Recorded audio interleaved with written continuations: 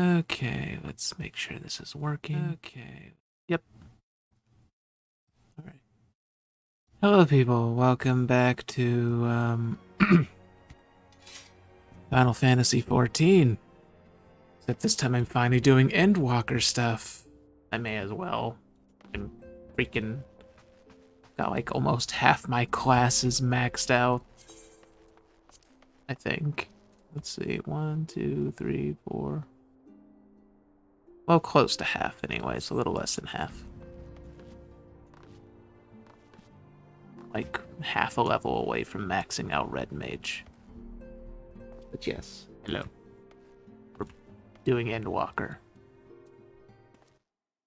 Hold on just a moment.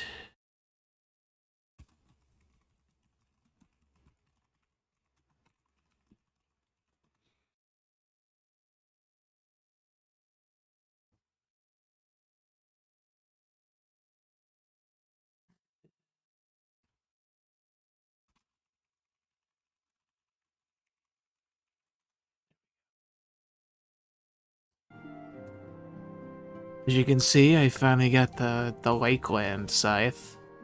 Although, looking at its design, I don't know why. Well, obviously, I guess they just had to put it in Shadowbringers, because why not? But it's obviously using like a design based on the weapons they used to drop in Stone Vigil. Which, based on that, I hope that they eventually come out with a Nidhogg scythe. I doubt that they will, because they didn't come up with one for Dancers or freaking Gunbreaker, but it would be nice.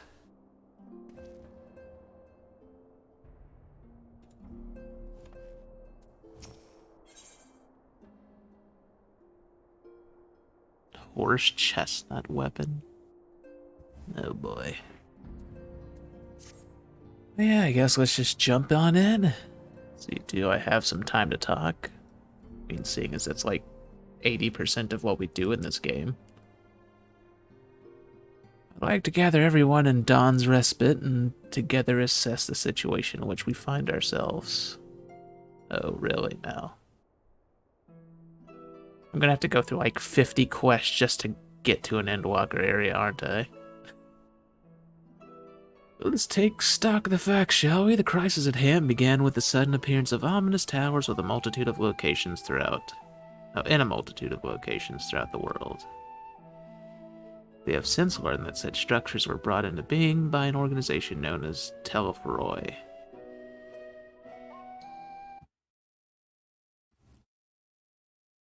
Sorry, just checking Discord.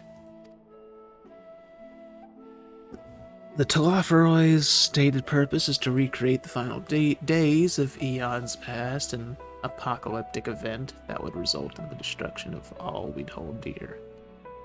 Already have these towers of theirs been the cause of untold suffering. What the hell is this music? I like it. Countless innocents kidnapped and imprisoned, their faith perverted for primal summonings. Unless we find a way to deal with the corruptive aura surrounding the spires, we can't even get close enough to rescue anyone. Those shielded with the blessing of light seem to resist being tempered, at least. But after what happened to Arenvald and Ferdola, we need to be very, very careful about how we proceed. Yes, Daddy Lunar Ifrit might step on us. Yet while these threats close to home are of paramount concern, we mustn't lose sight of the situation in Garlemald. As you know, the Telophoroi are under the leadership of Fandaniel and one other delightful fellow, Xenos Yea Galvis. Galvis. Galvis. The Crown Prince and our dear friend. To date, he's reclaimed his old body, murdered Emperor Varus, and plunged Garlemald into an even deeper pit of chaos.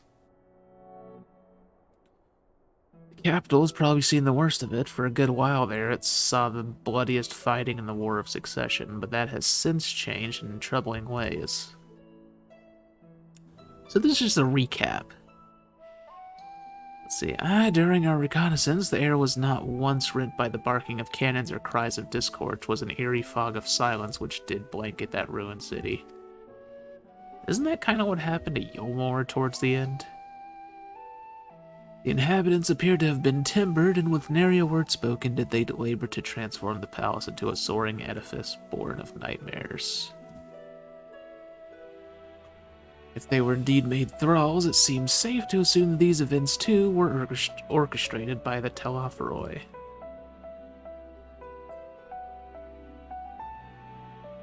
An army of primals is awful enough, but in light of recent developments, I fear it is only the prelude to an even greater catastrophe.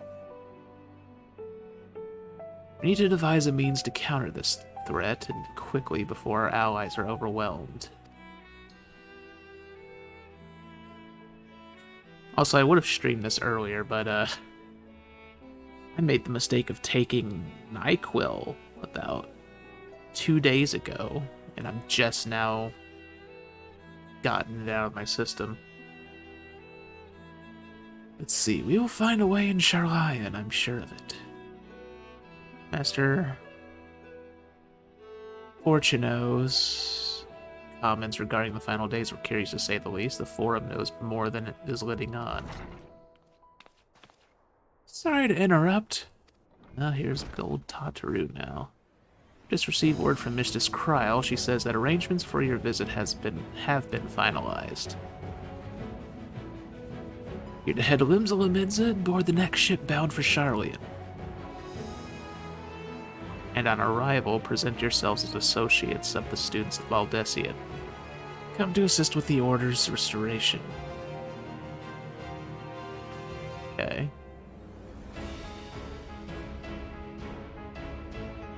Alright, we're going in hard with the music now. Sure, why not? See, the arrangements may be settled, but what of your thoughts? They must race at the prospect of returning home after so long. It's like, sure, we want to go back home after being disowned by our father. See, I'm eager to see it, of course, Ahem. We should set off at once.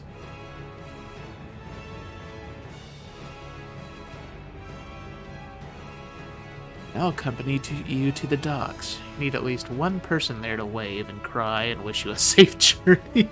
Or is this Wind Waker?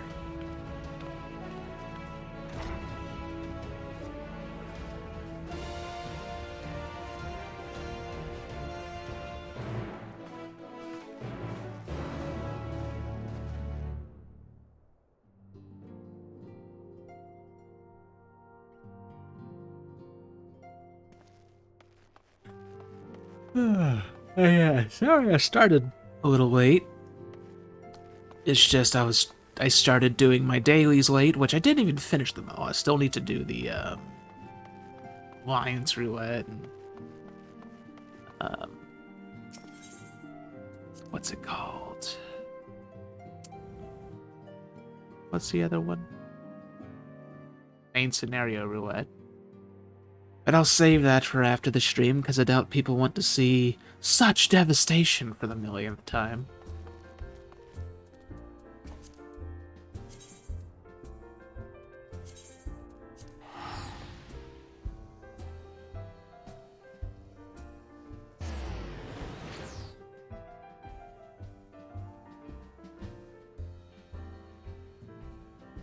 Ugh. I'm not sure how much I slept today. Probably around 5 to 6 hours, maybe a little more, I'm not entirely sure. I didn't really go to sleep until about 10 in the morning, and all of a sudden it was like instantly 3 p.m. and I'm not sure how much of that I actually slept. It's like I blacked out or something.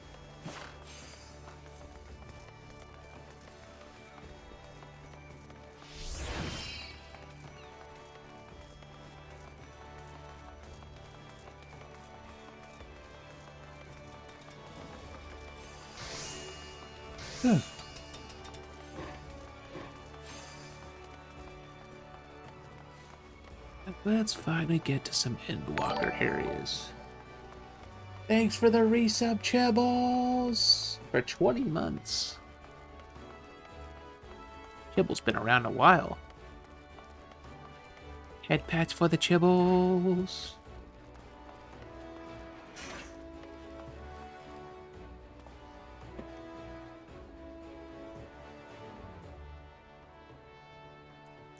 Let's see, what do you got, Sager? I never thought the day would come when I would be sailing home again. It always seems so very far away.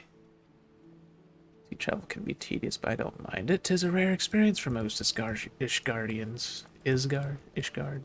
Words.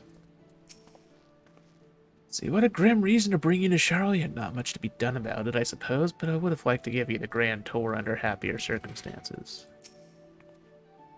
I might have lived in Master Matoya's cave for a good part of my life, but even for me, the thought of returning to Charlotte is quite exciting. I can hardly imagine how it is for the others who lived most of their lives there. Ah, screw it, let's just go. Let's see, everyone's here, which is good, because I've already paid for your passage, and the fee is non-refundable. The ship for Charlotte should be pulling into port soon, so please follow me and have all your luggage close at hand. There's luggage.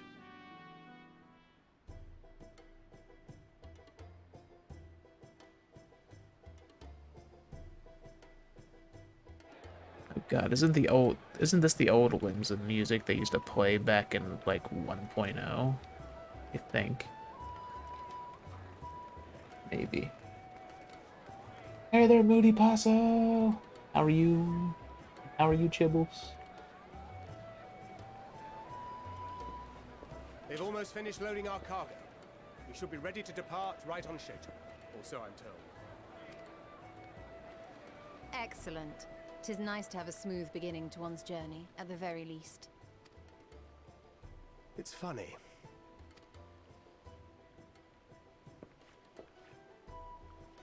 Master Louis Soir came here on a ship very much like this one.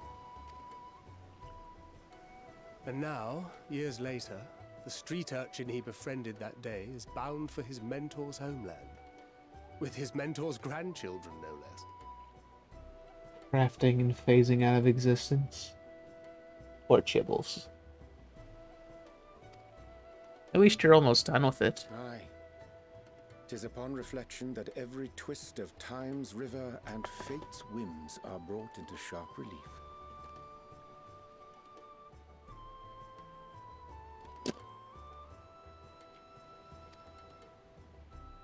Thou hast matured much in the intervening years.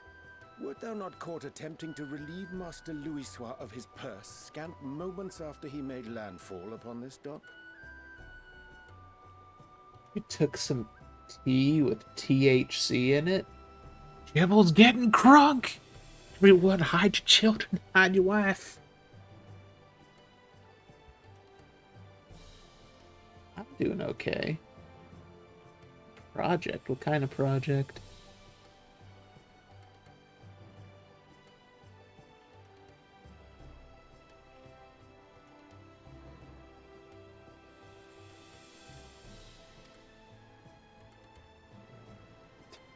You tried to rob Louis Soir. Now that's a tale I'd like to hear.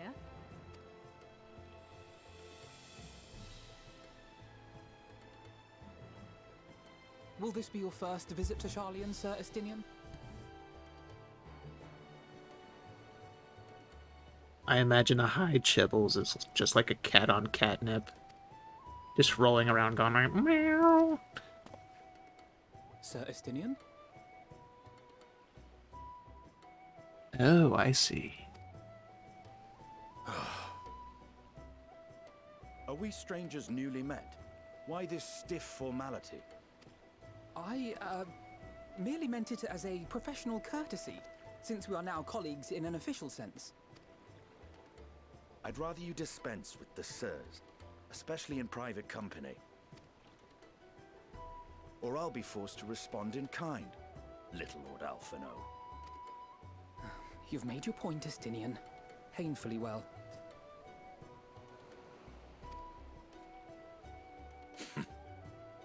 Better.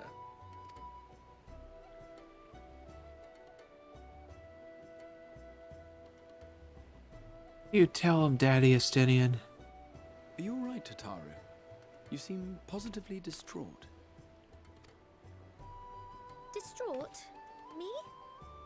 silly. I think it's lovely that they get to see their homeland. She wants to just- go on the trip. We're trying to thwart the schemes of an army hellbent on destroying the world. And once again, I have to stay behind and worry that this is the last time I'll get to see my friends. That seems ominous.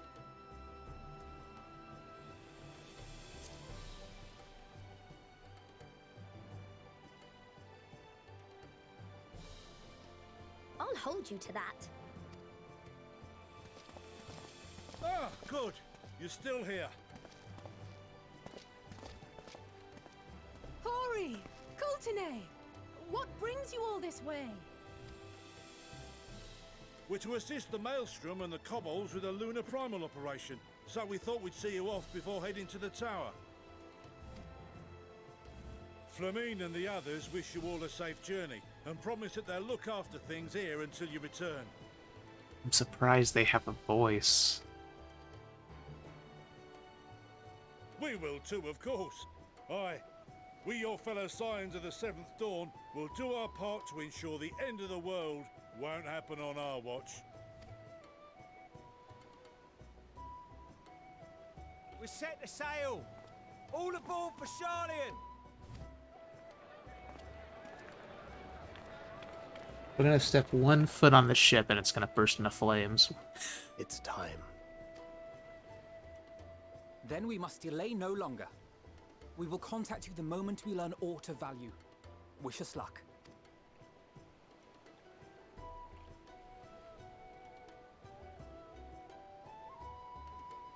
Have a safe journey, and please, please, be careful.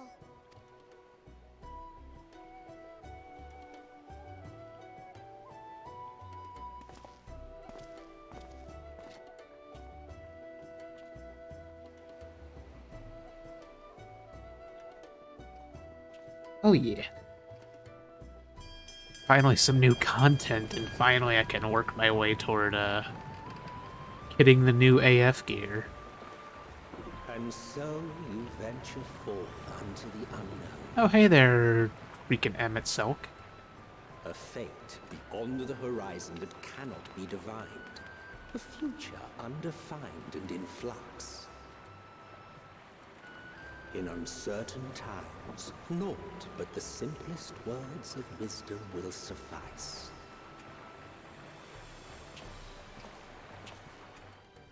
That which lives is destined to die. Love leads to loss. Every beginning has an end.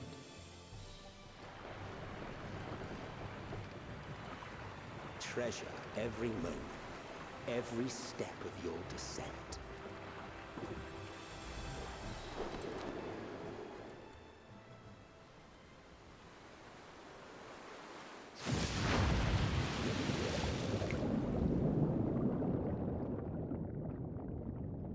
And there, in the depths where souls and stars rest, find your truth. Why the hell is Emmett Selk narrating? I mean, it's good. It just seems kind of strange.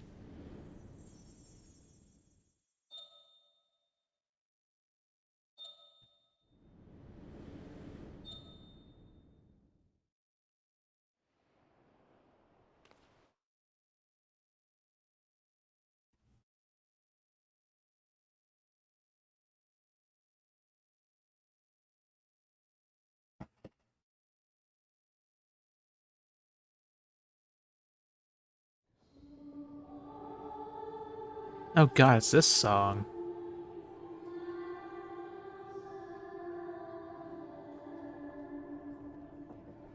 Here.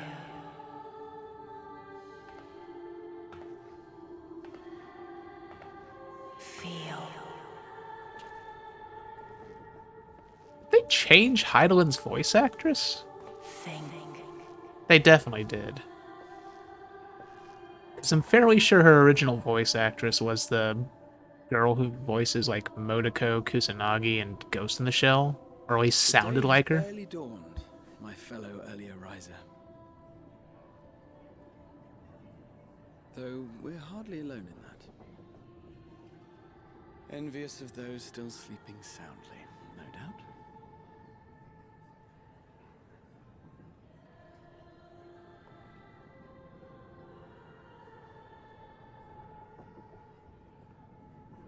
Called out to you, you say? I've heard nothing myself.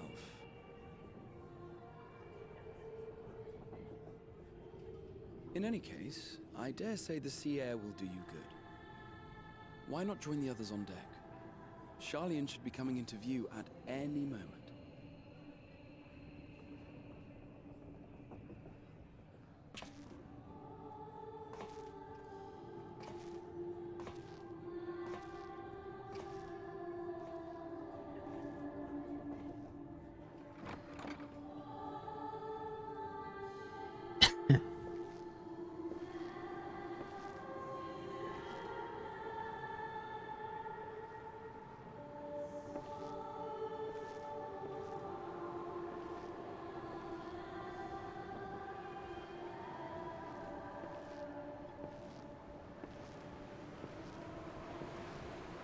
Oh, that explains it.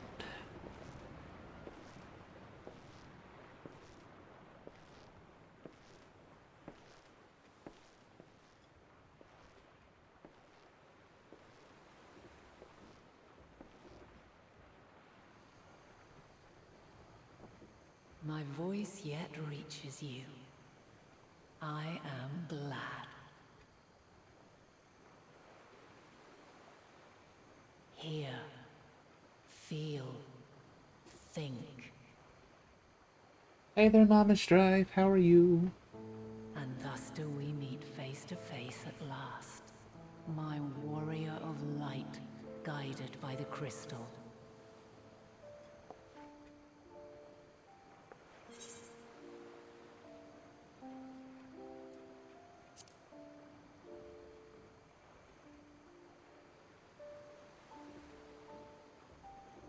After your sojourn in the First, I believe you have your answer.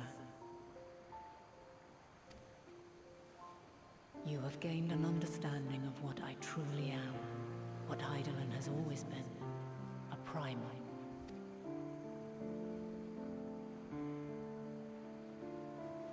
Zodiac was created to forestall the apocalypse which threatened the ancient world, and I was brought forth to bind him. Yet 7 times now, those who would orchestrate a return to that bygone era have rejoined a shard to the god I had sundered. The greater his strength grows, the swifter does mine own diminish. The power to draw your mind into the rift betwixt is no longer mine to wield. Yet though it taxes me sorely, I dare not leave these words unsaid.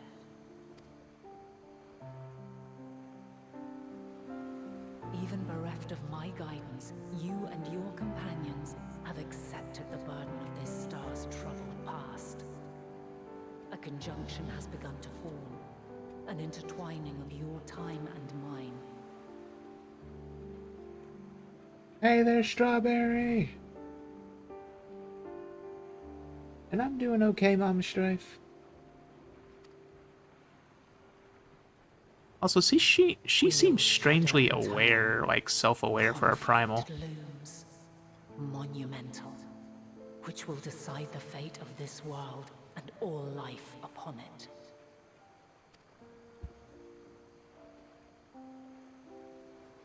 When you truly understand what is at stake, and your journey has prepared you to surmount the insurmountable, then shall I honor the promise made in another time, another age. Cast your peepers to the fore, folks. Charlian's just over yonder. I will not keep you further. Your traveler's heart must yearn to behold this unfamiliar land. We shall meet again, and soon. And she has an Asian mask.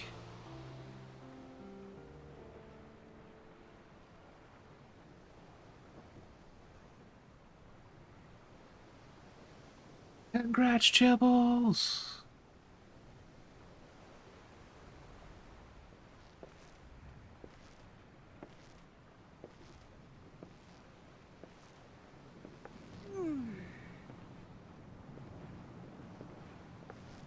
Oh, what a fine morning. Oh, still a bit stiff though. And a good morning to you too.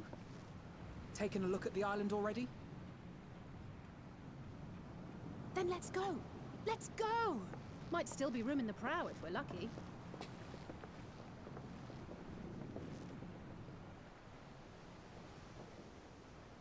I mean, she acknowledges that she's a primal.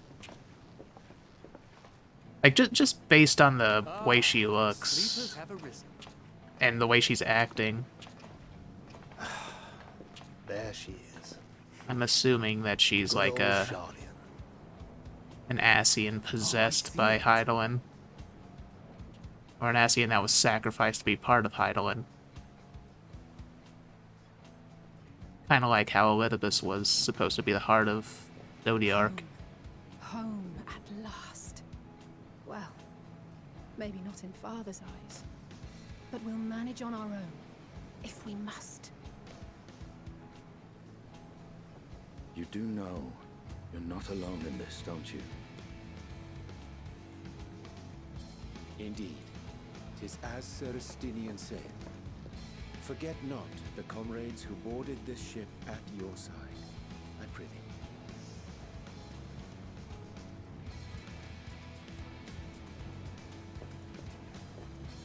Thank you, my friends. We are ever grateful for your steadfast support. Upon arrival, we will be disembarking into the heart of Sharlayan proper.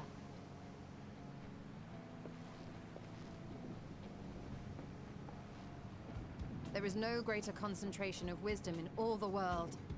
I am confident that somewhere within that center of knowledge and learning, we will find the answers we seek.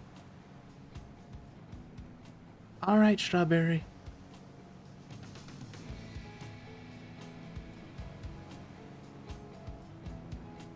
And I hear an instrumental version of the theme song.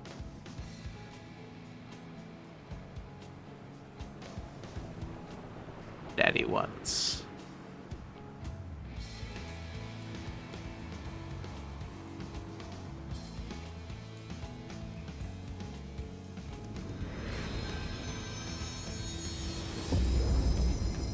Also, Zamir is just starting to play out like an anime.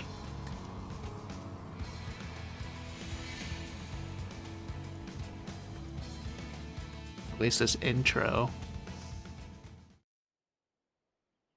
Sharlayan, the solitary island nation of the northern seas.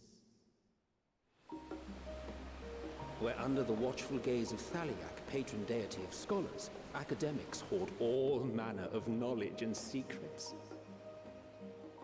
Once, they deigned to accept foreign students into a distant colony maintained in the Dravanian hinterlands. How swiftly they abandoned it once the first Garlean boot set hostile foot on Ala Megan soil. So averse to the prosecution of war, these men of wisdom, your would-be allies.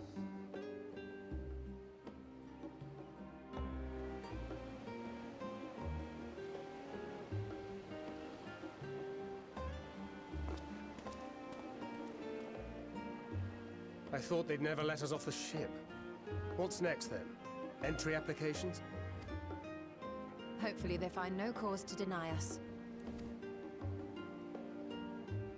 I mean, could they really stop us at this point? Hasn't Sharlayan all but severed relations with foreign powers? Those of us without direct ties, myself included, may be refused outright. 'Tis true that, as a nation, Sharlayan only forms trade agreements with a select few neutral countries.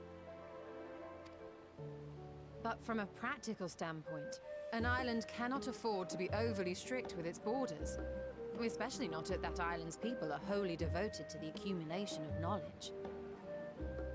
If one submits the proper paperwork, with satisfactory evidence of identity and intent, then foreigners may be granted entry. May.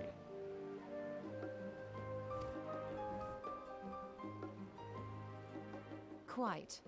So let us be absolutely clear on these points before we proceed. The immigration officer will ask for your affiliation and your purpose of visit. Considering Sharlayan's views on intervention, I strongly suggest we avoid any mention of the Scions. Kral has laid the groundwork for us to act as associates of the students of Baldessian, and our ostensible reason for being here is to aid in their order's restoration.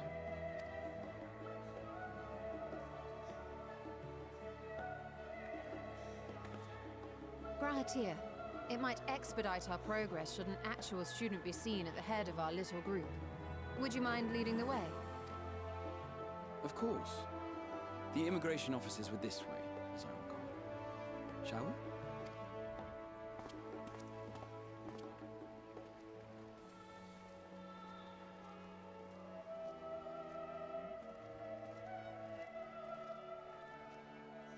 Greetings. We've just arrived and are eager to make our way into the city. Would you be so kind as to process our entry applications? Potato receptionist. Certainly. I see by your mark you are an Archon. I am. Grahatir of the Students of Baldessian at your service.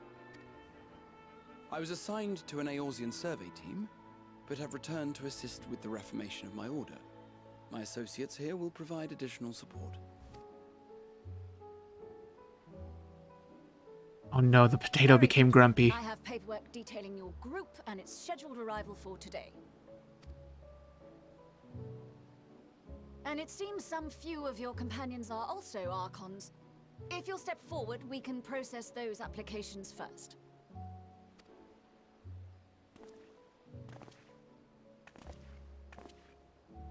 Ishtola rule.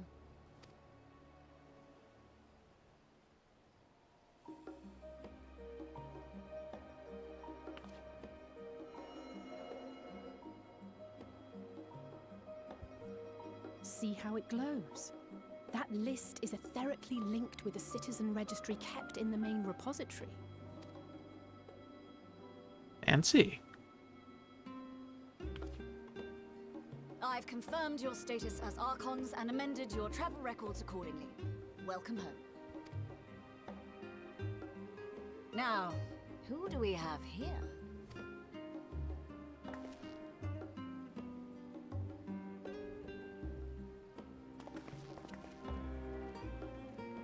Lost children. Alphino Leveilleur.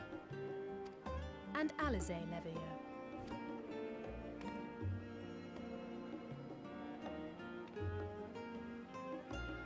Your applications have also been approved.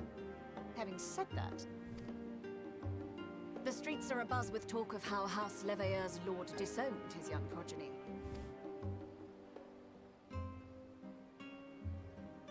Well, that traveled quickly. And while such personal circumstances constitute no reason to deny you entry, I urge you to avoid exacerbating your present situation. Times are quite troubled enough already. We shall keep Grumpy that in potato mind. indeed.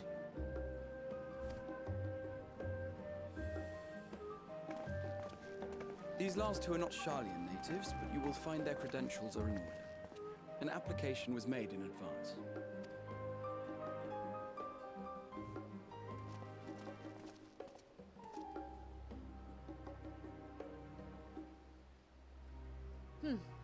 Name and occupation?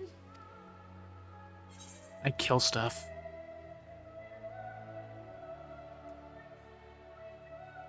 Artisan? Alright, I do have like every crafting class level 80 except for culinarian. I'll just put that, screw it. Why not? An adventurer. Well, I suppose that is considered a valid calling in your native Eorzea, and it does indeed match the profile provided. You may enter. And you, sir? Estinian Varlino, formerly of the Order of the Knights Dragoon in Ishgard. Formally, at least. And what, pray tell, is your profession now?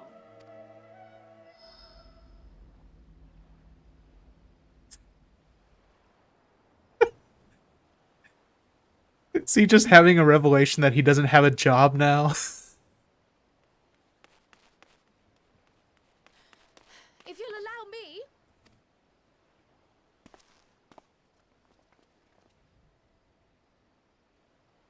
It's like, oh fuck, I screwed up. I don't actually do anything. My associate is a mercenary, hired for his strength at arms. Surely you are aware of the dangers we often face on our forays into the wilderness. Mistress Baldessian, if you insist on sponsoring his entry, then so be it. But while I appreciate that desperate times call for desperate measures, I find your choice of company concerning. Be advised that even a single misstep may have severe repercussions for your organization. I can't lie on the spot. True. I have every confidence in my chosen company, dear and trusted comrades that they are. But I thank you for your concern.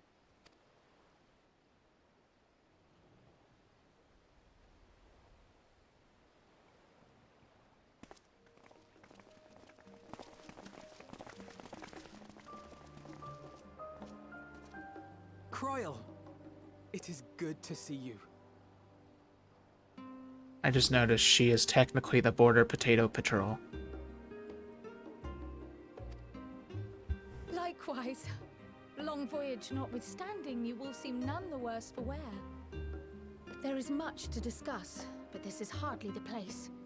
Let's be on our way, shall we?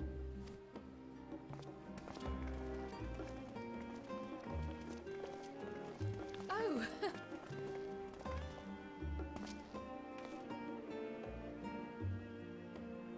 Welcome, friends, to Sharlayan. As your mercenary, I should hope my welcome includes a generous salary.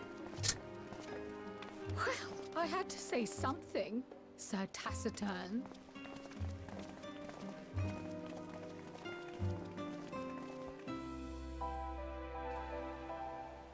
Sorry if that made a noise, I was getting some floof off of my microphone. What the deuce, it's snowing here? See, that was about as awkward as expected. Still, we're here now, and that's all that matters. I likes me some snowy weather. See, I'm fine, honestly. Better to be waved through with a stern warning than be denied entry after all. Yeah, I'm unaccustomed to fabricating lies on the man. Why should it matter how I earn my living? I don't know. Dragon hobo.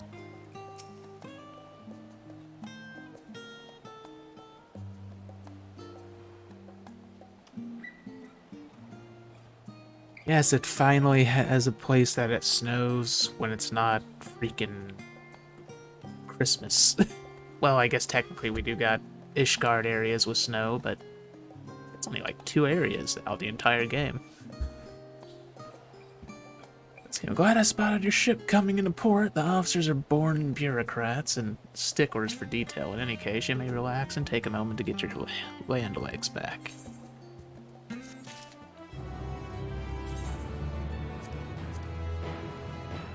I will immediately sell this weapon because if it follows any previous things, then basically equipment in this expansion is going to be useless until level 85 or 86. Since the highest tome gear is always equivalent to the 5 levels in.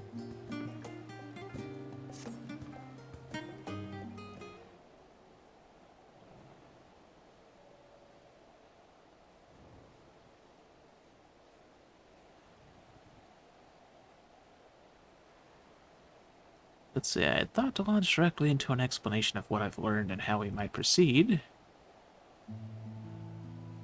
But this is Ikeda and Estinian's first time in Charlotte, and for the rest of you, a homecoming that was long overdue.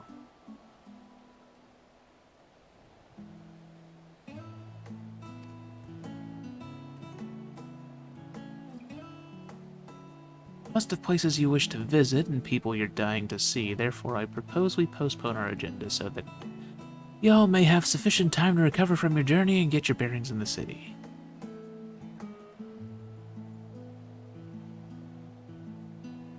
Also, this music that's playing right now sounds like...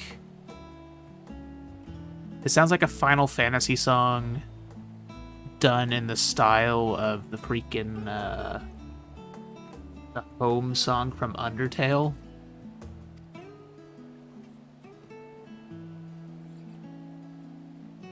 At least that seems like that's what their intention was. Let's see, once you've settled in, we can reconvene at the Baldessian Annex. How does that sound? It's a fine suggestion. We may not be welcome at the Levalier estate as such, but I should like to nose around this neighborhood all the same.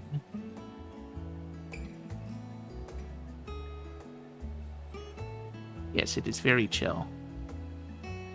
I am equally untethered, as it were. There is no particular place that my kin call home. Still, I would not pass up the opportunity to reacquaint myself with the city. Likewise, a quick tour of our old haunts might even yield some useful gossip. Annex was west of the Aetherite Plaza, wasn't it? I shall join you there anon. Yes, we'll see you there. Thancred's gonna go chasing skirts.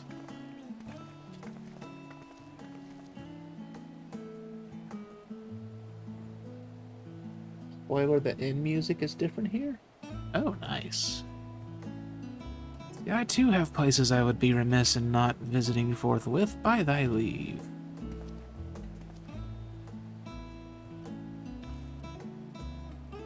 What of you, Estinian? My services as a guide are yours for the asking.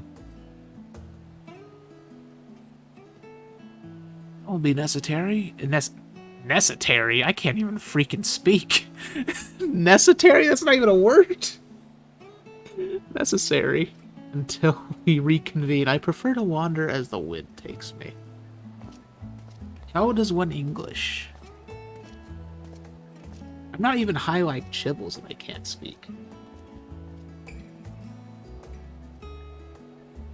Let's see, but I could... Oh.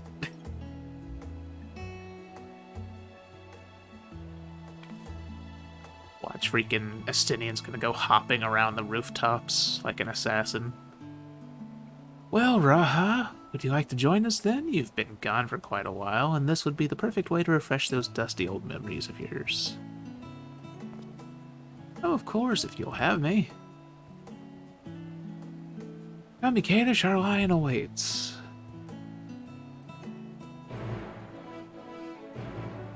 You don't English is you.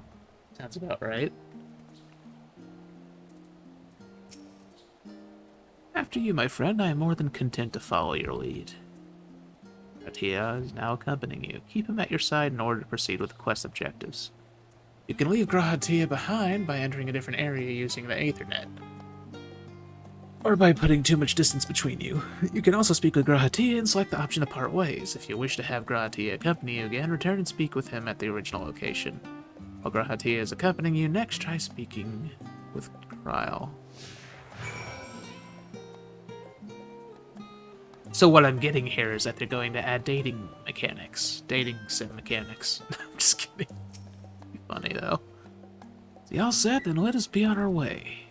Our first stop, amusingly enough, will be the Last Stand. It's a cafe on the west side of the harbor.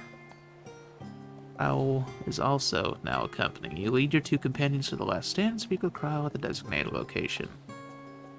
While you are accompanied, you may encounter conversation points along the way which offer additional topics of discussion. Enter the glowing area and speak with your quest companions to initiate these bonus conversations.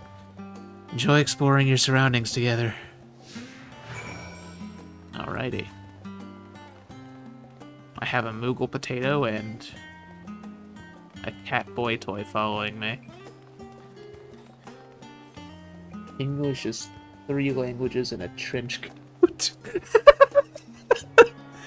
That's actually probably one of the funnier ways I've heard that described, Chibbles. I mean, if the thirsty memes are anything to go by, those mechanics are in high demand with a certain Makote. You're not wrong.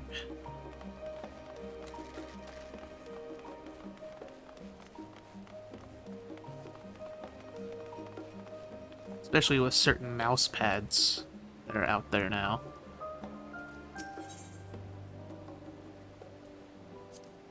Let's see, now that is a sight one could hardly forget, the great statue of Thaliak. Probably butchering that name. As a student of Baldessian, I was usually quartered on the Isle of Vow, but I would gaze upon the scholar's wise features every time I returned by ship to the city. This path leading out towards the sea is known as the Thaliak Stoa, named for the statue of the scholar which stands at its end. As you know, the Charlian people prize the accumulation of wisdom above all else. Thus, when Thaliak was chosen as our patron deity, it was more a matter of pragmatism than belief, an alignment of principles, as it were. We may have honored him with a rather impressive sculpture, yes, but our faith is not so restrictive as that of, say, the Ishgardians. Individual Charlians can and do worship the divinities of their choosing. Okay.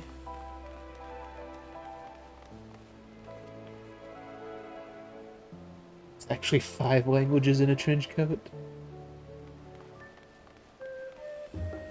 Seems about right.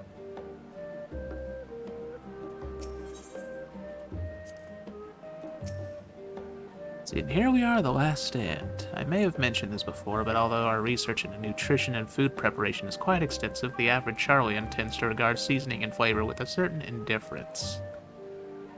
In other words, they're all robots. How can I put this? The food is, it's bland. As encapsulated by our infamous Archon loaf, the prevailing sentiment towards cuisine is dietary value first and taste distance second. There was one pupil at the studium, however, who could stomach the school's insipid meals no longer, so he quit his lessons and poured all his savings into building a proper eatery. So the last stand came to be. It is, as the name implies, a sole dedicated outpost of fine dining in Charlotte, though one and only bastion of the culinary arts in an isle of otherwise mediocre fare. I seem to recall their burger being hailed as one of the most impressive items on the menu. Not that I ever had the pleasure of eating one myself. Because you were a typical Charlian when it came to cheap and convenient raha, but surely Tataru has since taught you how to appreciate a well-prepared dish. We should all stop in when time permits and sample the cafe's delights. Shall we... Shit, what did it say? Shall we press on the stairs to the side of the cafe? There will take us up to the Aetheryte Plaza. Okay.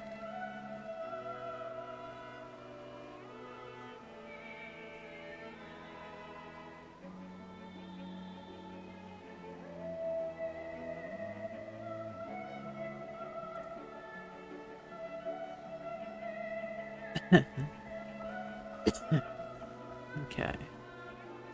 Anything in there? Nothing I can see. Shall we go dish away? Don't see any glowy circles.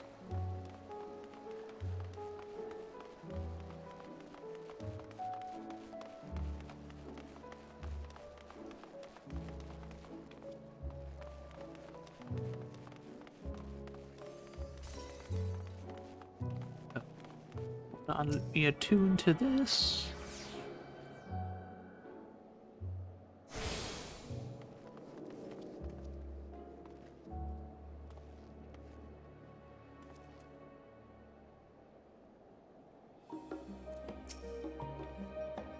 It's an unusual shape, isn't it? I assure you, however, that it's a perfectly functioning aetherite. Remember to attune yourself before we move on. Now, being the diligent tour guide that I am, I should make mention of the Confluence, a research facility located on this very plaza. Its much vaunted discoveries are the reason Charlian stands at the forefront of teleportation technology. In deciphering the underlying principles of elegant aetherites, it allowed us to understand and reconstruct what was essentially a lost art. And off we go to our next destination. Our path leads northeast to the Agora Charlene's largest marketplace. Okay. That'd be a sky watcher. Market board.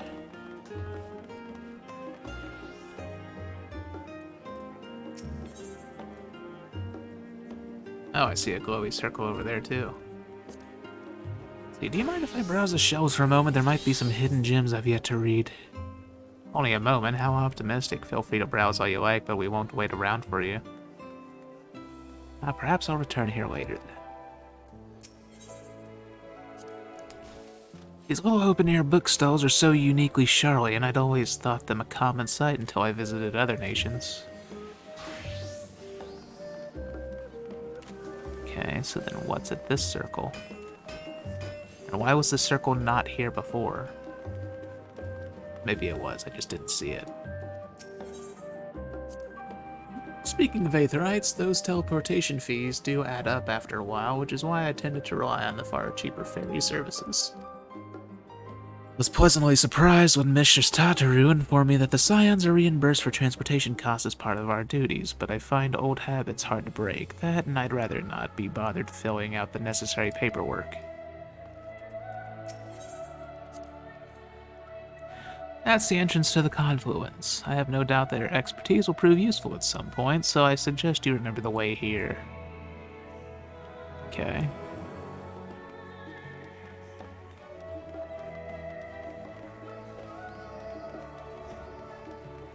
There's another circle. I think that's the one I'm supposed to go to. See any other circles?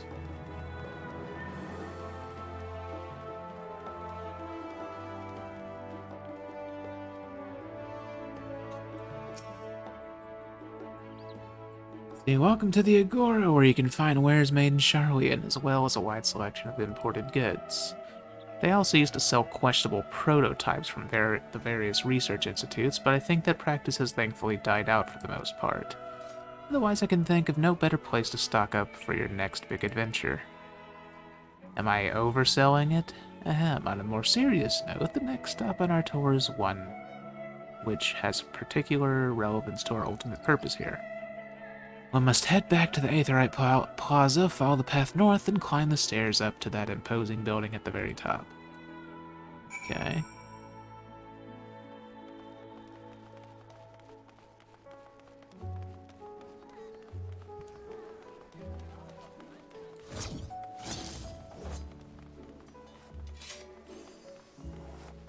Boop-a-doop-boo.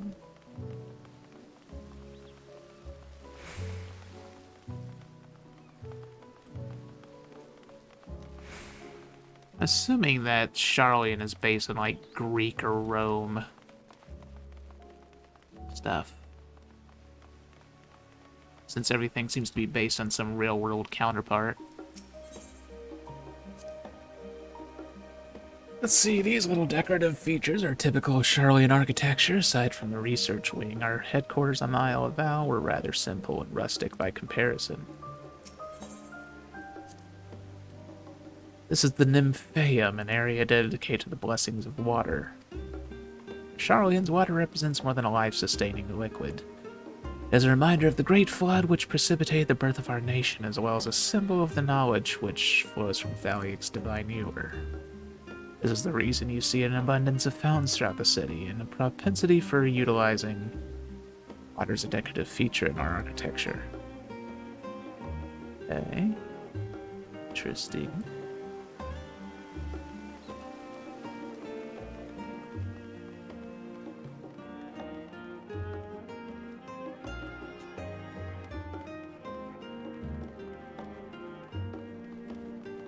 There's another Aetherite shard.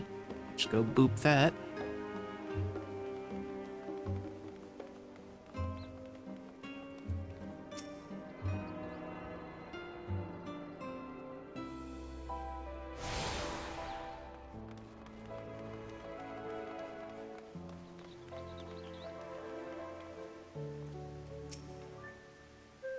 This grand structure before you is the Rostra. The name refers to the original public platform erected here, upon which a forum of elected representatives would deliver orations and debate policy. Although the stage has since evolved into council chambers, the nature of the forum and the duties of its members remain largely unchanged. Am I boring you, Raha? You seem awfully distracted. It's like, I'm looking at his abs, don't distract me. My apologies, from here one can see the entire city spread out below. Vista put me in mind of my arrival in the first. Those who had gathered at the Crystal Tower asked me how they might go about building a new home. Naturally, my answers were all inspired by my knowledge of the finest settlement I could think of, the great city of Charlian. Bit by bit, those few buildings grew into a town, a community, the Crystarium. I can almost see its echo. I see. Feel free to come up here whenever you wish. I don't think the counselors would object to you simply enjoying the view. Such memories should be treasured. For now, however, the tour must go on. Our spectacle of sightseeing concludes with the fittingly named journey's end. Walk down the stairs to the east and continue straight ahead. Okay.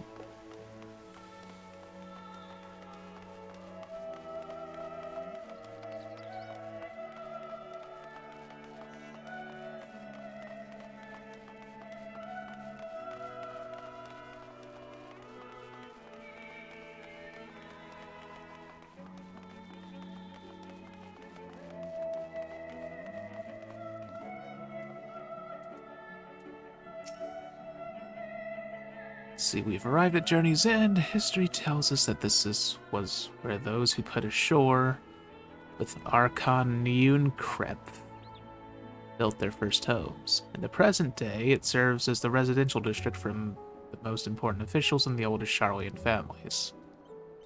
You'll see that one mansion is clearly larger than its neighbors. That estate belongs to our friends from House Levelier. Levelier. I can't speak French, okay? All things considered, we should probably keep our distance for the time being. Now, let's catch that shit on fire. With that, we bring our little Charlian tour to a close. I hope it has proven to be an entertaining and enlightening experience. Now, shall we head directly to the Baldessian Annex? You remember the way, don't you, Raha? Let me think. We head down towards the harbor, cross the bridge to our right, then follow the path below the Aetherite Plaza. Correct, after you. Across the bridge. See more reasons for the Crystal Tower to be required.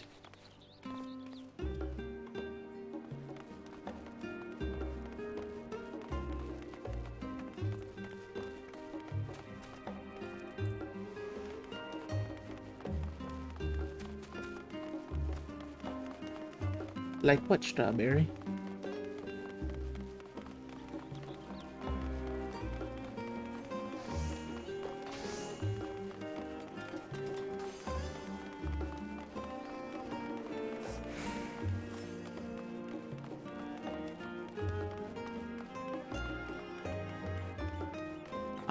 Probably going the wrong way. Oh, here's another circle.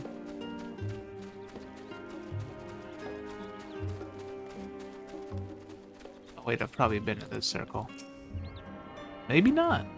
Since this shard hasn't been attuned to. Okay. Oh, this is where I was supposed to go. As the joyous look on Raha's face has undoubtedly informed you, this is the Baldessian Annex. If you continue up the hill, you'll arrive on the doorstep of Phenomenon. But I think we've explored enough for one day. We can take you there another time. Inside with you, then.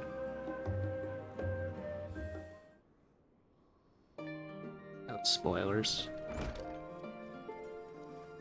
Oh. It's this song. Let's see, I'm back and I've brought Ikeda and Raha with me. Oh god, it's another potato! You were right about the ship, then. Hello, Graha. It's nice to see you again. Yeah, it's a pleasure to finally meet you, Ikeda. I've heard many a tale of your exploits. Oh, this one seems less grumpy. Ojika. Sunjika? I forgot about Lalafell names being strange. It has been an age. Allow me to introduce Ojika, cousin of Ejika Sunjika, an administration officer for the students of Baldessian. He oversees the day-to-day business of the Annex. I read the reports on the Eureka expedition. I hope Ejika didn't cause you too much trouble. He's impatient and impetuous, but a good sort at the heart. This place is like a second home for the students. The Isle of Val served as our main headquarters, of course, but we often had occasion to visit Charlian. Whether make use of the city's research facilities, attend conferences, or procure supplies from distant shores. The annex here was built to provide lodgings for our members while we engage in such activities. Now that our former headquarters is on the wrong side of the world, among other things, the annex has become our new base of operations for all intents and purposes, and yet it feels so empty with so many lost to us. Our organization is a shell of its former self. The day will come when we will see the students rise again. Nerds, rise up! But first, we must ensure that the Telephoroi fall. Through that door on the left, there is the main hall where we can discuss our options moving forward. Once everyone arrives, that is, you probably have time to rest before our discussions begin in earnest. I just hope the next cutscene is voiced. I've had private quarters prepared for you in the Andron, so please feel free to make yourself at home. The nap room's perfect for an afternoon doze. He is a sleepy kitty. I didn't mean to give you the wrong impression. The chambers are quite well appointed, far more so than some cheap roadside inn, you may be assured. It was simply that we were often so busy with research or exhausted from journeys abroad that we would slip into the Andron just to steal a few winks. And thus they became known amongst the students as nap rooms, even if any such naps might last well into the following morning. Say the word and I'll be happy to show you to your chamber. Hopefully the others won't be too long in coming. I'll wait for you all in the main hall.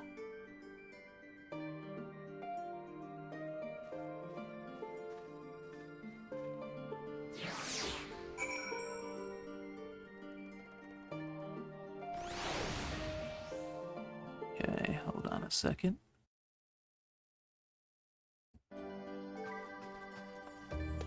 Alright, Gra, what do you gotta say? Do you have papers pasted on the walls of your room? Which was not unusual for occupants to pin up notes or documents and such, and then forget to take them when they went on their merry way. Sometimes it was quite deliberate, though. You might see complaints addressed to other members, or a thank you card for the engrossing literature someone left behind. Beloved traditions that I should know better than to dwell upon. If we are to create a future for the students of Baldessian and so many others, we must look to the days ahead.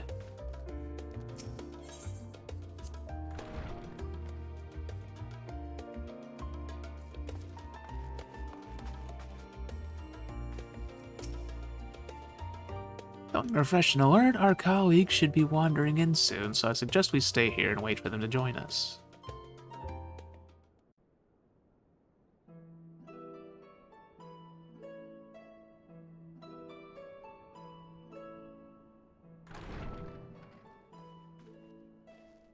Pray forgive me. I was delayed. It's fine, Oriange. We're all here now. Let's get down to business then, shall we? Defeat the Huns.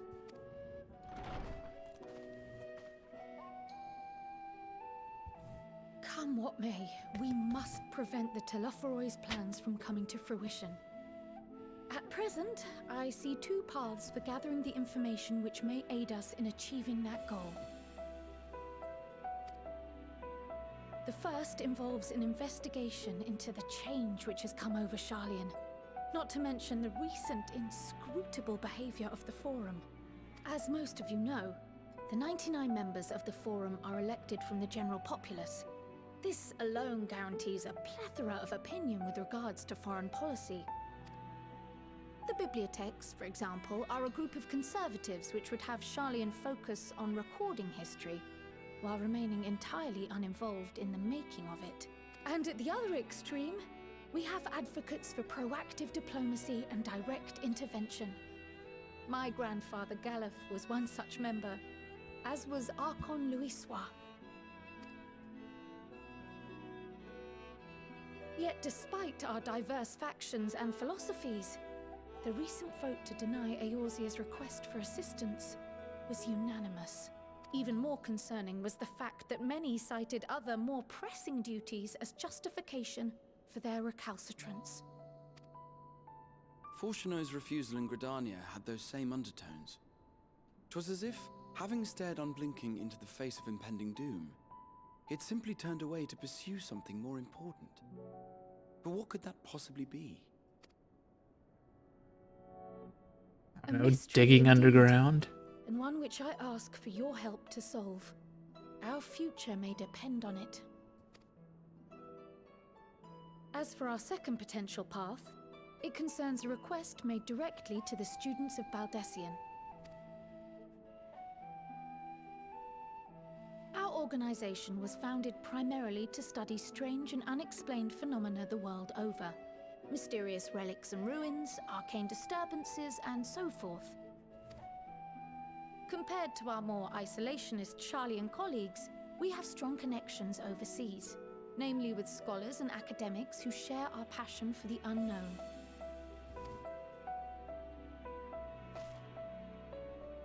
The request in question comes from one such acquaintance, Nadana, an alchemist residing in distant Thavnair. Her missive describes the sudden appearance of a tower, and the subsequent summoning of what I can only assume is a lunar primal.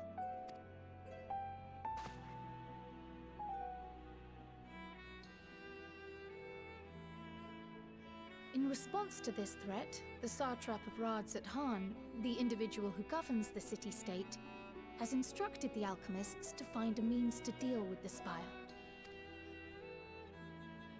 The artisans of that land are heirs to an ancient tradition, one rather unlike that of their Uldan counterparts. It is possible, nay, probable, that they have gleaned truths unattainable by Eorzea or her Far Eastern allies. They do, in fact, appear to have a strategy in mind, though it will require further research. To that end, they have requested an introduction to a capable warrior shielded by the blessing of light. Oh, I wonder what errand boy that could be. Assuming we divide our forces to pursue both of Kral's lines of inquiry, then having you join the group heading to Thavnair would seem the obvious choice. But the investigation in Sharlayan is of vital importance as well. Equal, I think, to the Thavnairian one, given that the fate of the world may hinge on the results of both. Yes, it is quite the quandary. Oh wait, are they doing this same two-path thing from freaking Shadowbringers? Though it is a great imposition and an altogether too common one, our efforts would be more likely to succeed were you to lead the charge on both fronts. Oh sure, just give me double the errands. You are indeed our champion. As to which task to tackle first, we will defer to your decision. Let us next decide how everyone else might best be assigned. As for myself, I shall continue what I've begun in Sharlayan. I should also like to steal the services of an Archon or two. And thereby gain access to a greater range of reading material. I will help with that. Allow me to offer my assistance. I have some small amount of experience in the field of research.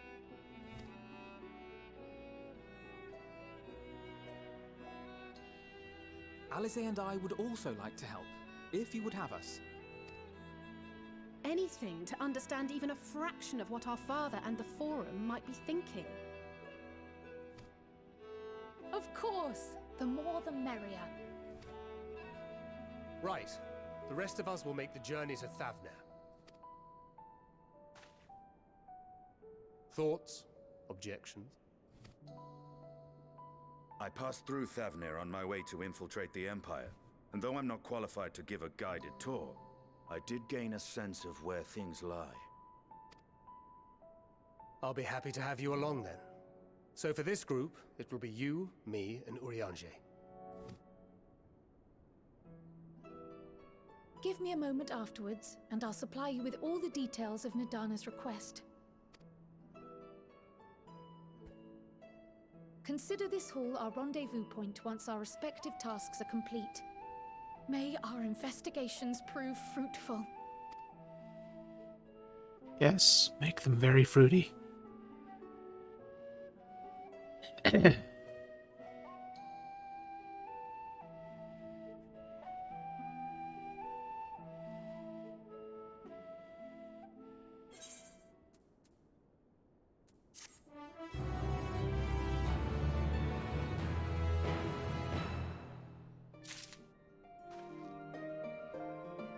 Okay.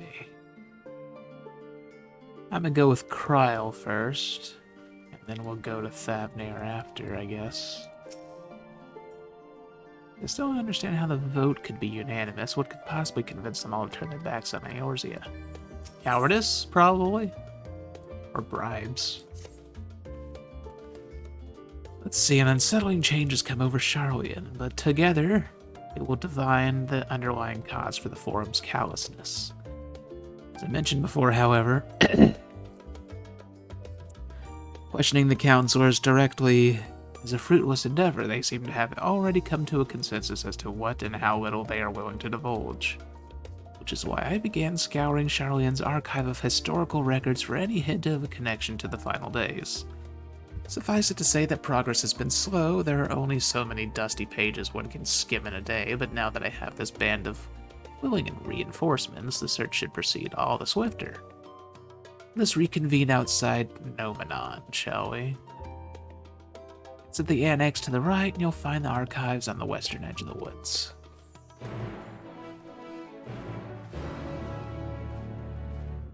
Alright, and I'll talk to these fools and send them off.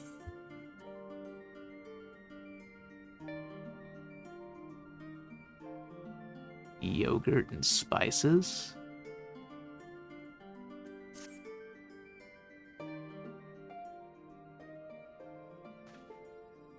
I have Krell's instructions in hand. If you're ready to set out, then so are we. Having been a Thavnair before, I can travel by Aetheryte, but what of the rest of you? Another sea voyage would waste time we do not have. Krell was of the same mind and has already secured the aid of the good folk of the Confluence. We'll take ourselves there. Confluence, thou sayest? I'm afraid so, my friend. Let me guess, is that where Mo and Brita was? Or Urianger used to belong to? Thou will recall the hunt for Iceheart, unto whose sanctuary we delivered thee, owing to the knowledge of our comrade Mo and Brita. Mo and Brita was an authority on aetherology, a field of study she did embark upon in pursuit of her parents' example.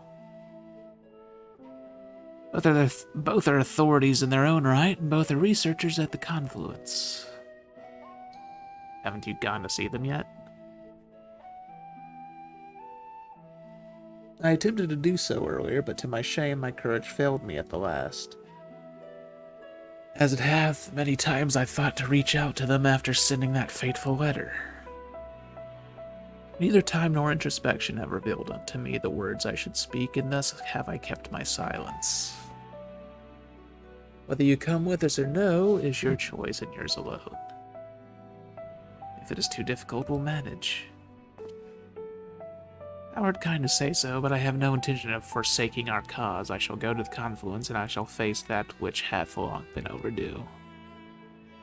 If it's settled, then let us be off. When we arrive, we should look for a researcher named Kite. Assuming that's how you pronounce the name.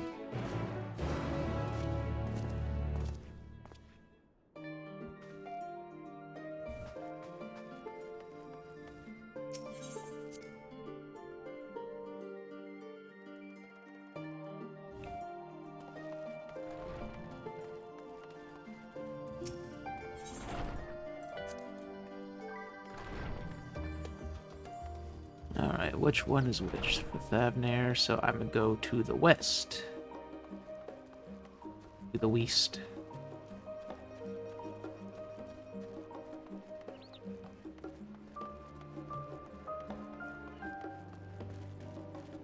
There's side quests already. Oh noes. Oh my god, there's so many side quests. Why? Well, let it begin. Let the torture begin. West Sink. Let's see, how long must I wait? And what are you waiting for, lady? Oh, forgive me, I was just thinking out loud. I made plans to meet my paramour, you see, but the time of our rendezvous is long past. As a member of the Forum, his works keep him ever so busy, even more so than usual in recent days, still he promised he would put some time aside for me for us.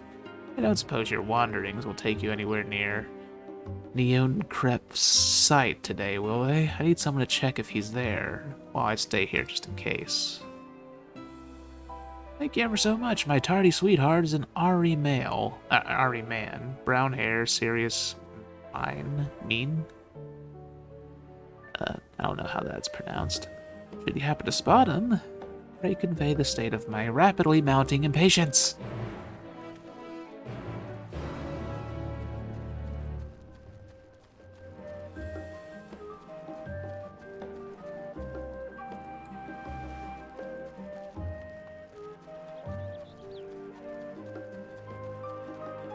Yes, lady, we know you want to impatiently mount him. Giggity.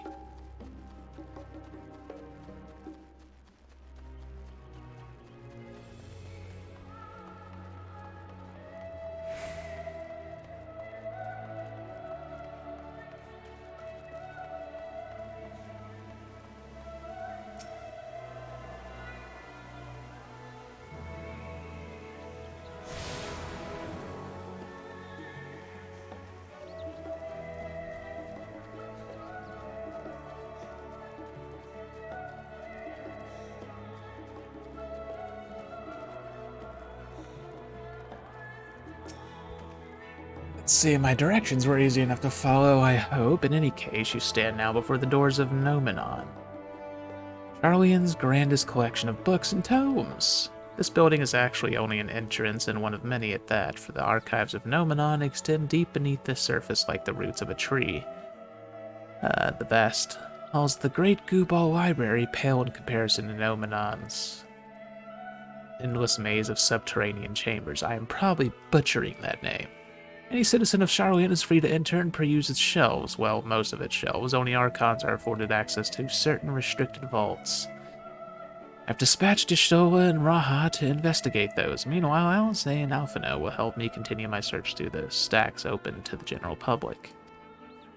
Your status presents more of a problem. As a non-citizen, you're only permitted to browse the first floor here at the entrance. Even so, there should be a number of books which touch upon Charlian history or forum policy. Your task will be to find and study the relevant publications. I promise you a working knowledge of those subjects will make it far easier to spot the sort of clues we're looking for. Let us be about it, shall we? I've told the others to meet us at the stone benches over there once they've found some promising tomes. Happy reading!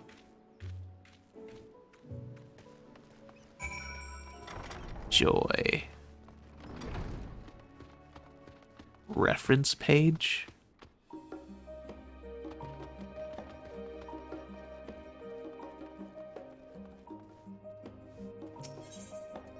Title on the spine reads The Story of Charlian. Yeah, sure, why not? Long ago, on an island in the Northern Sea, there lived a Rogadin man by the name of Neonkrep. Neonkrep was a student of astrology, and he divined that a flood of terrifying proportions would soon sweep over the lands of Eorzea. So it was that he built a gigantic ship, assembled a crew, and set sail for that imperiled realm. The flood arrived as foretold, and to their horror, the strangely churning waters drove the people towards the ocean. It was there, however, that Neonkrep's crew hauled them aboard his ark, but the danger had not passed. A towering wave approached, threatening to smash the vessel to pieces. With only moments to spare, Neonkrep wove a mighty spell of teleportation and shifted the entire ship to safety atop Abalethia's spine. Refugees from the surrounding regions huddled there alongside them, but it was not long before the disputes over the dwindling supply of food led to violence and bloodshed. Saddened by the sight, Neonkrep gathered to him his crew and his grateful passengers and abandoned the Ark to those reddened peaks. They journeyed to the coast where they built a new ship intent upon returning to the northern seas. They landed on the beach of an island and settled upon that very spot. That settlement prospered and grew, and in time it became the city of Charlian we live in to this day. Okay.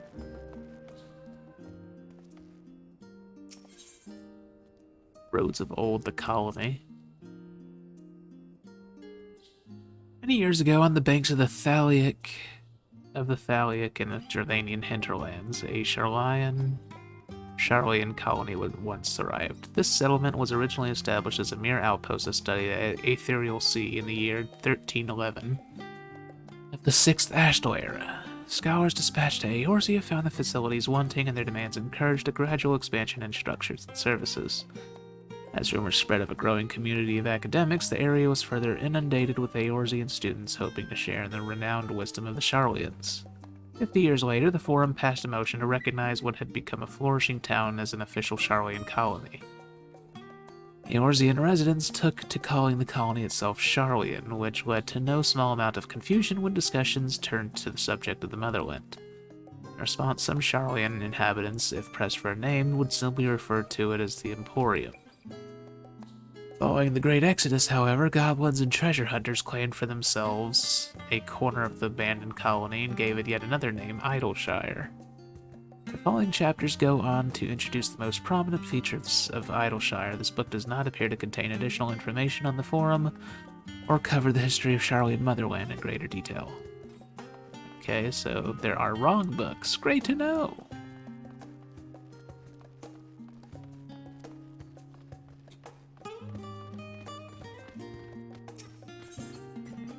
Voice of a growing city. Okay. In the years which followed the founding of Charlian, civic policy and other matters of import were decided at the Ecclesia, a public forum at which every citizen was eligible to speak. As the city's population grew, however, this format became increasingly impractical. The larger number of participants gave rise to ever longer debates, resulting in significant delays of vital resolutions. Various measures were introduced in an attempt to curtail protracted discussions, but in the year 201 of the 6th Ashtal era, it was ultimately decreed that Charlian would transition to a new form of governance. The nation would now be led by a body of 99 members, citizens chosen from amongst their peers by means of a nationwide vote. Thus was the Forum as we know it today conceived and created.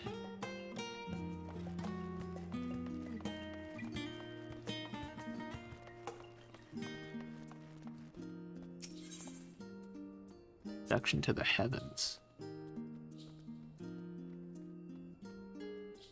Have you ever gazed at the skies above and contemplated the mysteries contained therein? I speak not of shifting cloud patterns, but of the vastness beyond, of the sun and the twinkling tapestry of the night. Some think the dome above us to be a finite space, yet amongst the leading thinkers of our age, one scholar's depictions of a boundless sea of stars has firmly taken root. Alas, this heavenly sea remains an unreachable, unknowable destination. There are few indeed who can explain in satisfactory detail why our own star is believed to revolve around the sun. It was the technologists of Alig who came closest to understanding the laws which govern that starry abyss. It was they who launched Dalamud and sought to expand beyond our earthbound existence. Having read of their ancient ambitions, I wonder, has your interest in this field of study waxed or waned?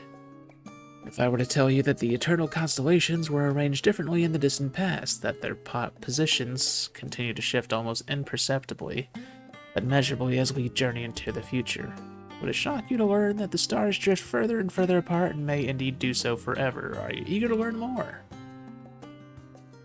This book is on the wrong subject, searching for works which contain details in the Forum or mention the history of Charlian.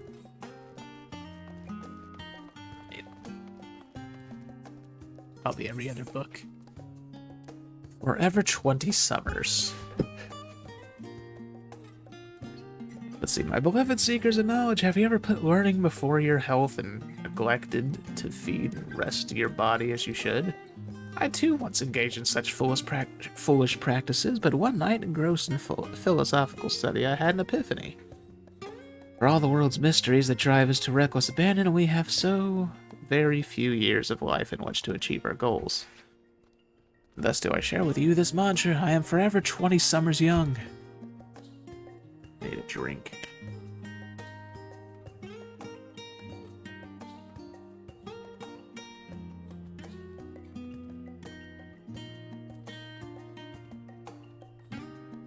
There we go. The number itself is unimportant. You could be 19 or 23 or 40, whatever age you are when you discover this manual. Let that be the age you aspire to remain. Through mindful, healthy living, will you extend the time available to spend upon your chosen research. Another day, another moon, another summer to grasp the greater truths you pursue. In the pages that follow, we will explore the secrets of maintaining one's physical condition from a biological, aetherological, and arcane viewpoint. Wrong book. Freaking self-help books. Stewards of Wisdom. Okay. During the chaos of the sixth Endwalker calamity, I can't freaking speak. Calamity, Archon Neumkref, founder of Charlian, bore witness to the madness and savagery of men brought to the brink of despair. Upon raising a settlement on an island in the northern Empty, he instructed his people thus: renounce the ways of war and pursue enlightenment through knowledge and reason. The Charlians took to heart the words of their savior and thenceforth served as stewards of wisdom. Upon a foundation of accumulated learning, they built a homeland unlike any other. A nation born from strength of minds rather than strength of arms. With knowledge of economics came shrewd trading. With knowledge of agriculture came bountiful crops. Engineering brought wells and sewers, ending squabbles over water. Wealth of expertise could be bartered for wealth and coin, and the more their wisdom spread throughout the world, the more mankind as a whole would thrive. And so it was that no matter the trials and tribulations of the age, the citizens of Charlian would live by their founder's teachings. For the sake of a better tomorrow, for the sake of a brighter star, they would eschew the tools of war and with knowledge deliver the world. You have gained a fundamental understanding of Charlian history and the foundation of the Forum. Head outside to the rendezvous point and wait your companions. Okay. They're a bunch of nerds! No, I'm just kidding.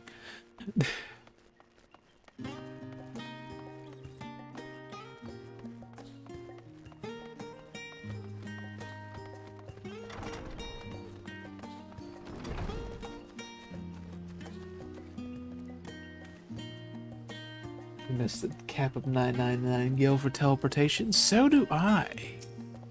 Freaking gil sellers ruined that.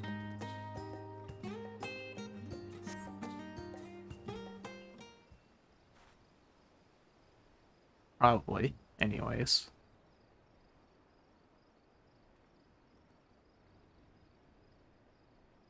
Sorry, were you waiting long?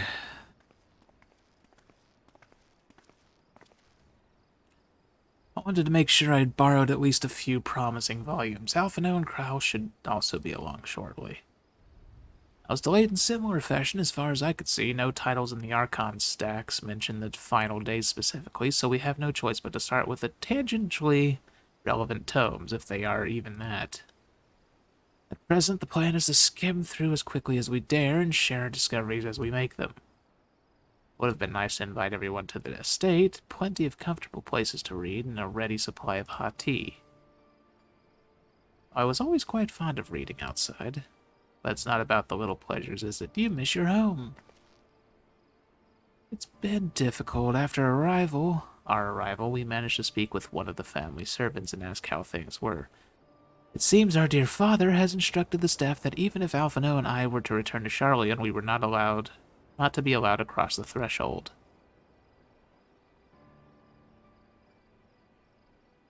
Harsh measure indeed. I hope that our efforts to understand his position and that of the Forum will perhaps lead to a reconciliation. Or we could just beat the shit out of him. That would probably help. See, we'll mend this rift one day, I'm certain of it. And what of you, Graha? Have you been to visit your family, or do they not live here in the city? Well, my situation is also somewhat complicated. I was raised in Charlotte, yes, but I was born rather further away. In the southern reaches of Ilsebard, in fact, for generations my people have dwelt in Corvos, the coastal region opposite the island of Thavnir. The Algans founded a city in that fertile land, and by ship brought in the subjugated tribes of the Makotes to serve as laborers. Of course, the massive earthquakes of the Fourth Umbral Calamity brought an end to the Empire's reign, and when the Fifth Calamity froze the sea solid, many of the tribes still living in Corvos braved the journey back to Eorzea. My ancestors, however, chose to remain that they might prevent the remnants of Algan technology from being misused. Isn't Corvos under Garlean rule? The past 50 years, yes, some semblance of local culture remains, as is the case for most imperial provinces, but the Garlemald renamed the region Locus Amonis. It's Among Us. Amogus. When I was a boy, a nearby town came under the jurisdiction of an illustrious imperial family, the nobles of House Darnus. Wait, like Nail Van Darnus? House Darnus demonstrated a singular interest in Allagan civilization, and so my tribe was forced to consider a plan of action. For some time already, voices had been raised in favor of abandoning our ancient customs. After all, the Allagan Eye no longer passed to our eldest children as reliably as it once had. Fear of discovery eventually tipped the scales, and the decision was made to bury our ties to the knowledge and traditions of Alec. As the last child born with the Allagan Eye, I was given over to the custody of friends and the students of Baldessian, who had me registered as a Charlian citizen. Never even considered, forgive me, it was an unkind question. Even Thancred was taken in by Archon Louiswa, was he not? Stories of adopted wives and rescued orphans are more common among Charlians than you might think. Yet regardless of our origins, we are all provided with an equal opportunity to learn, and with sufficient perspicacity, we outsiders can even earn the vaunted title of Archon. It's exactly why I have such love for this country, and why I wish it to remain a nation in which its citizens can be proud. Here, another good reason to get to the bottom of the forum's stubbornness, aside from the trifling matter of our impending doom. Excuse us while we try to make some headway into these books. Okay, more company should be arriving any moment now. As soon as Kryle stops molesting Alphino.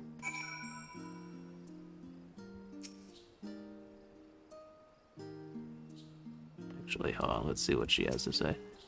There are others better suited to poring over old history books, so I thought I'd try my luck with more recent events, if I can find anything to better inform the forum's baffling behavior. What else do I know of Corvos? Precious little, I'm afraid. I've not returned since Master Galoo first brought me here. I can tell you that Corvosi rebels still seek to slip the yoke of their imperial masters, though the fighting is far less fierce than it once was. Oh, and they have carpets! Flying carpets! The legends are quite extraordinary. Isn't there a flying carpet mount in the cash shop?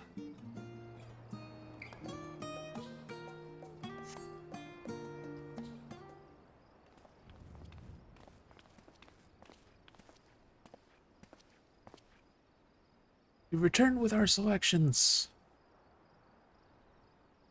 Although I must say the pickings were quite slim indeed, Mistress Kryle has already flicked through every history book devoted to disasters. More than a few, which barely even made mention of them.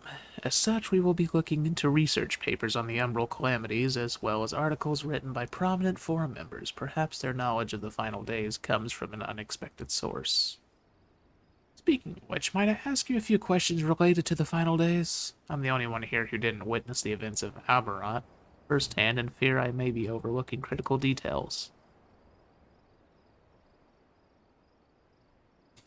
My thanks. Now where to begin? First things first, what kind of phenomena did the ancients encounter as the final days drew nigh? Let's see. Complete destabilization of creation magics. Primals of unrivaled power were summoned from the ether. The worst kind of phenomenon you can imagine.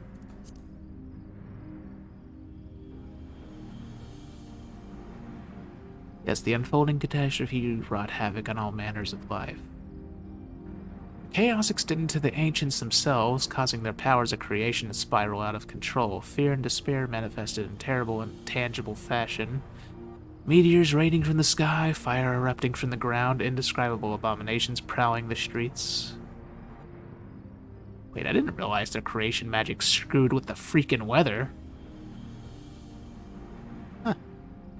That more or less aligns with my understanding. If only the arts of creation had survived until the present day, we might have had something of substantial to analyze. To the best of our knowledge, well, it was, but then we killed it. Freaking Emmett Silk.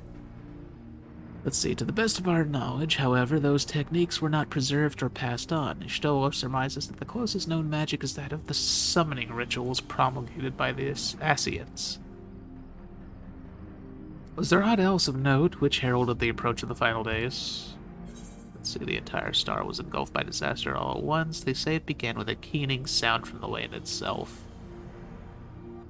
No, you can answer this one. I don't know. I mean, I'm pretty sure the answer doesn't matter. It's just going to give the same response regardless. Ah, yes, the Amarotides spoke of it, didn't they? We never did hear this sound ourselves, of course, thrust as we were into the midst of the madness. But it seems that each and every one of the catastrophes was preceded by this ominous noise. Eventually it resounded all across the star, and not even Amaroth was spared. The ground was crying out, you say, to be considered the harbinger of doom. It must have been quite distinctive, and probably quite loud. I'll have to speak with one of Nomenon's mammoths and ask after any books which make mention of a sound, or such a sound.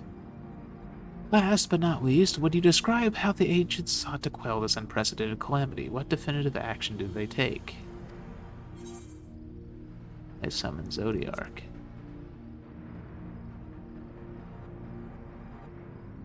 Hey there, Tiaf, how are you doing? Yes, with Elidibus serving as his heart, so many gave themselves in sacrifice to bring him into being. We do not know exactly how Zodiark brought salvation to the star, only that by his godlike will were the laws of nature set aright. Then, once the balance was redressed, the ancients offered up a further sacrifice to heal the ravages of the final days. Life sprouted anew, and it was these fledgling souls they intended to render unto Zodiark, a trade that would have allowed them to resurrect the shades of loved ones absorbed by the primal. Or might have, had Vinette and her fellows not manifested their opposition in the form of Heidelin.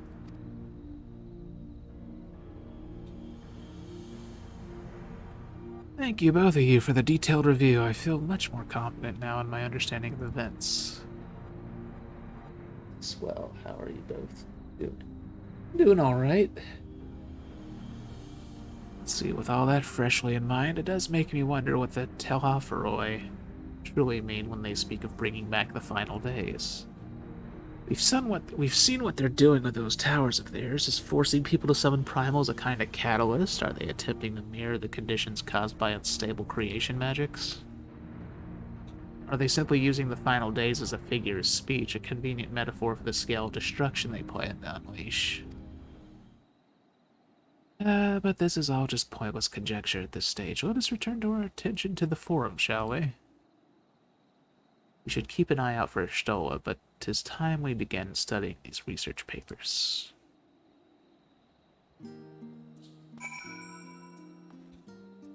Let's see. Okay, so she says the same thing from before. Many forum members are also researchers or professors. If they know aught of the final days, then that knowledge might surface in their writing. That is my hope, anyway. See, it really is comforting to have all these dedicated assistants on hands. Right then, enough chatting, more reading.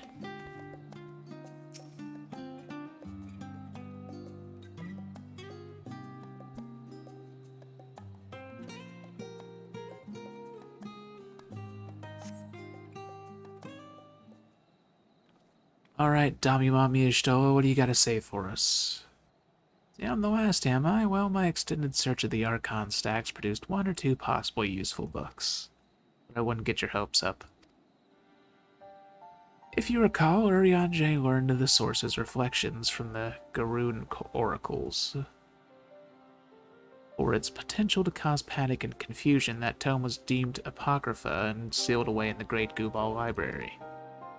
'Tis even less likely that knowledge of the unsundered world, not to mention the horrors of the final days, would be left sitting on a shelf for any curious scholar to find. It stands to reason that my colleagues, be they archons or counselors, should perforce be largely ignorant of the subject. Yet when you confronted Master Orsino with knowledge of the Talaferoi and their machinations, he scoffed at the suggestion that they posed a threat. He seemed adamant that the Forum would know if the final days were truly upon us, which only supports the conclusion that whatever privileged wisdom is guiding the Forum's behavior is being kept secret from the rest of the nation.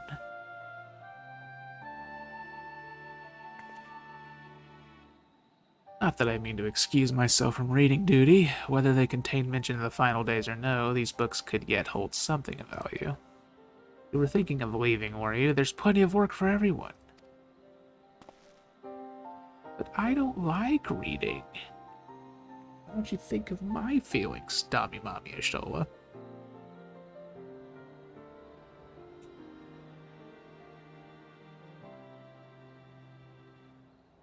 So you labor for what feels like an age as Ashtola's research assistant. I can't read. Let's see. Thank you for your help, but I think I can manage the rest without your assistance. If I were you, I'd steal a few quiet moments for myself. Right. See, oh dear, you look exhausted, but what about your studies? Were you able to find any books on the subjects I mentioned? The day was well spent. Should you wish to read them again, a ma'am at the reference desk will point you in the right direction. For the moment, though, I suggest you take a well-deserved rest. We might be occupied with our research for quite some time.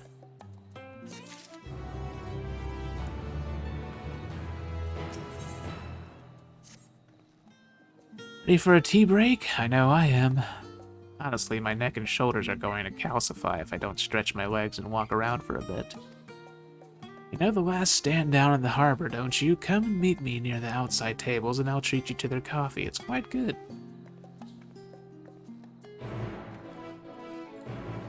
Okay.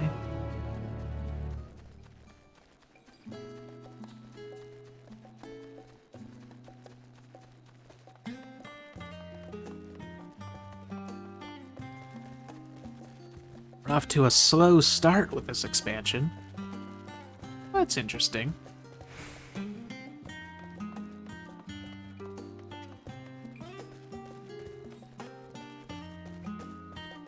So all this reading is giving me dry mouth. Well, also the cold weather, but yeah.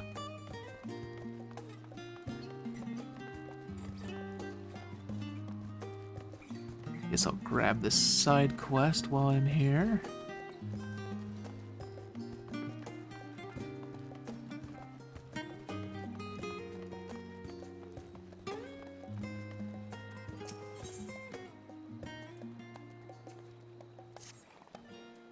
Do my eyes deceive me, or are you Ikeda Kamori? I don't know. Why would you know who I am? I've never been here before. Well, as I live and breathe, it is you. Ah, I knew I'd be the first to track you down. Who's the guild ship's top hunter now, eh? Wait, you have heard of the guild ship hunts, yes? They are not so different from the hunts you're familiar with in Eorzea. As I understand it. Oh, I'm unlocking hunts. Good. I'd wager they're rather more challenging, but an adventure of your caliber would never turn down a challenge, would you? No, no, you would not. Pray speak with Northota at the Peristyle, or Peristyle, to register your interest at your earliest convenience. Alright. Whoops, wrong button. I keep feeling like I can bring out my mount, and I freaking can't, and it's driving me nuts.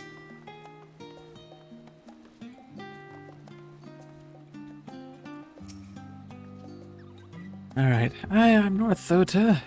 Have you come to place a bounty on an unruly beast? Considering I'm carrying a giant scythe, I would think that I'm here to kill them. By the scholar, you're Ikeda. I was half convinced I'd set the others an impossible task asking them to find you. The Gleaner's Guild ship has begun posting hunt bills, you see, in the hopes that capable individuals will take up arms to lighten our ever-increasing load. Unfortunately, capable individuals remain the sticking point, few hailing from our fair polis. Polis? Are willing to take up arms, let alone able to stand against the more fearsome specimens. You, however, have the experience and the grit that we need. When I heard that you had arrived on our shores, it was music to my ears. You needn't work for free, of course. We've done our research, and the rewards we offer are as fine as any you'll find abroad. The currency we employ is a relic of times when Gleaner was a great deal less figurative, so you may find it somewhat eccentric. Let's just get a skill here. Speaking of eccentric, it should be noted that the majority of our clients are scholars. You probably won't have heard of half the creatures they send you after. I find it best not to worry about that over much. Slay bees, collect samples, try not to think about the long-term effects of touching said samples, and get paid. Simple, no?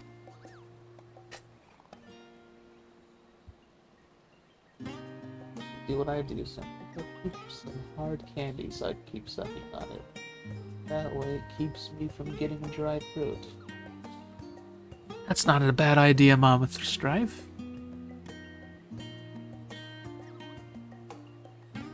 You're in for lots of story and must sleep now. Alright, Strawberry, have a good night. Sleep well. And what, you don't get cold winters over in Australia? Wait, I think you're in Australia, right, Tia? I mean, I know Australia's a desert, but I would think it would get cold at night at least. See, that being said, I wouldn't dream of throwing you in the deep end just yet. Let's have you start off with some junior marks so you can get your feet wet. Make my feet moist! During summer, it is always hot. Alright, Australia's in the southern hemisphere, isn't it? So it's summer for you.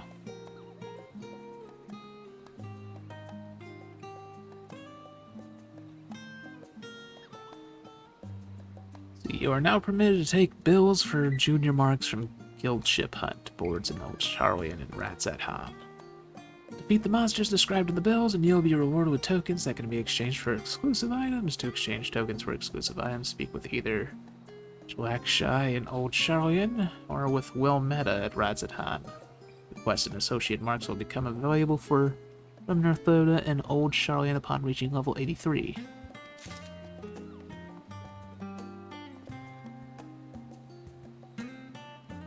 Yes, I'm on the US servers, specifically the Aether data center.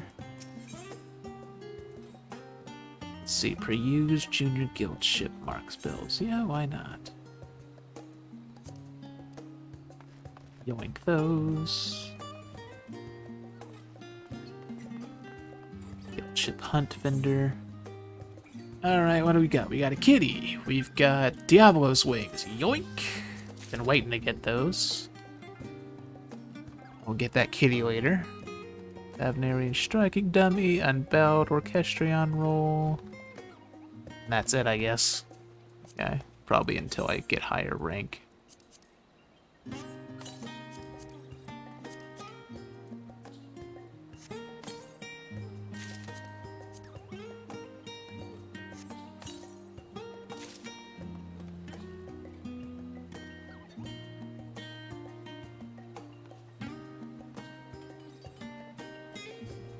Oh, I see. The leaf meat, I'm guessing that's a crafting. Since the leaves have only been for crafting for the past few expansions. Guess I'll go ahead and unlock higher level stuff really quick. Hold on. Switch to samurai. Wait.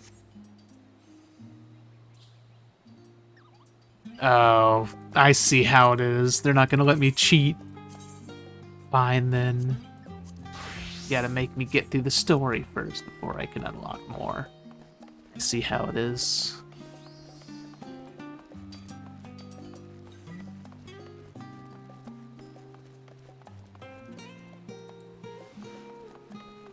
Well, maybe eventually they'll add a feature that lets us travel between data centers.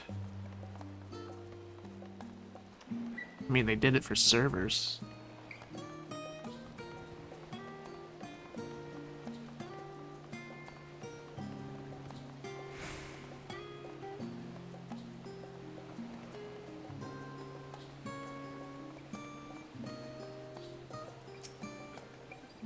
Let's see. Beg pardon, good sir. I could scarce help but notice the sightseeing log on your person. You wouldn't happen to be the adventure my niece wrote about, would you? Oh no, who your niece is. Aha, so it is you. Pleased to make your acquaintance. I'm Babbitt Ironheart, Millith's aunt and seasoned explorer. Be a dear and hand me that log of yours. Millith told me all about how she helped you embark on explorations of your own, so it's only right that I share with you some wisdom of my own. Let me see here. Oh, I can't forget to mention that, and done. You should be all set, dear. I've jotted down everything I've heard about the most remarkable vistas the realm has to offer. Of course, a few notes I've shared are not more than rumors, some describing locales so fantastical that I can barely believe they exist, but as I always say, the true joy of exploration lies not in the destination, but in the journey. So go forth, dear, and see what sort of journey these hints take you on. That sightseeing log of yours won't fill itself, you know.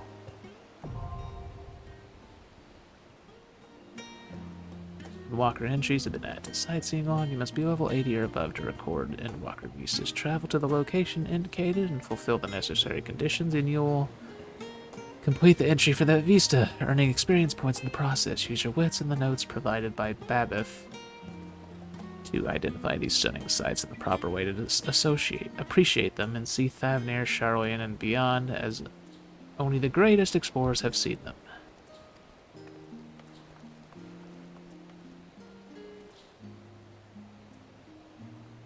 Wait, that's been announced for 6.1? Seriously? Interesting.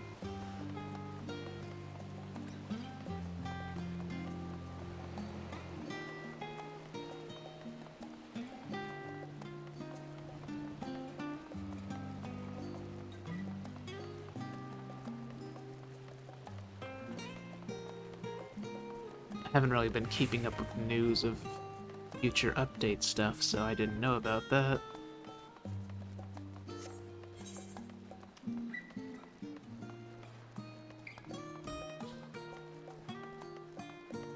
Guess I'll grab the rest of these side quests.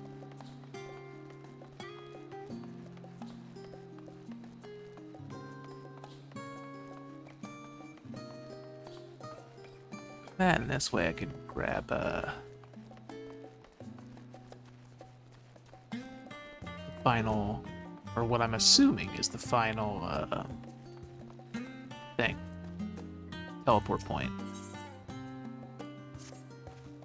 If I ask you for help, you'll help me, won't you? I don't know. How much you willing to pay, little kid? You will? Good, because I'm having a problem with the runaway doll. Oh. That's right, all I did was lend him a little ether, and he hopped out, up and dashed off down the street. Mama and Papa bought him for me as a special gift. Now I've gone and lost him. They'll be furious with me for losing the toy I kept asking for, so please, you have to help me find him. Okay, I'll hurry home to see if he went there. You can search the rest of the city. Oh, he's a yellow carbuncle doll, by the way, and I think he was headed north. Anyway, meet me back here when you have him, or you know, you just give up.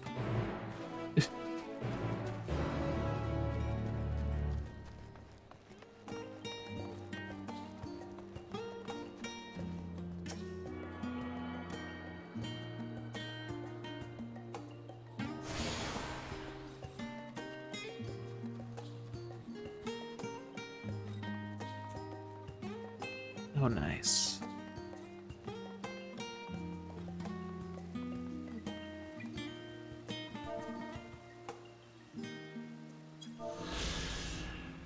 Oh, there's one vista.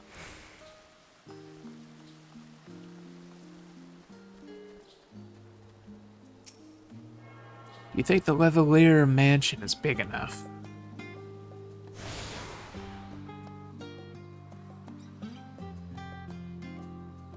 Let's see, you've attuned yourself to all the Aethernet shards in Old Charlian. Alrighty. Now I can teleport around.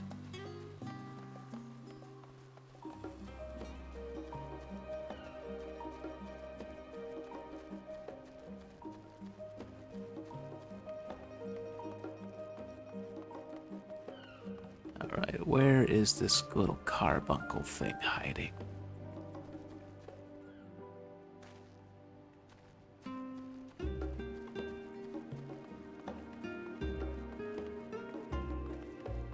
Yeah, if we can jump between data centers, then the freaking,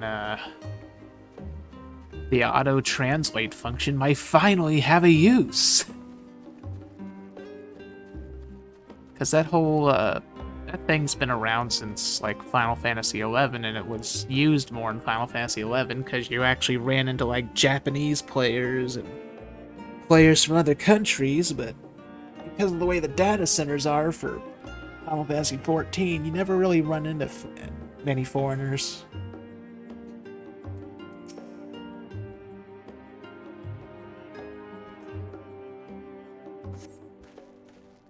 Let's see, you find a yellow carbuncle though. Lifelike expressions aside, it appears to be otherwise motionless. Return to Journey's End and deliver him to the mischievous Makote.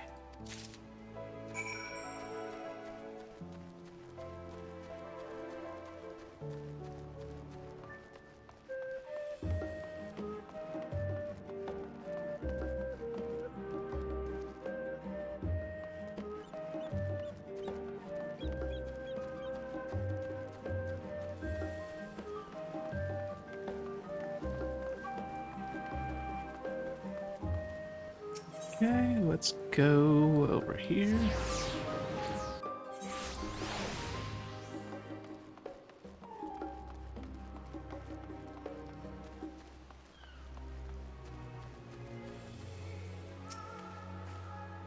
Let's see, he wasn't there. I don't think I'll ever see him again. Oh, I found him, kid. Squeal. Found him just like Big Mooney would have. Big Mooney? Oh, that's what I call the neighbor who used to play with me. She was so tall and smart and always so nice. Oh, probably freaking Moen Brita. She told me stories about her friend, a powerful wizard who could summon his very own carbuncle companion. That's why I wanted one for myself. I have to learn how to move him around better, so that when Mooney comes back, she can see how hard I've been practicing my magics. This is for you. Papa says that when someone helps you, you have to show your gratitude, so thanks for finding my carbuncle. Bye. Actually, I don't know. I'm not sure if freaking... was, what's his name? Urian J ever able to summon carbuncle? I know Alphino was, or still is, at least until he switches to Sage. Grabbed a snack and I'm finally at the first dungeon. Oh wait, I thought you went to bed, Strawberry. What happened?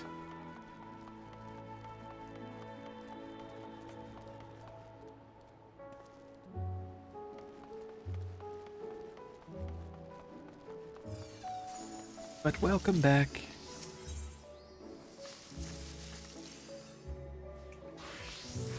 Let's see. Hello, friend. Are you new to Charlian? You have that look about you. Not as much. Oh, I'm not bothering you, am I? I so rarely meet travelers from beyond our shores and couldn't pass up an opportunity to broaden my horizons. Can I assume a visitor such as yourself is eager to do the same? If you've interest in learning about the city's history, for example, then I know the perfect person to give you an impromptu lesson. Head on over to Scholar's Harbor and keep an eye out for a black-haired Rogadin. That would be my brother. He'll know the tale of any pillar and statue you care to point out and would be more than happy to share it with you. This quest wasn't here before, I think. Let's see. Are you one of those adventuring types I've heard so much about? Oh, but this is perfect. I just happen to have an errand of the kind that adventurers love, or so I'm told.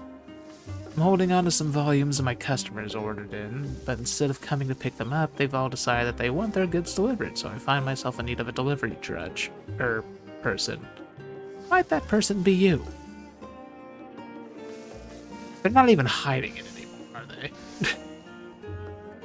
Huzzah! Let me give you the details then. All in all, there are 3 books on the delivery docket. The first is Guardian Astrology, a comprehensive theory should be handed in to the servant at Albright Manor. The White Yonder is for a certain talkative book lover who you'll know by the constant stream of chatter, and the last narrow road through the deep grass goes to the one of the toughest, most unflappable gleaners I've ever met. I'll just mark their locations on this handy map, like so. The books are bought and paid for. No need to collect any coin, but do return to me one for your reward. Oh, you're sleepy? You get big stars already. Wakes you up, I eat, and I want to go to sleep.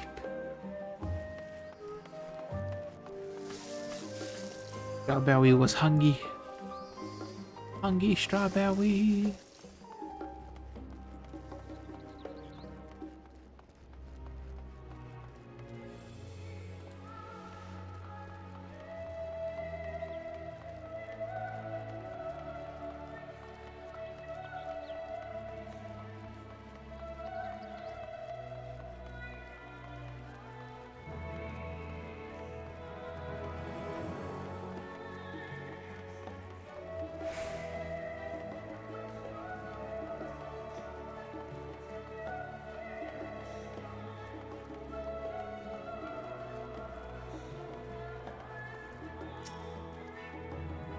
Something I can help you with?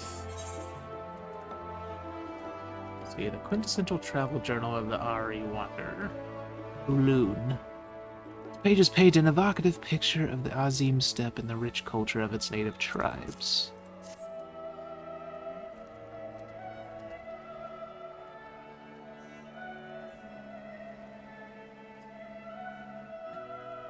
Yeah, is that my book? Good, I need it for my journey. I usually don't have a great deal of time for reading, but as I am leaving for authored on requisition duty, I wanted to do some research on Far Eastern cultures and a little of the peoples of the Azim steppe.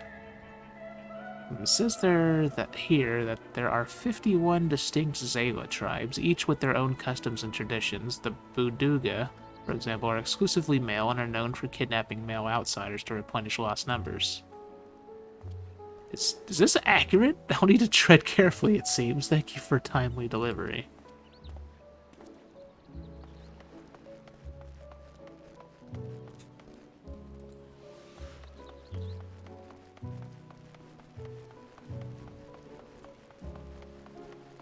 All right.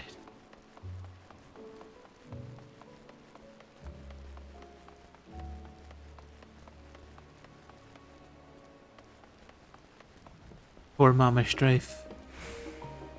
She getting bullied by speech to text.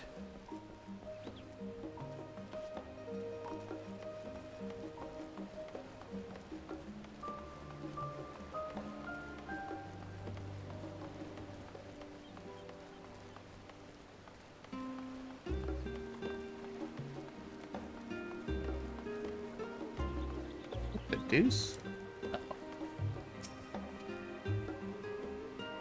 Let's see, if we are to efficiently supply the Mumble Mumble requisition request for the Gleaners and Mumble Mumble, no time for mistakes. The Ari man appears to be lost in contemplation. Perhaps a gentle poke will get his attention.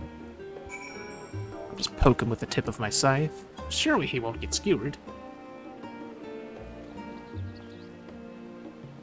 Athalic Quill, where did you spring from? She grows tired of waiting. I'm not sure Oh gods, that was today. I was so engaged in my task that I must go to her immediately. And you must be rewarded for the service. Come along, please. Quickly now, quickly. Give me the runaround again.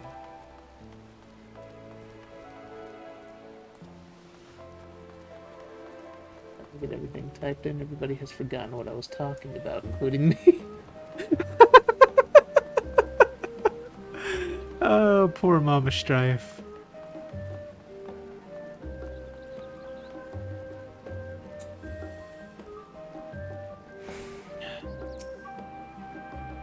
As busy as ever, I see. How very Charlian that no other gourmet cafe has sprung up to compete for customers. Actually, this crowd gives me an idea. Before we place an order, why don't we ask a few questions and gauge the mood of the city? Interested to hear what the average citizen has to say about the Tel Offeroy. You might even learn something new. Worth a try, don't you think? Is now accompanying you. Keep her at your side in order to proceed with quest objectives. You can leave Alizé behind. Yeah, same stuff.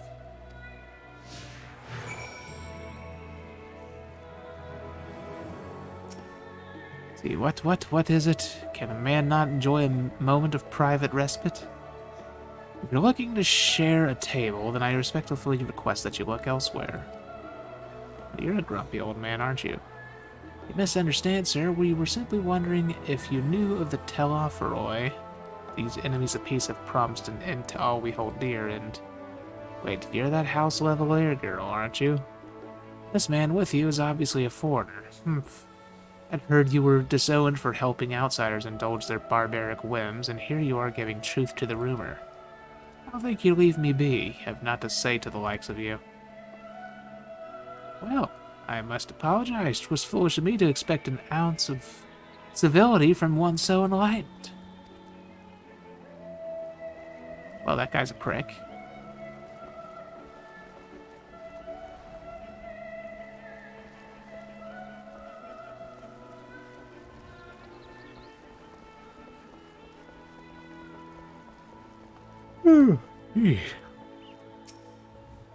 Yes, I don't believe I've had the pleasure. Pray excuse the interruption, but we were hoping you might share your thoughts on the Tel Offeroy and their unconscionable plans. My goodness, if it isn't the young Miss Levalier. My apologies, but I work in the offices of the Forum, and if word reached Master Fortuno that I was helping you... Let's see, we're sorry to have bothered you. At least she was more polite about it.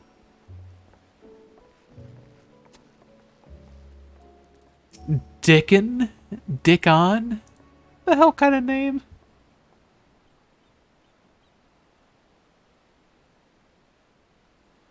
Welcome, sir. What can I offer you today? Some Dickon? Wait, is that Mistress Alizé I see there? My word, how long has it been? Far too long. Meet Dickon, the owner... Dickon, I'm assuming. The owner of the Last Stand. I used to frequent his cafe on occasion in between lessons at the studio.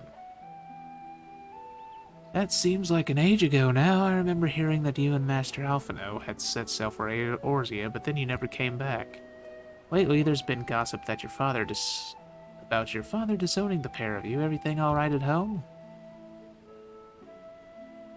It's complicated, and I hadn't expected complete strangers to be so familiar with our situation quite so quickly. Everyone has an opinion, it seems.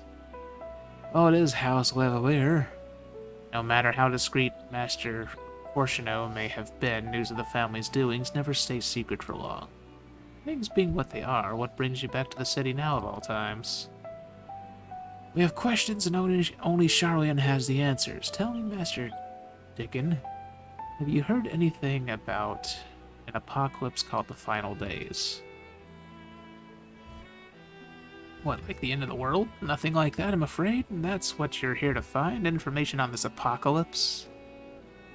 Yes, whatever we can learn. Unfortunately, your patrons appear to be unwilling to speak with me. I wish there was more I could do to help.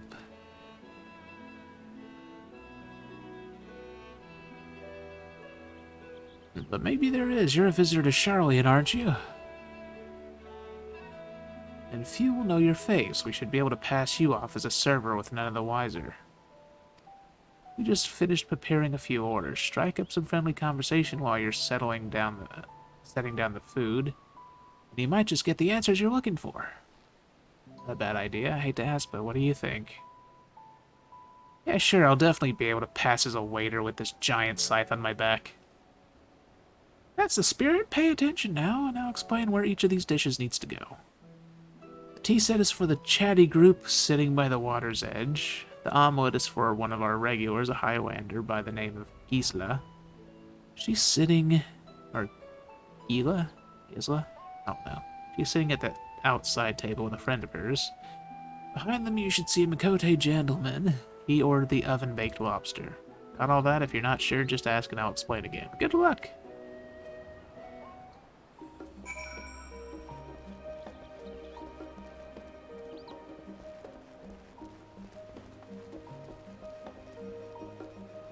Okay, this is Gila, so I give her the second thingy.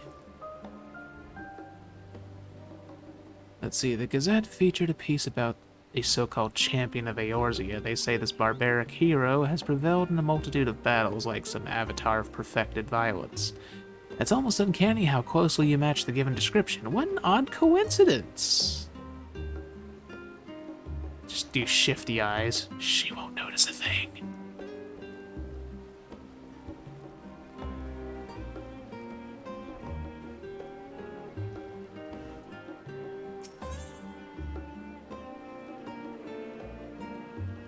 Okay, this is a Makote, but...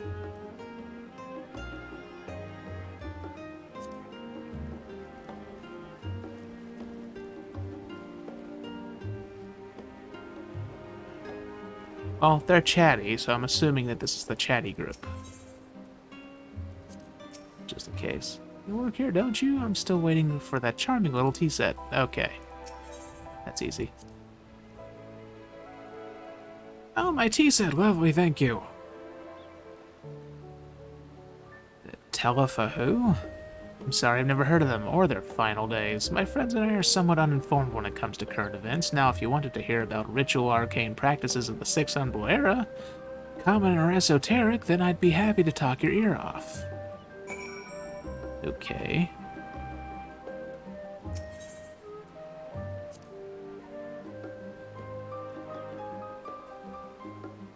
Belly has the hiccups. Oof.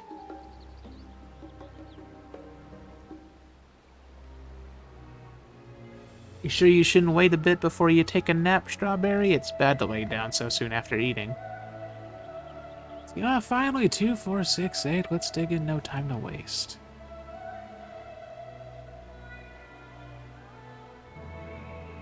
What, the Teleferoi? Ah, yes, I remember seeing the name in the latest Gazette. That and some grand claim about the end of days. Same old senseless warmongering. When will these fools grow tired of spilling each other's blood? Best stay out of it, I say. The Forum made the right choice, and I fully support our decision to remain neutral.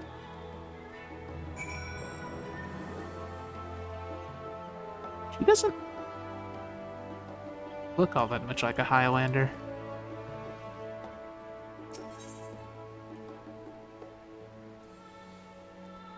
Her Bane banned her with a smile. Alas, the oven-baked lobster is mine. You have no idea how long I've been scrimped and saved and suffered to afford this heavenly dish.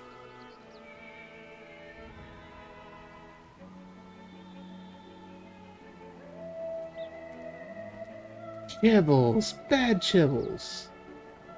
No, seriously, you don't want to lay down so soon after eating, because that's how you end up with, like, the horrible stomach problems I have whenever I eat. Like, I've actually been avoiding that, but, I mean, it's too late for me because I have freaking acid reflux disease. But you don't want to end up with this.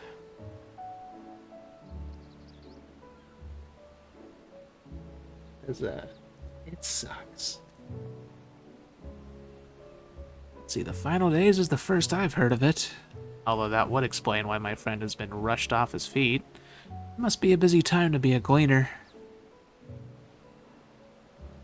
You don't know what a gleaner is? They're collectors of a sort, travel the world procuring things that we haven't got here in Charlotte. Priceless bugs, unusual live specimens, and so forth.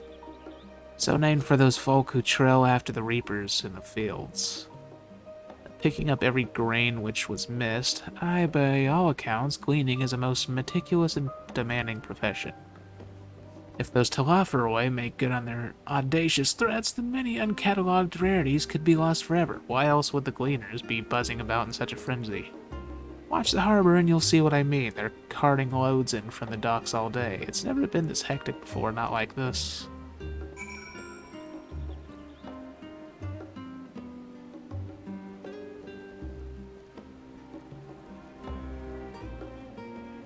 I know, Chibbles, but still, just looking out for your health.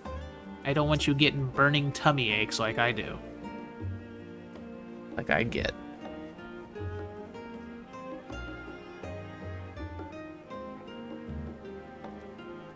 God, they are horrible. It doesn't help that the medicine specifically made for dealing with that gives you stomach cancer if you take too much of it. That's always fun. Let's see, any trouble with the customers? Were you able to get anyone talking?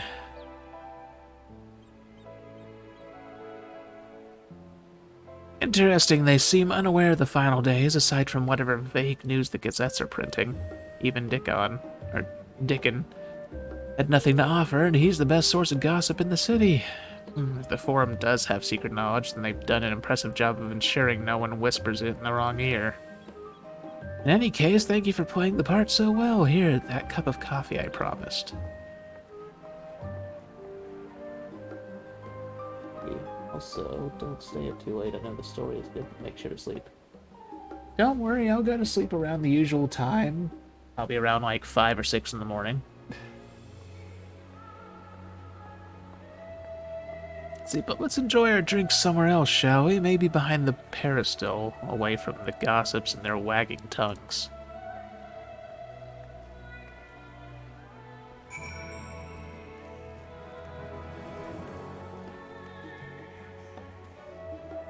I've got to go on the bottom right. Hold on a second.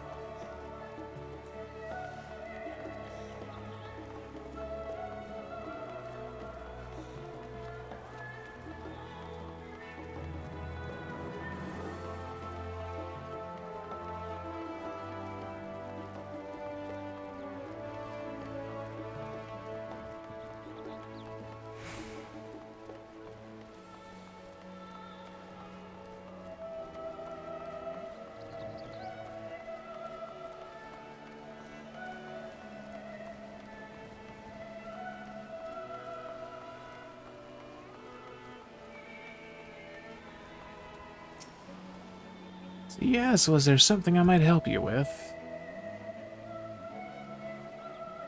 Well, my dear sister, you say, well, she did indeed send to the right man, for who better to teach you about Charlene's history than a studium-certified history professor? Here, take my spyglass, go on, take it. No time like the present to learn about the past. We shall begin your education with divine Thalic, the scholar himself. Inspect the statue of Thalic. You may move the camera as well as zoom in and out. Target a section and examine it in more detail with mouse click. I see a blue spot. That is not at all what I was targeting, but sure.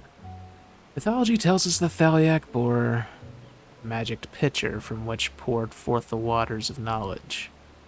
See how the water is drawn up from the canals and cascades endlessly into the sea, as well as recreating the divine ewer from the tale? It also symbolizes the wisdom which rises from our city and flows out into the world.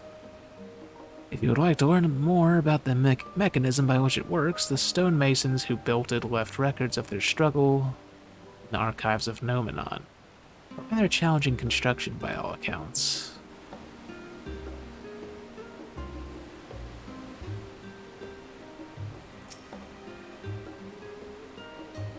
The statue is a representation of Thaliac, one of the 12 divinities of Eorzea and guardian deity of Charleon. As the god of knowledge, he rules over rivers and wisdom. There was once a system of governance in Charleon known as the Ecclesia, a great gathering at which each citizen was given a voice in decisions affecting the nation's future, and it was during one such forum wherein the people voted to elect Thaliac as our patron. Patreon. It was not piety which drove this choice, but rather a natural progression of our principles and creeds. We Charleans have, after all, always devoted ourselves to the pursuit of knowledge.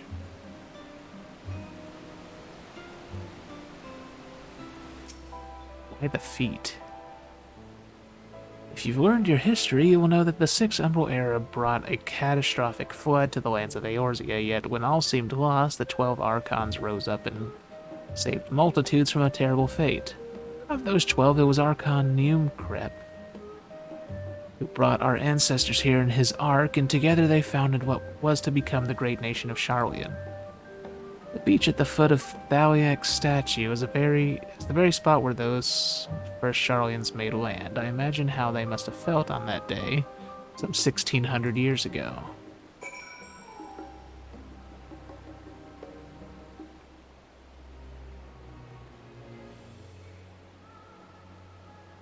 Yes, Patreon. I actually have a Patreon, but I've never really had a chance to use it. See, there you have it. I hope you enjoyed your introduction to Sharlayan historical architecture.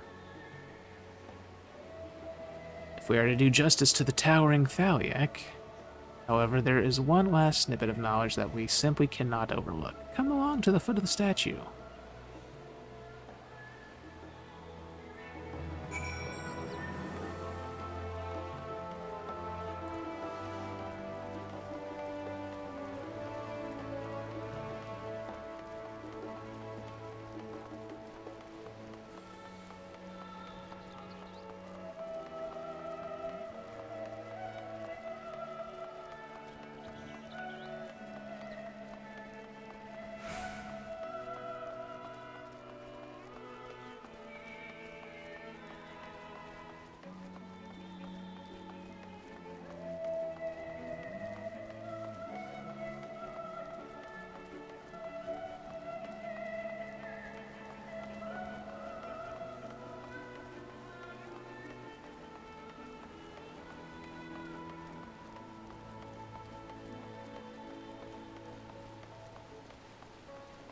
Oh wait, I can probably dive in that water, can't I? Maybe. Well, maybe not. The Prey direct your attention to yon doors. Behind them, nestled within the statue itself, is a chamber known as the Pathless Way. Those who have acquired mastery over specialized disciplines, or whose deeds have led to significant advances in their chosen field, are invited to enter said chamber and receive the title of Archon.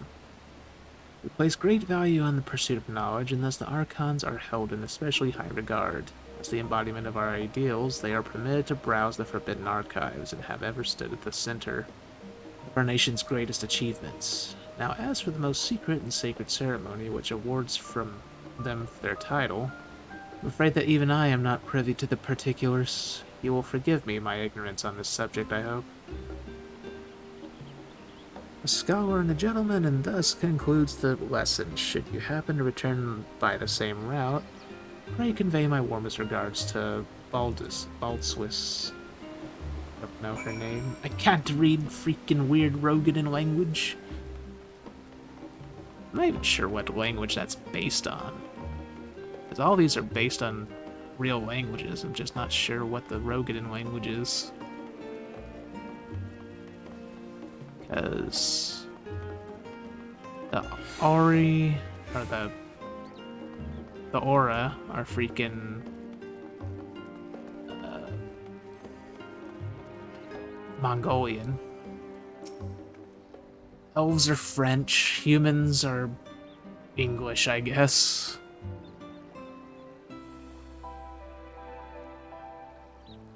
Not entirely sure about the rest.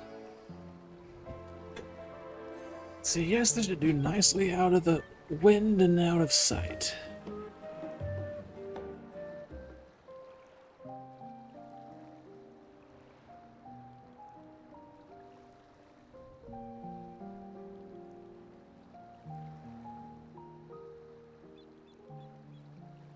When our father disowned us, I couldn't believe what I was hearing.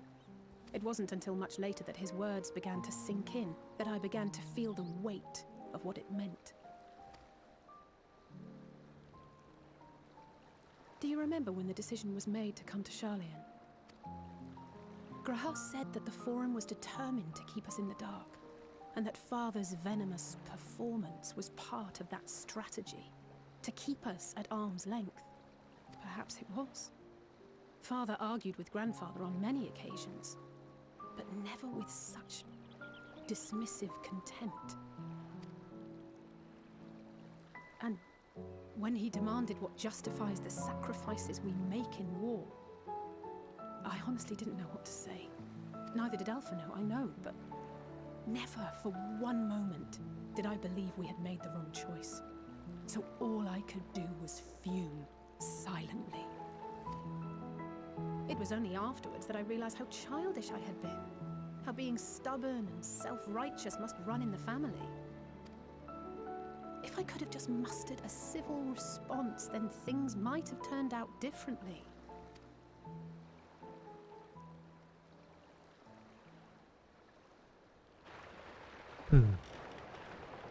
Something shady going on here.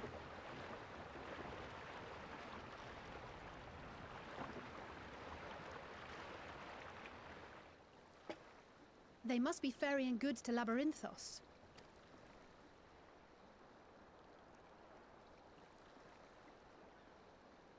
A vast complex beneath the island. Sharlayan is famous for archiving knowledge from around the world. Well, that knowledge is not preserved exclusively in dusty tomes and desiccated samples.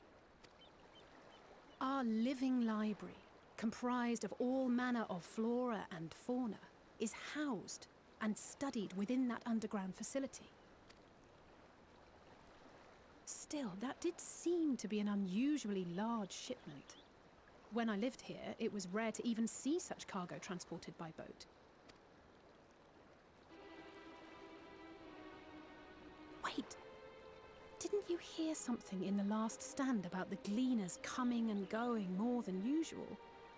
Well, I think they're the ones we saw manning those boats. And Oh god, the wind's flare. To the forum. If the appearance of the Telophoroi prompted this sudden burst of activity, then Labyrinthos may hold a clue as to what the forum is planning.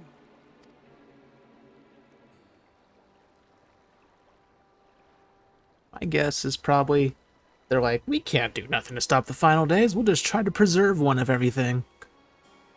Crap like that. Seems like the kind of thing they would do.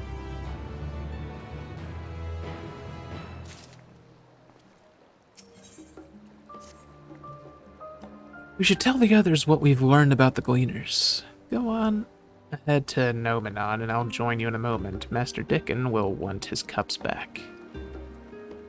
Okay.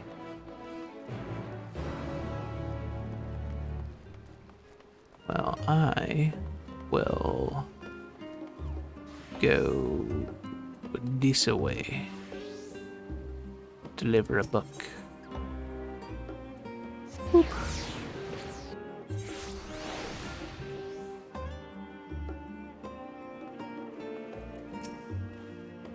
Welcome to Albright Manor. Do you have an appointment?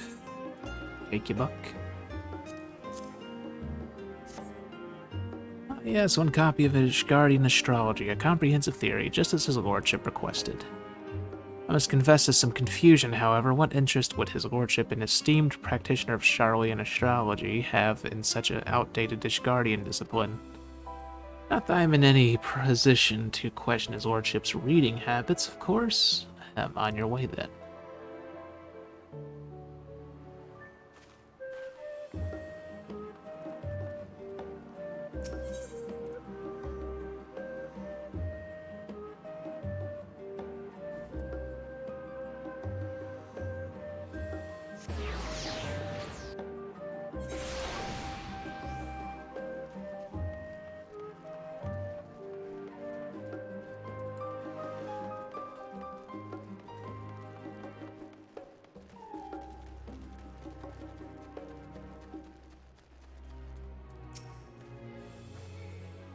Well, my sweetheart finally arrived thanks to your gentle reminder. He looked so exhausted from his endless labors, however, that I sent him home to rest.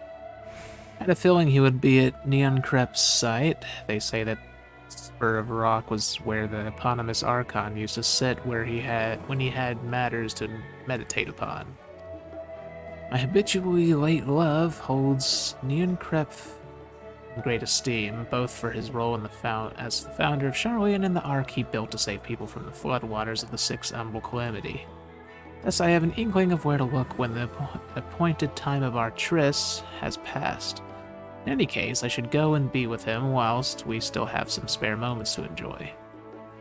Oh, but I mustn't forget your reward, a little token of appreciation from the two of us to you.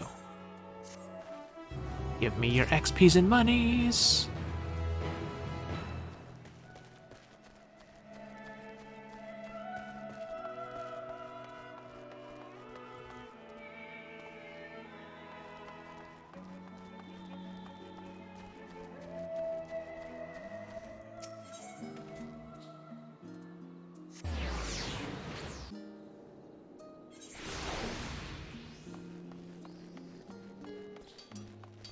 Okay. Ah, you've just come back from hearing one of my brother's lectures, haven't you? That's another look I'm quite familiar with. His breadth of historical knowledge is extensive, sufficient to earn him the title of Archon, he hopes. The problem is, if his contributions to the field are to be officially acknowledged, he must have written recommendations from high-ranking professors. But in these tumultuous times, such ceremonial concerns have been pushed to one side. And so he idles away his spare moments at the harbor now, just gazing out at the ocean. I thought having an eager student might relight his spark, which is why I jumped at the chance to speak with you. I must apologize for not being more honest with my intentions. Please accept this gift for your troubles and allow me to welcome you once more to Charlian. Okay. That's all well and good.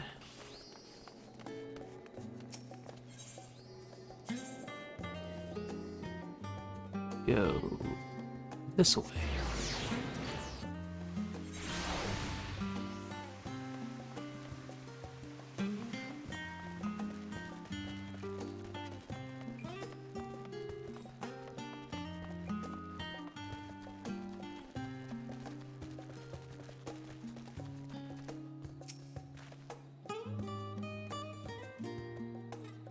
Please tell me you've brought my new book. I've been waiting for what feels like ages for the latest shipment to arrive.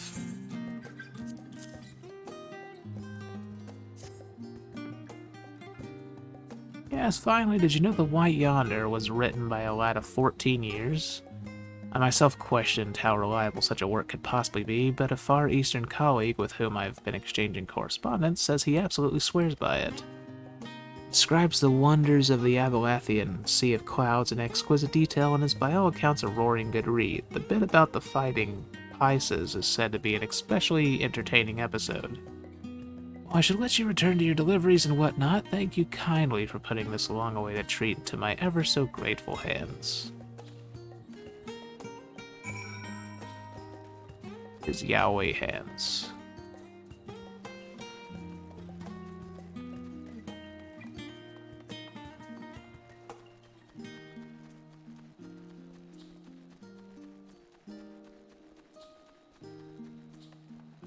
Alright, Cryo, what do you gotta say?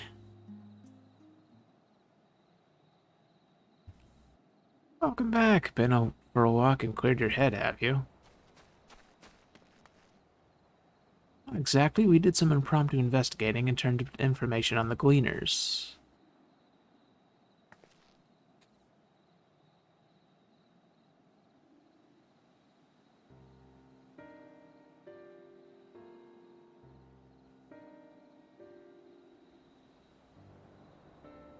Makes sense. The Gleaners take their requests directly from institutions and bureaucrats, but as you say, they ultimately answer to the Forum.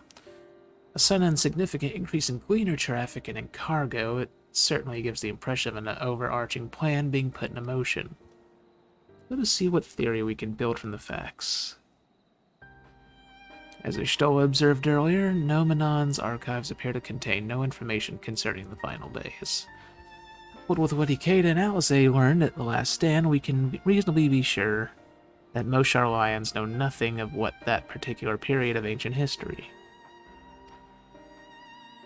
Yet my father and his colleagues are not only familiar with the final days, but are also somehow certain that the destruction being perpetrated by the Telophoroi is wholly unlike these apocalyptic events. Moreover, the Forum claims to be so occupied by a duty of such pressing importance that they saw fit to unanimously deny Eorzea's request for aid. And now the Gleaners, official agents of the state, have been mobilized on an unprecedented scale. I do not think it is a stretch to conclude that the Gleaners' recent activities are in service to the Forum's secretive ends. In which case, our next course of action seems obvious. We visit Labyrinthos and assess the situation for ourselves, and if we're lucky, the Gleaners will be far more receptive to our questions. I'm assuming this is a dungeon of some sort.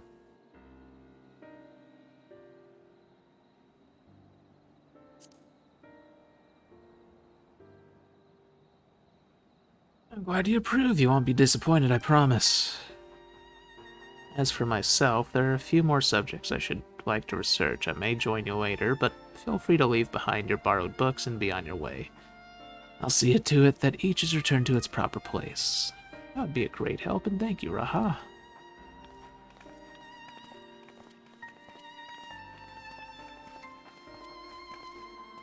Let's head down the stairs over there, and I'll show you where the entrance is.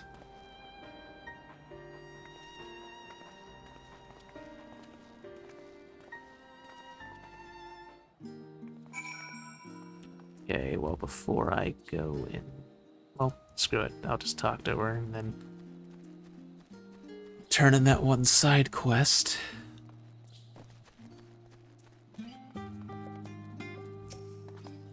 So you ready, Labyrinthos is not too far from here, but you may find the path a bit disorienting. I'll take the lead, so stay close. Oh, I was saying try not to fall behind.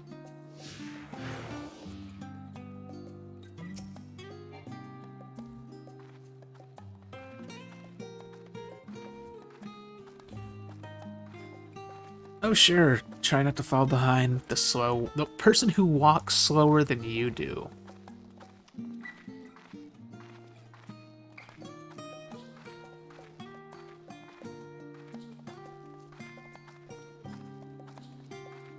I mean, I know she's short and has stubby little legs, but come on.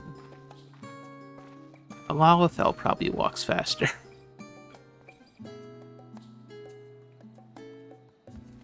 Oh, now you run.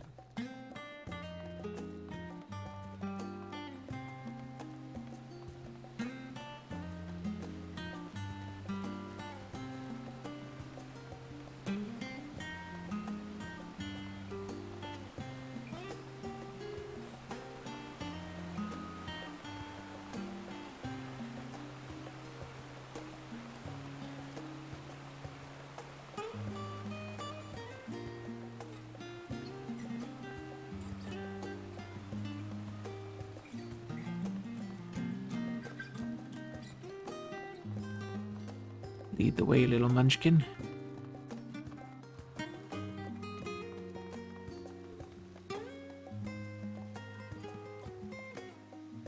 Rostra not far now.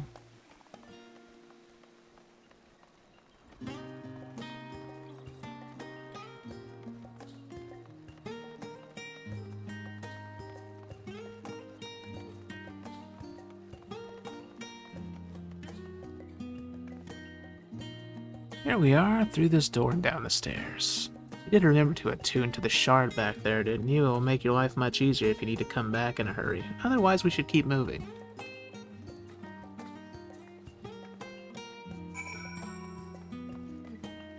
Okay, let me go turn this in really quick.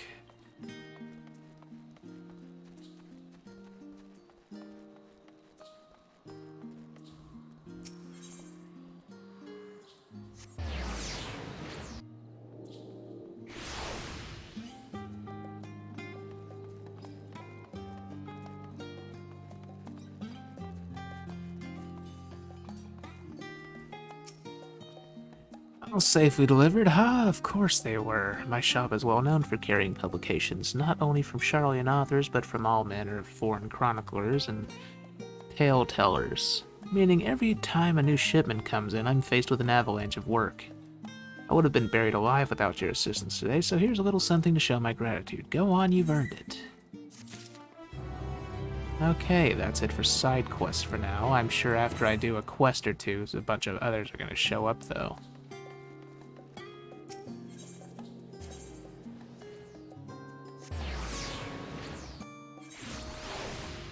What do my return set to? Hysterium. Oh, right, I can fix that. Hold on a second. I don't need to go to Hysterium anymore. So, or for now anyways.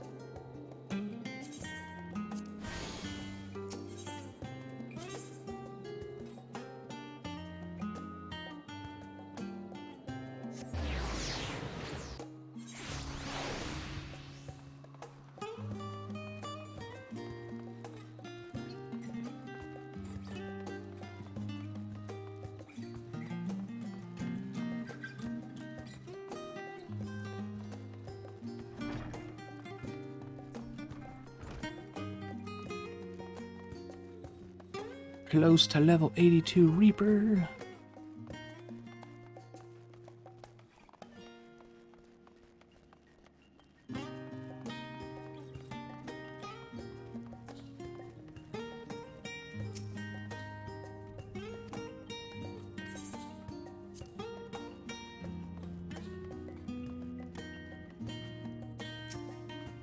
See, you didn't take a wrong turn into the rostra there, did you? I doubt the forum would take kindly to you barging into a private session. See, I've not been to Labyrinthos in a long time. In the longest time, even as a student, my visits were few and far between. How did the forum learn of the final days and exactly how much do they know? More to the point, what do they intend to do about it? Hopefully the answer to at least one of those questions lies below. We're all here now, yes? I've taken the liberty of securing permission for our group's descent. Right, everyone onto the lift and down we go. The Labyrinthos isn't a dungeon?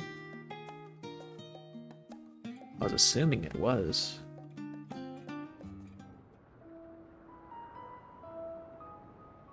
This looks fancy. Deep beneath the scholar's city shines a false sun within a fabricated sky. In any age exist those who consider the floor an extension of their bookshelves. And this vault's architects surely belonged to that special breed. This is kind of freaky. If the stack grows too high, start a new one. If no room remains, then make more rooms.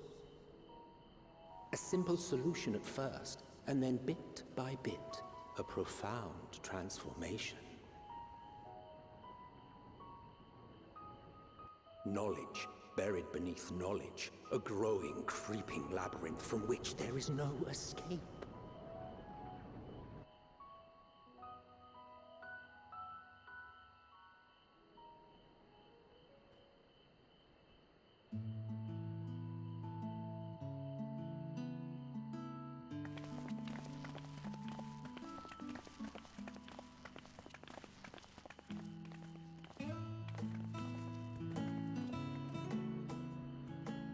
Not what you expected. I must admit, the artifice is very convincing. But I assure you that we are beneath Sharlayan itself. The breeze you feel, the flowing waters you hear, all created by the hand of man. The island is volcanic, you see, and once upon a time this great hollow must have been a reservoir for magma. It was discovered some 400 years ago, at which point it was repurposed as a storage facility for scrolls and samples and such. Renovations have continued, with nigh on no interruption to this day, with the lower levels still undergoing expansion. What you're telling me is at some point this place is going to fill with lava and everything's going to burn. Sounds great. Probably. No one Aren't are those people gleaners?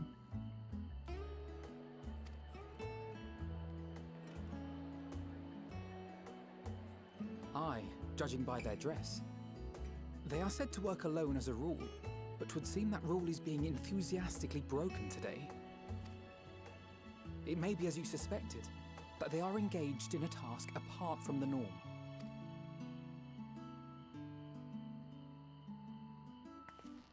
Let's spread out and get some answers then.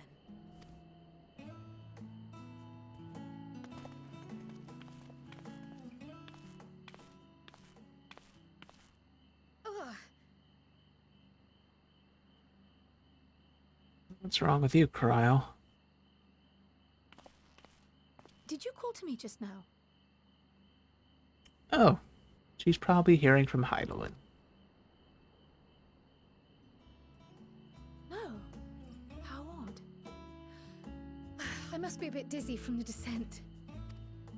I'll be fine, I'm sure. Let's get to work, shall we?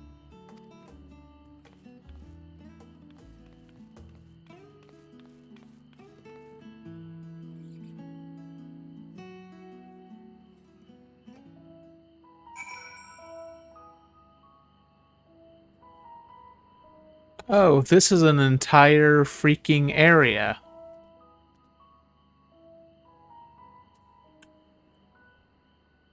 Well, this is not what I was expecting.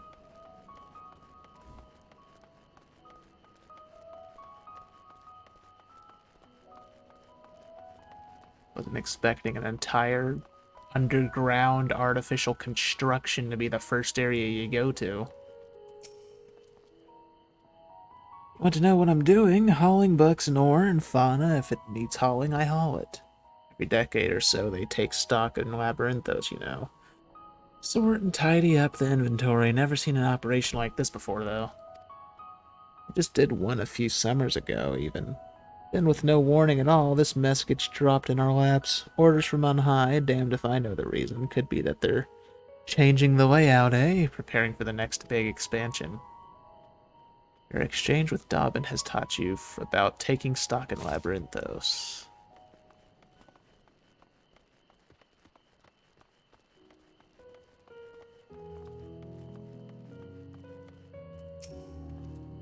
Let me think.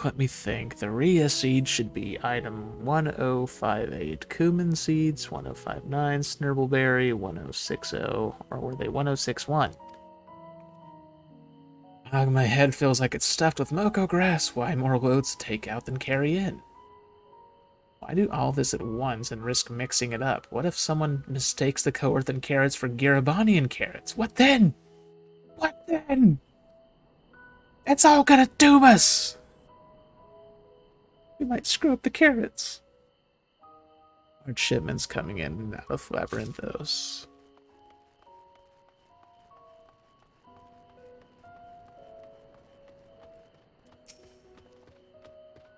You here to help or give me more headaches because you don't have the look of a gleaner and I'm in no mood for idle chatter. One of my colleagues was so exhausted he took a tumble and crashed into a pile of crates. Now I have a pack of marmots running loose. Exhausted gleaners, okay.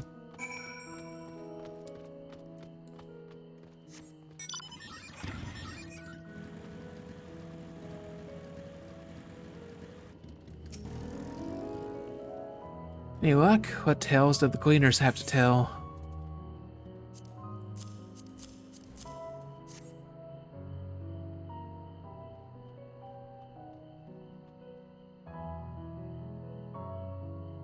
Let's see, so this grand operation began without warning, and for every item they bring in, they're sending more inventory somewhere else. That would explain the haggard faces I've been seeing. We were right, the Forum is definitely up to something, and they're turning Labyrinthos upside down in the process.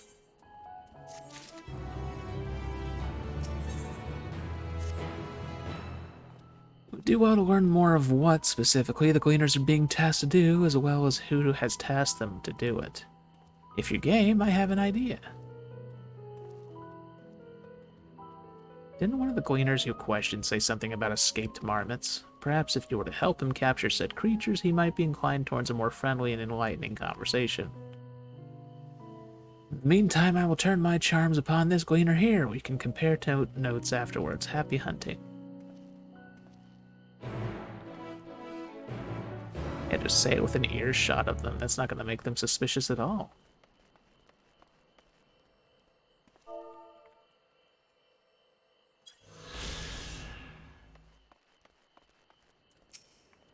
Hey, I am not shirking my duties. I've not been down here in an age, and I wish to get my bearings before I went bumbling about. From what I can see, however, there is not obviously out of place. It seems we shall have to resort to discreet inquiries as usual. Quote-unquote discreet.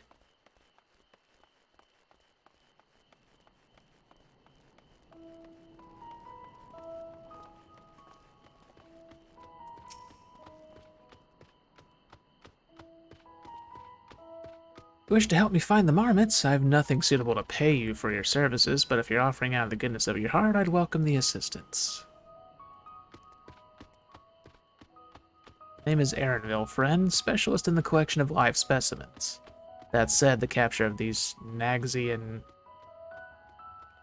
marmots is a trial I've no desire to repeat. Grizzled mice, they call them. From Mercy, there are no other marmot species on this tier at present, so there should be no mistaking our little fugitives. If you happen to catch any, stuff them in this sack, gently, of course. Where to begin, you wonder? I have not seen any scampering around here, so we'll need to widen our search into the surrounding forest. Be on your guard, there are beasts out there that won't hesitate to prey on a marmot, or you. I'll search the trees to the west. The eastern part of the forest is all yours. Good luck. Okay. I'm assuming as soon as I finish this quest, a million side quests are gonna appear. Whoa, whoa, whoa, whoa, whoa. This area has a lot of freaking aetherites. What the hell?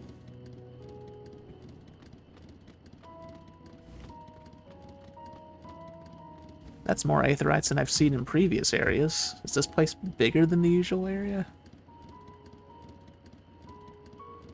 Anyways, I'll be right back. Gotta go grab water out of the freezer and use the restroom.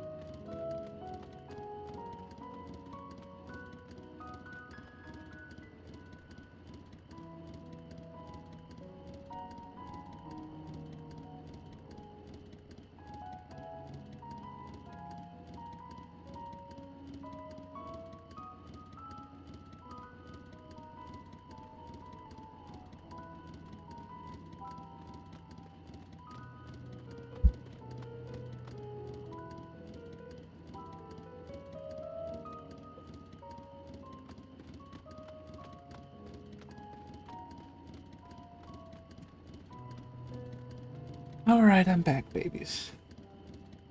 What did I miss? Oh god, there's fates. I'm gonna have to do fate grinding here. Ugh. There's a troll.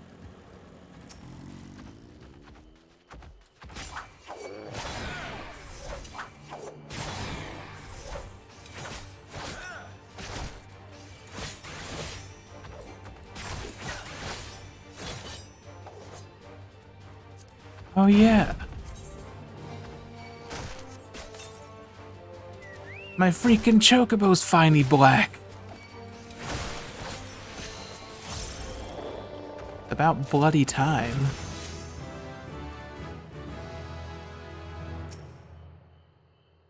It's been stuck as green for years.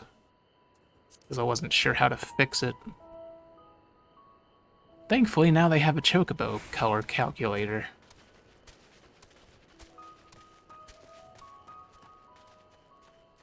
I don't think there was a calculator back when I tried to decide the color before.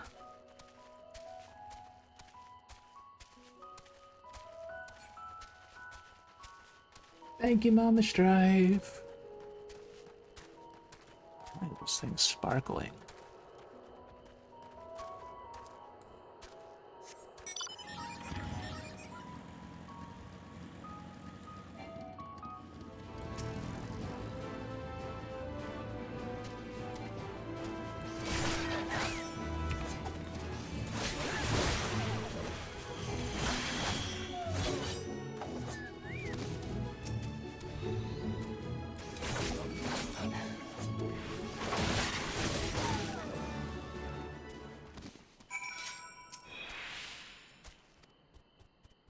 Back here, you little mouse. Barely have you raided the sack when the grizzled mouse scampers off into the underbrush.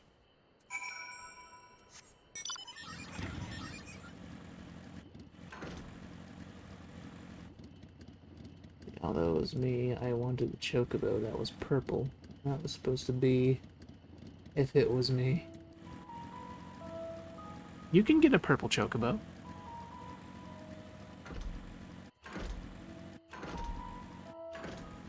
Just gonna have to get Strife to color one for you.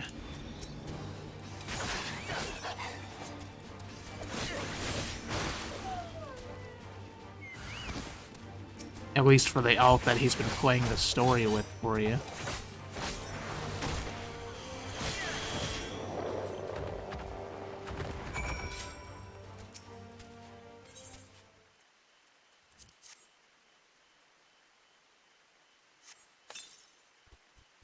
You forgot about that? Wait. The thing ran away again? Seriously? I'm gonna break that thing's legs.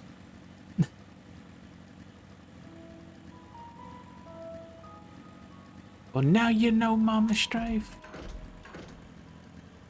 Now you might be able to get a purple chicken. Purple chicken!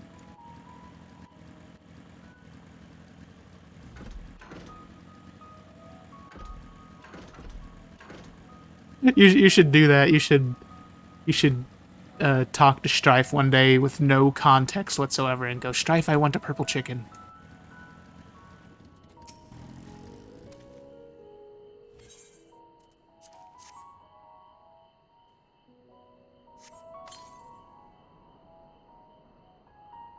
Oh, I see. Prepare for its speed this time. You succeed in closing the sack over your elusive quarry. About bloody time. See, it would be hilarious.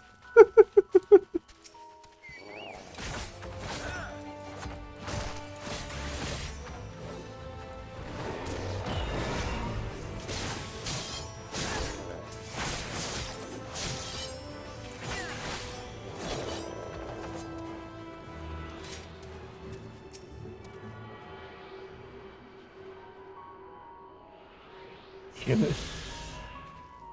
Wonder how quickly he would catch on. That would be hilarious. You gotta do it, Mama Strife.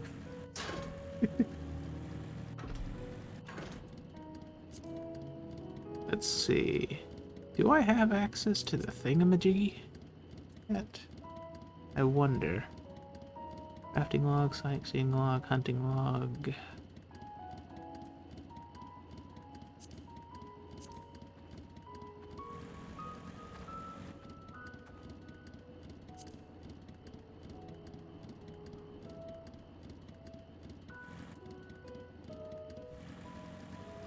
Yes! Let me know his reaction when you do it, it'll be too funny.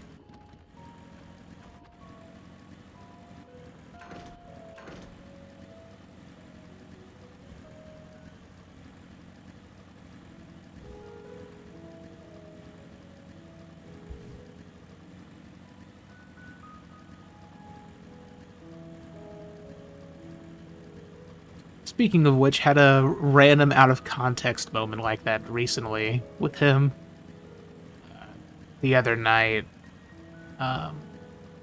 Moody Paso was streaming, and her and a friend of hers were like in their house just crafting an airship, and they were doing that for hours. And I was bored and had nothing to do at the time because I did my dailies, so I freaking snuck into their basement when they weren't paying attention and sat there dancing just randomly. And I just sat there doing that for hours. Eventually they noticed me, which was pretty funny, because they were like, "Where the fuck did you come from?"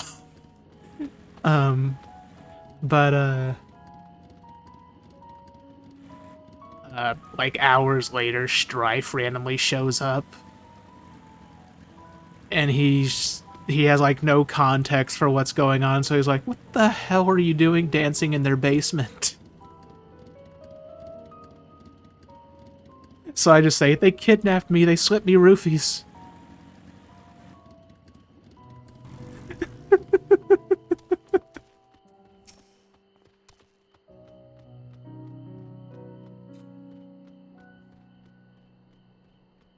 See, how'd you fare? I tracked down 3 of the pack, which leaves 1 unaccounted for. There's your little rat.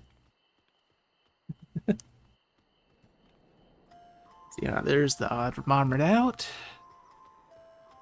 Wait here a moment while I put our friends in a holding cage.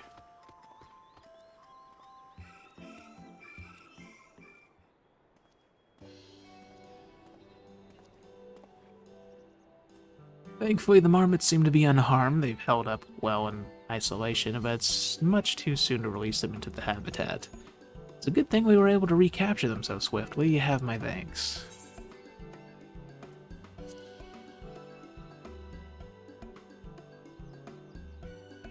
By the authority in charge of Labyrinthos, now and in perpetuity. The same officials who have had us working day and night of late, the honorable members of the Forum. Who else? Suitable for consumption is easy to breed. Those were the 2 conditions I was given for the stock I was instructed to procure. I don't know what the Forum has planned for these creatures, but at the very least, I doubt they'll be served for dinner today or tomorrow.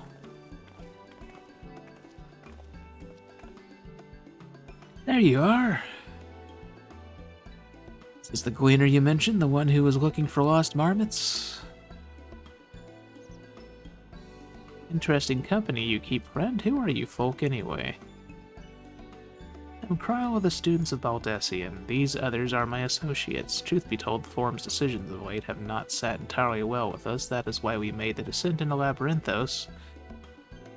We hoped that by seeing those decisions put into action, we might more fully understand their reasoning. Wise and practical, never hurts to try and gain a broader perspective, does it? Anyway, duty calls, other animals to capture and enclosures to empty. Once again, I'm sorry that I can't offer you more for your services.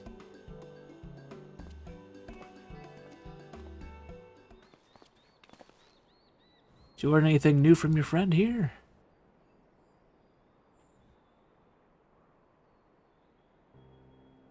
So we've confirmed that the order for this ambitious operation did indeed come directly from the Forum. However, the Gleaners have not been informed of its purpose. I'd say that fits with everything we've heard thus far. We've also discovered that when the operation was begun, the Forum contacted the Gleaners Guild ship and put their people to this great work some 4 days after the Telophoroi made their chilling declaration. As seasoned travelers, the Gleaners keep abreast of news from every corner of the world out of necessity. Thus am I inclined to trust that their calendar of events is accurate. Altogether, it gives the distinct impression that this undertaking was a sudden and unexpected development. Yet I find it hard to believe that such a comprehensive restructuring of the Labyrinthos, its archives, could have been planned in so brief a window. Nay, this plan was long in the making. They were but awaiting the right time to put it into effect. The Telophoroi's declaration was what set it all in motion? Seems likely, but let us not leap to conclusions just yet. For the moment, I suggest we conduct a wider investigation of Labyrinthos. The more facilities we visit, the more pieces of the puzzle we stand to find. In that case, how about we head to the Archaeon? From there, we can reach the lower... God, what's happening to her? Cryo, what's wrong? I'm fine, truly. The sudden descent has left me with a bit of a headache. That's all. Nothing that will stop me from soldiering on. Let's be about it, then. Please allow me to take the lead. I'm fairly certain I remember the way to the Archaeon. We follow the path east through the forest where you were chasing after that mouse or marmot, was it? Anyway, 'tis the trolls you need to watch out for.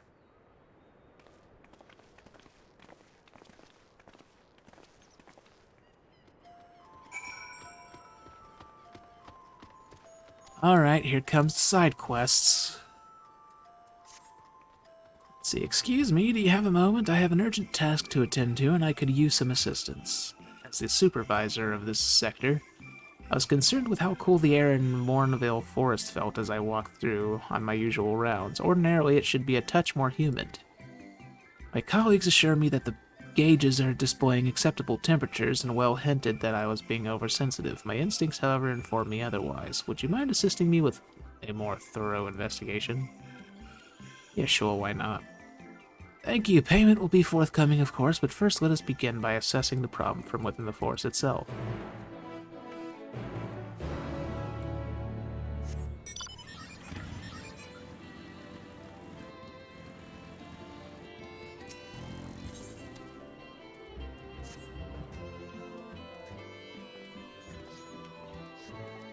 Ho there, friend. Fancy lending a hand to a gleaner in need?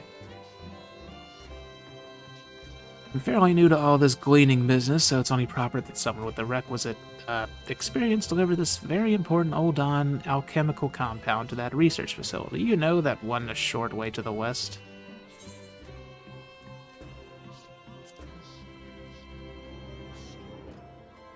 Oh, I couldn't do that. They'd never take me seriously again. No, I need someone bold and brave and unconnected to me in social circles. In other words, an itinerant adventurer like you. I would do it myself, of course, but duty calls. Just deliver this package to someone in a position of seniority. I promise I'll be back here to pay you for the favor. Never take him seriously. Okay, what the hell is this thing? Vial of some unidentifiable substance prepared by the Oldon Alchemist Guild. There has to be a reason. Take him seriously over that. I'll be something dumb but funny.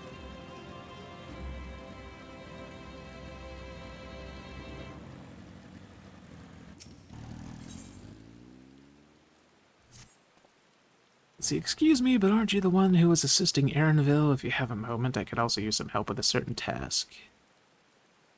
Simply put, I'm to hunt down a number of caribou, but as this is the first job I've accepted which requires any degree of violence, I'm not entirely confident in how I should approach my prey. You seem like the type of man who's seen his fair share of combat. What if I could observe you from the concealment while you engage my target fauna? I wouldn't need you to spend all day on it, of course. 1 or 2 examples in the forest west of here should be plenty. Let's say 2, shall we? I'll even pay you. Please? Alright, alright.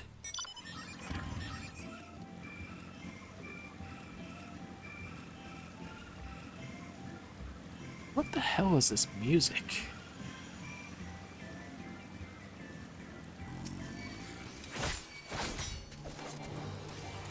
Feels like it's based on the earlier Final Fantasies music, but I don't know, because I've never really played all that many earlier Final Fantasies.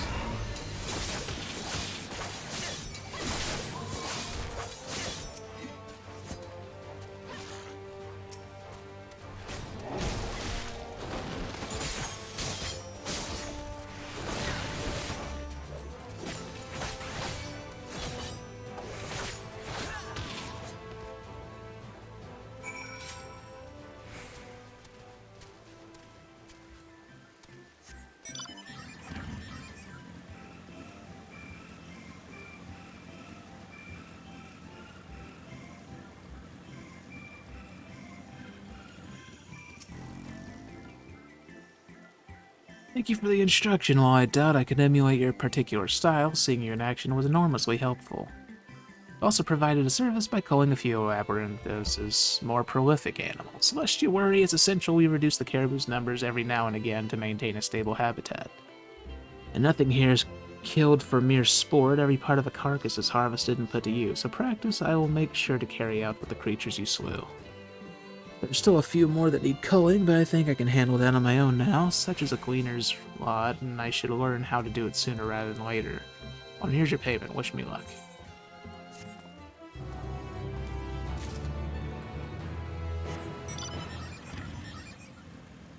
Nah, you could totally just, like, channel dark magic through a scythe and chop at things.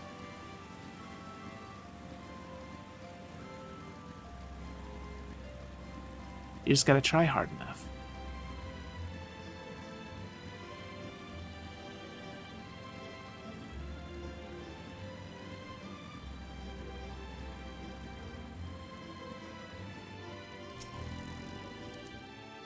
May I help you?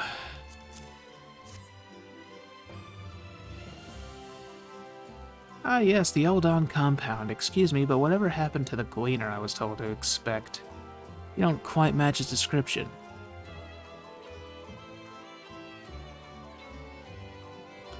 And so here you are in his stead. I thought that might be the case. This facility primarily a small vial kin in their ilk, and their role as carriers of disease. As such, we seem to have become the subject of some rather unsettling, not to mention wholly unsubstantiated rumors. I can't English. I imagine some senior gleaner was amusing himself by taunting his junior colleague with a scary half-truths and outright fabrications. The scholar lend me patience. But such jests lead to no end of trouble for us. In any case, I thank you for bringing me my delivery. Should you happen to return to our faint-hearted gleaner, pray do me the service of setting him straight on what it is we do here.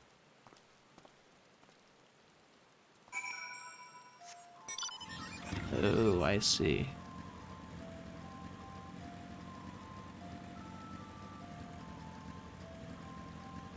No aether current back there?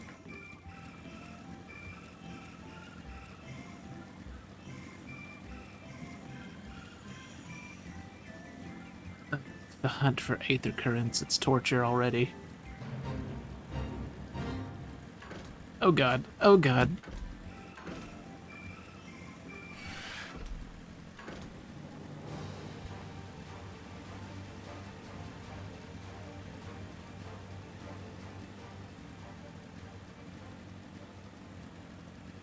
I forgot how it is to be stuck on the ground all the time again. It's been a while.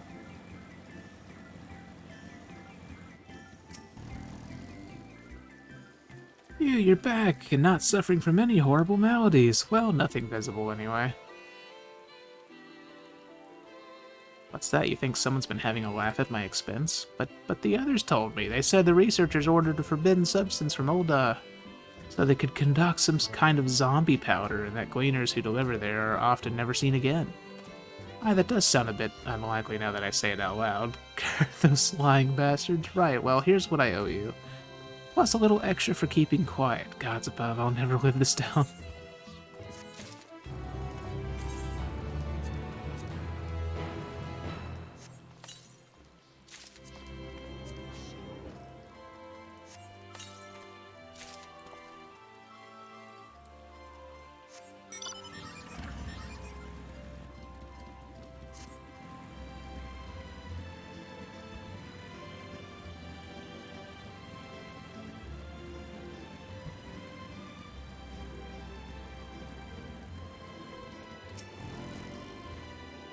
See, take a close look at this mist sprayer. You'll find these devices throughout the Mornvale forest, and I need you to see if they're functioning properly. Nothing too complicated. If the sprayer's crystal is glowing blue, then that means it's working. If the crystal is dull, then it's most likely broken. Here, I'll jot down the location of the sprayers I wasn't able to check yet. Meanwhile, I'll go and see if there are any problems at Mistloom. That's the big tower over there responsible for regulating the sprayers. That can be our meeting spot once you finish checking the devices.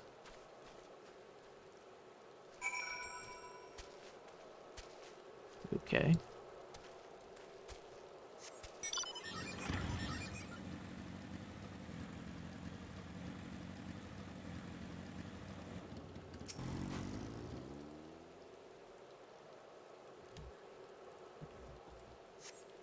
This crystal is glowing blue. The mist sprayer appears to be functioning correctly.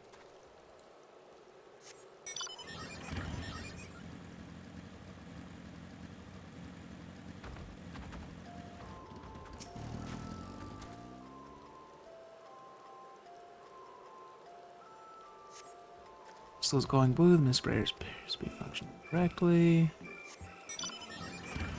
This one's probably not. Nope. It is not correctly.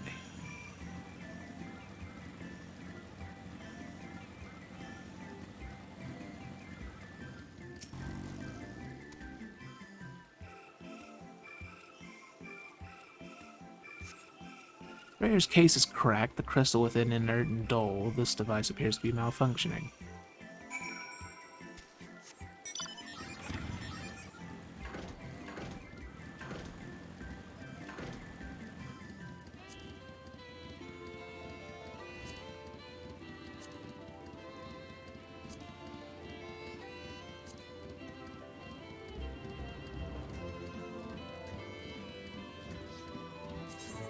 Oh, that ain't it.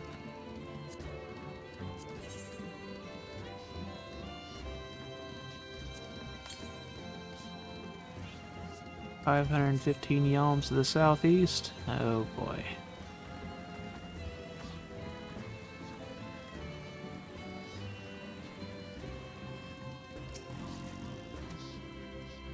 Well, Mistloom technicians can detect nothing awry within the tower's workings. Any issues with the sprayers? Aha, so there was a malfunction after all. Sprayer's job is to keep this area blanketed in mist to accurately simulate the moist light and air of certain forest habitats. One broken device had no effect on the temperature, but the humidity had fallen out of the optimal range. If we hadn't caught the change, we would have started seeing an adverse effect on the forest flora and fauna. Nice work, but I didn't bring your payment with me. Come back to Upper Akranthos, and we can settle accounts there. Of course, you make me go all the way back up. Really? Come on, man. Just warp up there after this. Wait, there is a teleport point up there, isn't there? There is not. Of course there isn't. Why?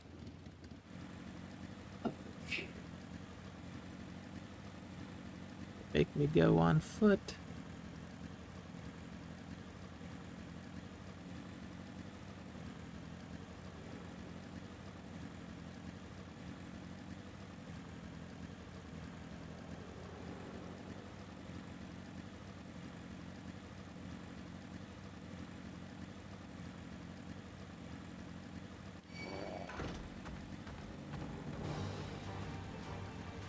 It's not going to chase me all the way in here. It is. Oh, never mind. See, thank you again for agreeing to help. It goes to show that mechanical gauges aren't always as important as trusting one's own senses.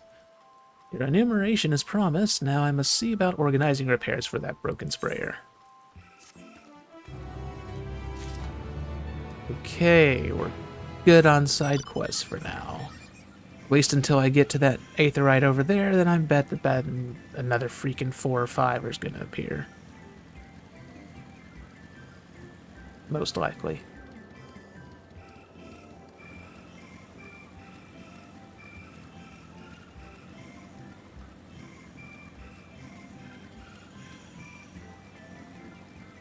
Now that I think about it, since this place is underground, there surely shouldn't be any alternate pathways into it, so I should be able to get all the aether currents here. Like in one go, I should say. Would hope. Let's see, this is the foremost material archive in Charlotte, and I should love to explore its treasure shelf by shelf, but I fear we have little time for such indulgences. Were you caught in the mist on your way here? The sprayers keep the air humid, so the habitat feels as close as possible to a natural forest. Don't worry about me, I'm hell and healthy. In fact, I'm beginning to suspect that... Nay, let's discuss this later. The investigation demands our undivided attention. See, behold the Archaeon, and as Nomenon serves as Charlene's literary archive, so does the structure house the city's wealth of material data. The architecture, too, is similar. This building you see is merely the upper entrance and access point to the vaults carved into the cliffside itself. Within those vast rooms are stored countless samples and specimens, as well as the detailed records which describe them. In a manner of speaking, the Archaeon contains a physical history of Charlene's unwavering dedication to the accumulation of knowledge. So many words. Well, we won't learn anything of value standing out here. Let us proceed into the main building and speak with the custodian.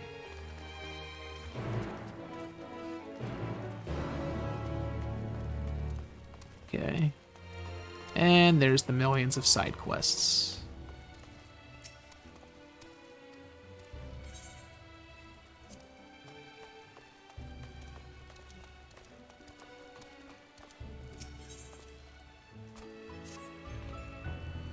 You have an air of dangerous competence, and you are most certainly not Charlian. Yes, you should do nicely. For what you may ask, as the overseer of the wildlife in the sector, I often find myself in need of new volunteers to help with the feeding. While I am perfectly content to perform the task myself, it would be unwise to allow the carnivores to grow too accustomed to my scent, or that of any of my colleagues for that matter. Which is why I am pleased to encounter fresh meat like you, if you'll excuse the phrase. So, what say you to a brief foray into the forest? You'll be provided with suitable recompense, of course. Wonderful. Here, take these hunks of raw flesh and just set them down at these locations. Hurry back as soon as you're done.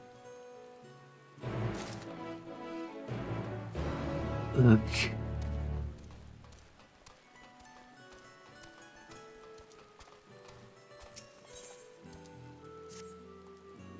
You look strong, sturdy, and most importantly, idle, which is a wonderful coincidence as I'm in need of a spare pair of hands. Let me explain. I sent one of my younger colleagues off to the Aesthetes, Tholos, I don't know, to organize a shipment of ore, but after a second glance at the order sheet, I realized why it was taking him so blasted long. Seems the order was more than triple the size we usually handle, something to do with all these large-scale preparations, I suppose. I can hardly expect that pup to shift it all on his lonesome. Come and pitch in with the hauling, and I'll make it worth your while, what say you? Good, many hens make light work. Well, lighter at least. Let's go.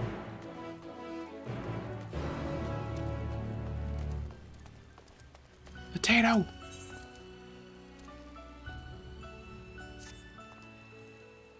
I'm terribly sorry to bother you, but might I ask a small favor? I just saw the cleaner I'd hired for a job, and he seemed awfully, well, jittery, I suppose is the word. Yes, Potet. And when I tried to ask him what the matter was, he met my eyes for a moment, then bolted out of the room. I should like to catalog the items he was meant to bring and get them safely stored, but I refuse to play this ridiculous game of Curl and Mouse. Would you mind tracking him down for me? The last I saw of him, he was dashing off towards Semerant Pasture Ponics. It's like everything here named after, like, nerd speak.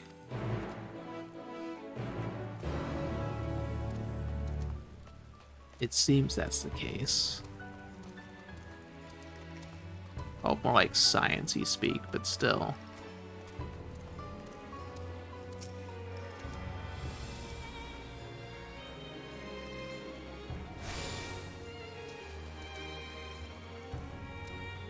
Oh, gemstone trader. That's what I was looking for.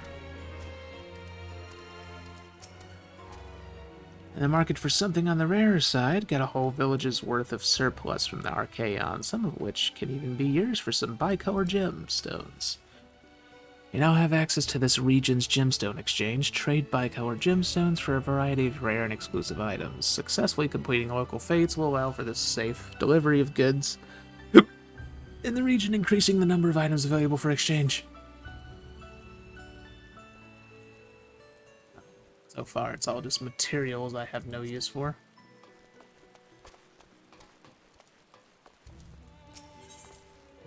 Chibbles might have a use for it because he is a crafter.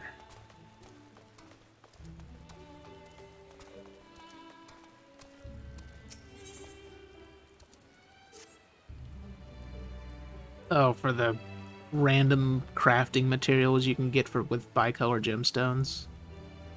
Let's see, it'll be alright, I just need to... Oh gods, what do I do?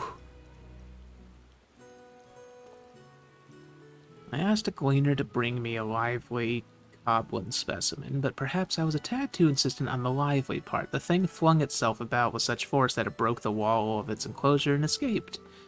For a moment I considered chasing after it myself, then realized it would likely beat my soft academic frame into a bloody pulp. You, on the other hand, seem to possess a rather higher degree of fortitude. The last I saw, it was skittering off towards Mornville Forest.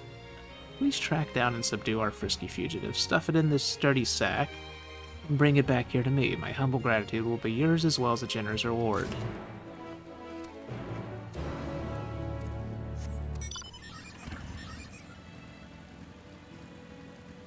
Alright, let's see what these guys are gonna make me do. Oh, there's another side quest in here, of course. Another lift. Let's see, sir, if you could hold out your hand, I have something you really must eat. Please, I insist. This seems like a bad idea. Is that not the juiciest, sweetest, most invigorating thing you've ever tasted? I just finished baking a batch, and judging by your somewhat wan complexion, I thought you could use a little treat. Oh, don't worry, I know exactly what I'm feeding you, though I've settled here in this haven of archived cultural treasures. I was once a student at the nutritional sciences at the Faculty of Medicine.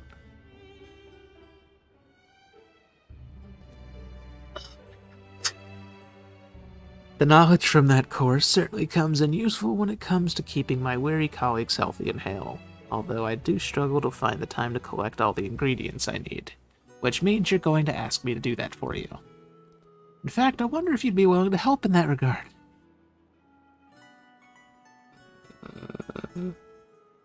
Endwalker.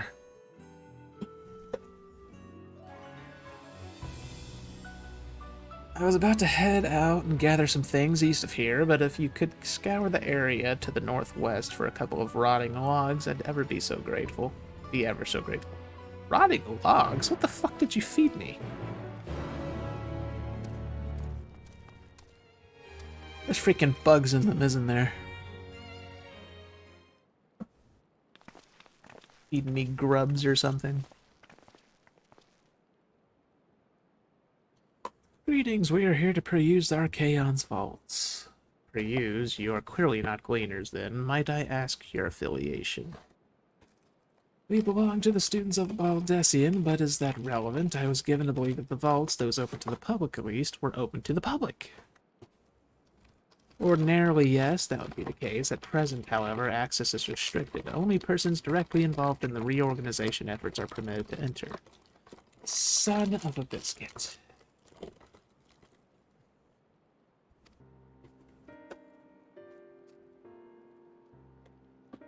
Not us, then. I suppose we'd better move along to another facility.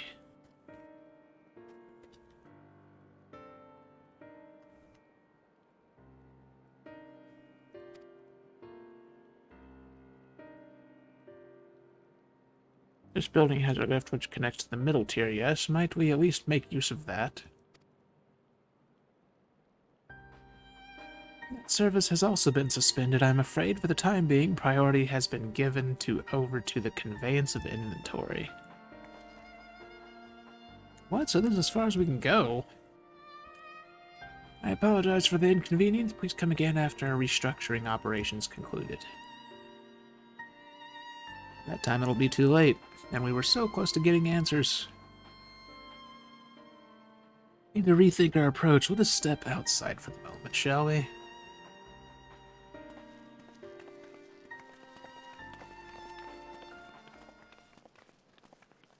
Students of Aldessian.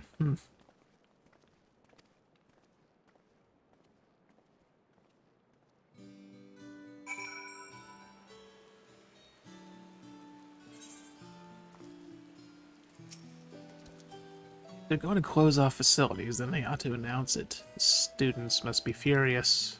Let's see, the Forum may be wary of exposure indeed to so heavily restrict the use of public institutions. Labyrinthos is constructed in the shape of a mortar. This upper layer is called the outer circuit, and the medial circuit lies one tier below us.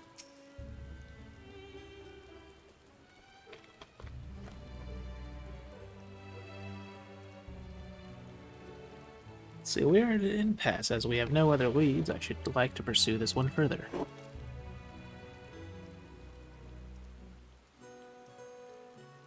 I'm curious, Chibbles, what is this mythical Dragoon Glam that I am hearing about in the Crossworld Link Show chat?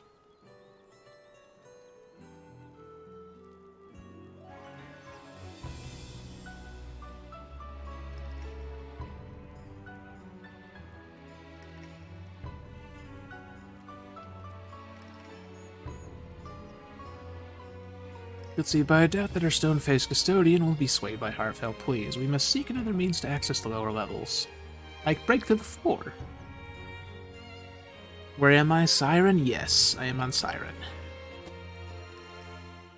'Tis likely that the people in this area are involved in the restructuring in one way or another. If we were to ingratiate ourselves, they might allow us to accompany them to the lift, or on the lift.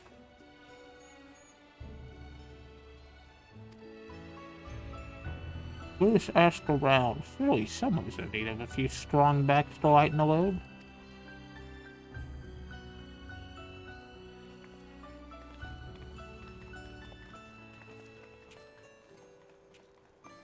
Excuse me, I am munching Ritz bits. They are quite yummy.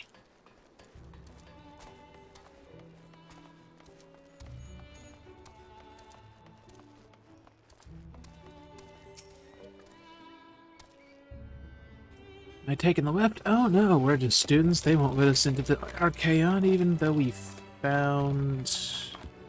Did you find? What instance? Good question. Let me see. Hold on.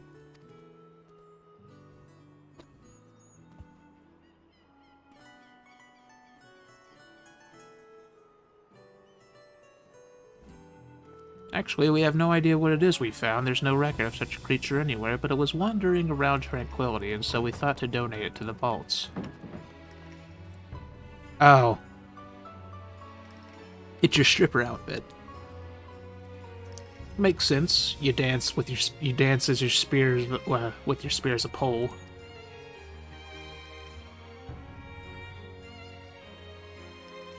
It's the oddest little squeal, don't you think? Anyway, I suppose we'll have to take care of it until the Archaon is open again. My chicken disappeared!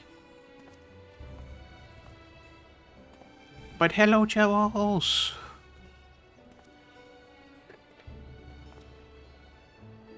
Chibbles be pole dancing.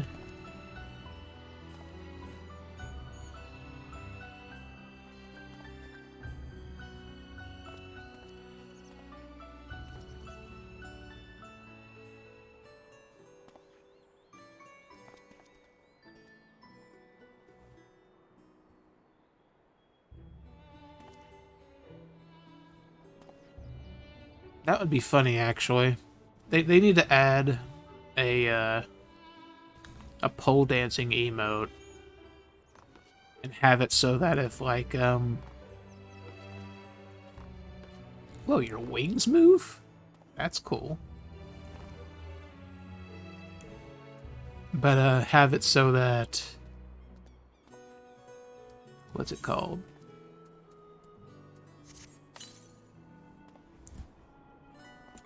Wonder if these wings move. They move, but they don't flap.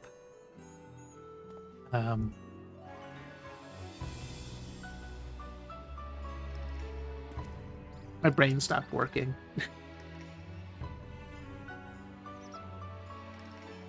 Nice chibbles. Pixie chibbles.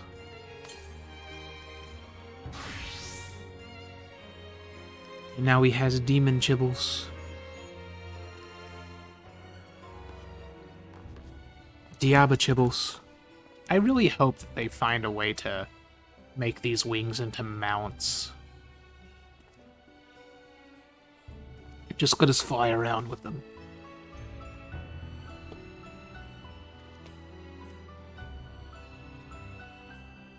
Hell, make it so you can do, like... If they really wanted to go all out with it, they could make it so that with the wings we float around and we, like, have a completely different combat style where we fly around with our weapons. That would be cool.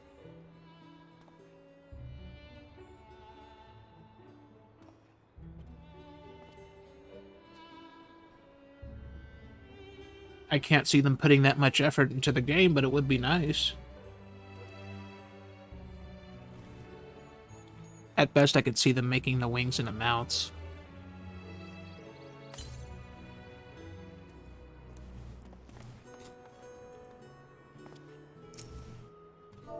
Also, get pets for the chibbles.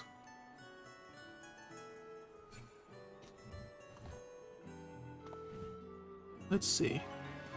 I completely forgot what I was trying to say earlier. Oh, the glasses fashion accessory? Yeah, I got that too. Hold on, let's see. Do I have double glasses?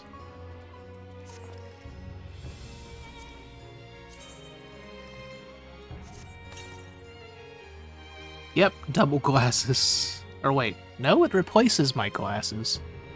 No, it doesn't. They're like completely form-fitting to where they're directly on top of my glasses.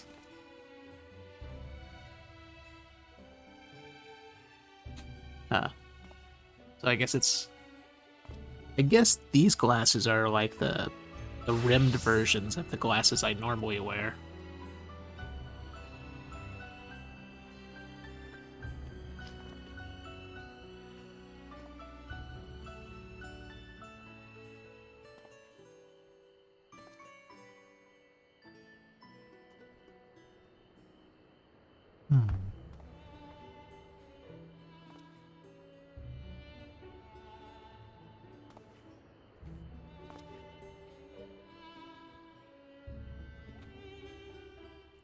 And now we have biker chibbles.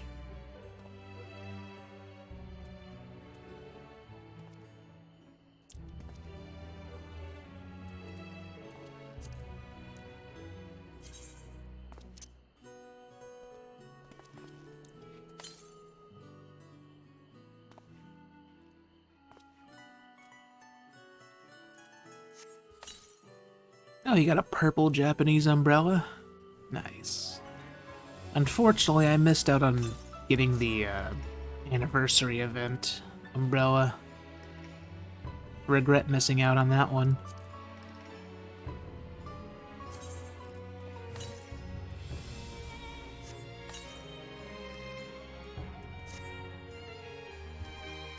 I need to get the Black Angel wings. I know they're somewhere in Endwalker, I'm just not sure where exactly. I think they're from some bi-color gem shop. Shared Fates.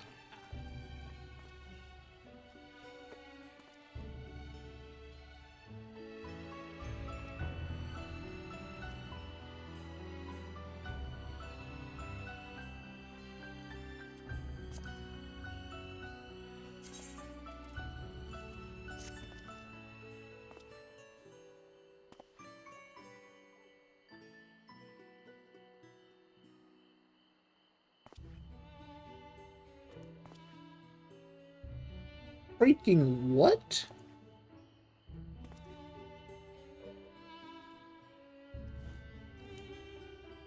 $50,000 gems just to get Black Angel wings?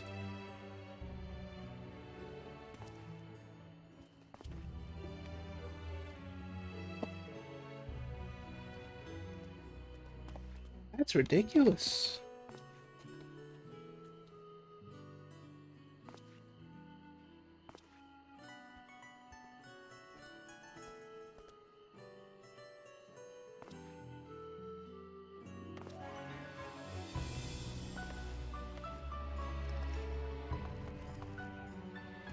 What's the mount? I'm curious.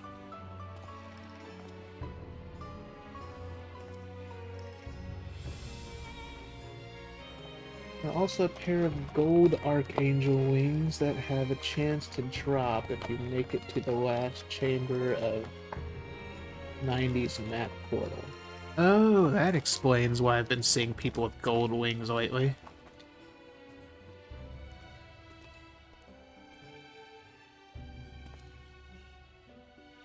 I don't know where it came from.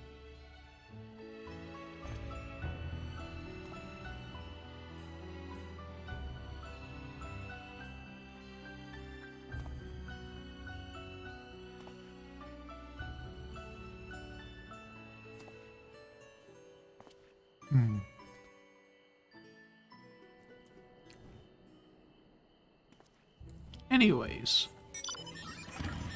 I better get back to questing so we can finally make some progress and I can catch up to you all on Endwalker. But thanks for showing me the stuff, Chibbles. Pixie wings drop from the outside chest from maps, but it's a rare drop. Oh, I see. That's why Chibbles has been doing so much treasure hunting lately. That's probably why Moody Passo's doing it too. And Crooksy, for that matter. I think he's been doing treasure hunting too. Congrats on getting them, Chibbles! Isn't there like the giant butterfly wings also somewhere? Or is that still only part of the cash shop outfit?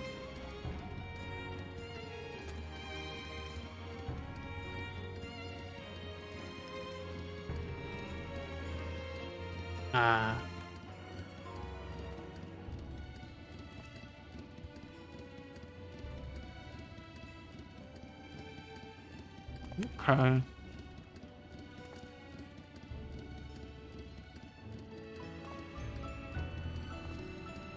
Oh yeah, I figured you did. Sure, Lay has it too. Oh yeah, Chibble's got the new Dancer AF. My Dancer's already level 90, I just need to catch up on the story to get it.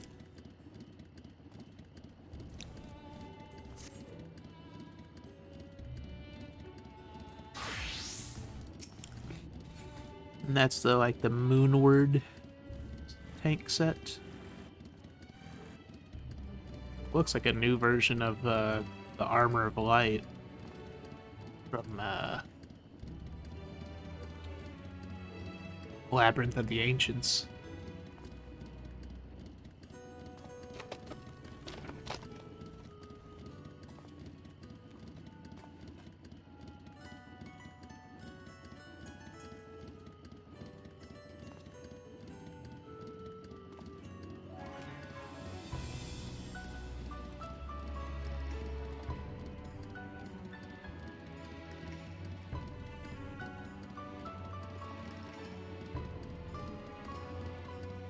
Based on Cecil from 4? It could be. Speaking of which, I wish they'd have Cecil's Dark Knight armor. We only have his helmet. It's a collector's edition helmet.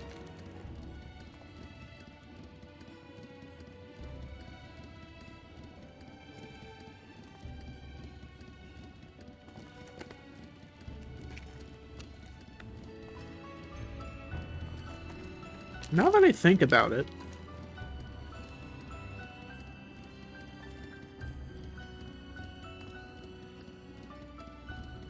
The fact that Cecil's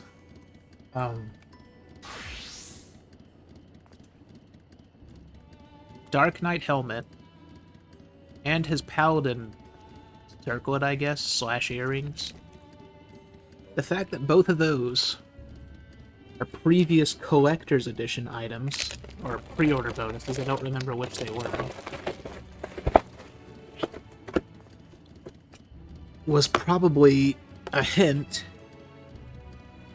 at how the Shadowbringers and Endwalker dates were gonna go, as the whole changing from Dark Knight to Paladin thing, and going to the moon. The warrior of light helm, but can't wear it. Oh, Chibbles. Oh wait, that means I can't wear it either. Curse is foiled again.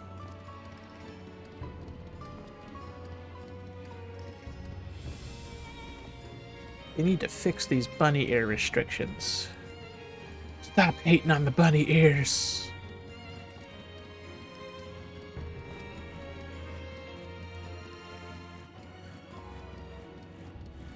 Anyways, I'm gonna go do these quests now. But I'll keep talking to you over stream, Chibbles.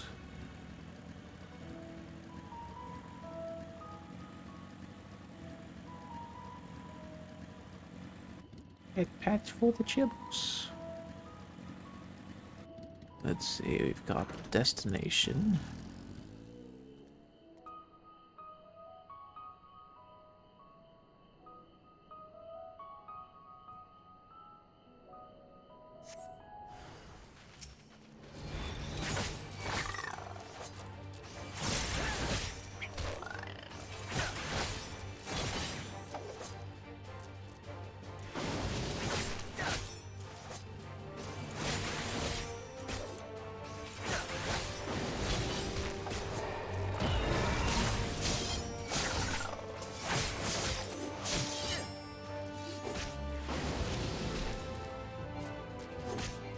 Still not weak enough? There we go.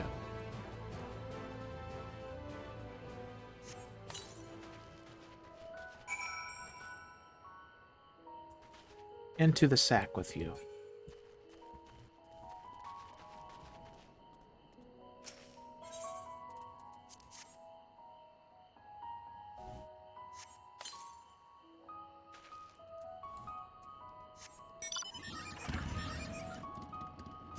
Now that I think about it, where is it? Collection.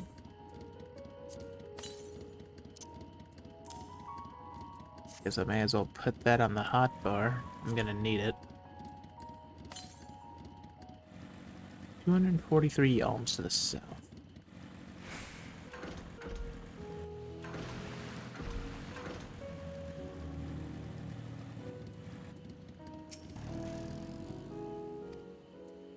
Oh god, it's one of these quests, ain't it? God, gods and scholars, don't sneak up on me all like that. Can I help you? My employer sent you, did he? Well, he'll be pleased to know that I was able to purchase all his requested Far Eastern items of cultural significance. That pot there was one of them, but I was wary of simply handing it over. I think there's something alive inside. You tell me where this is, yes. What the fuck? Oh my god, there's a fucking Namazu in it, I bet. There, you heard it, didn't you? I knew it wasn't my imagination. You seem a well-traveled sort. What sort of creature might we be dealing with there? Yep, it's a Namazu. Freaking Namazu. Oh ho, you know your Namazu. Yes, I crawled into this comfy-looking pot for a nice nap, and before I knew it, I was whisked away on an adventure. Well, now I'm here, I might as well make the most of my misfortune. See the sights, try the food, that sort of thing. Convey my pot to the nearest inn, if you please. Seeing as our guest is so eager to stay, the least I can do is sponsor his visit and help fill out the paperwork. Meanwhile, I would appreciate it if you could explain the situation to my employer. You kidnapped an Namazu. Great job.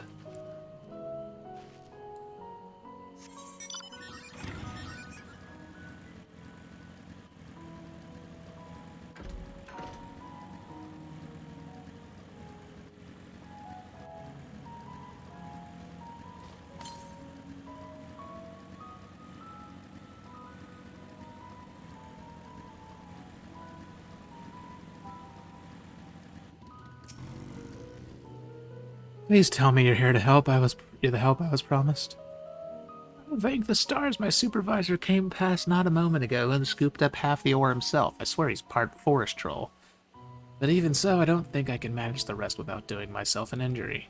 Listen, if I take this crate, you think you could carry that other load? Once you have it settled into a comfortable grip, I'll lead us to where we need to go. You will have 3 minutes to complete the task. Should you fail, return to the starting location and begin it. God dang it. See, you're no stranger to hauling heavy things about. Come on, let's get moving before my arms fall off.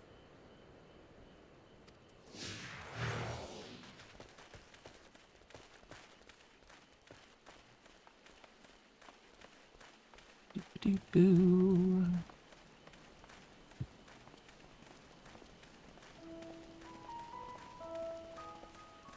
I hope we don't... there's gotta be birds in the way. Who am I kidding?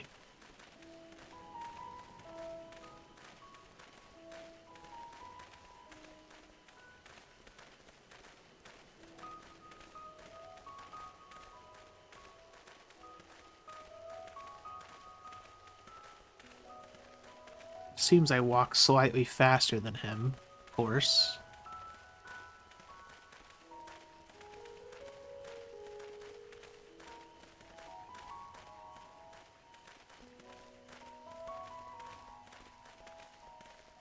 Oh, you go away, burp.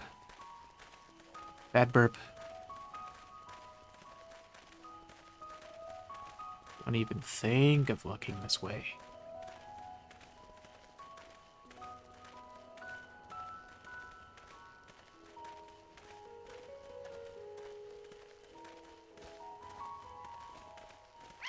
Son of a bitch!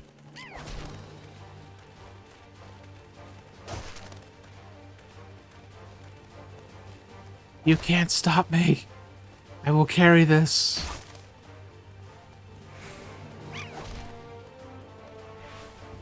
This burb is gonna die.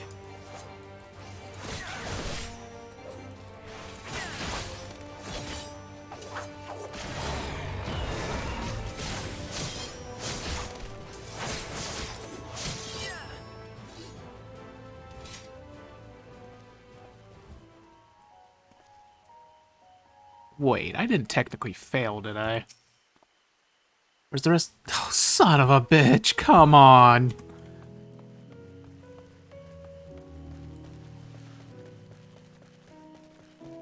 You're breaking my balls here.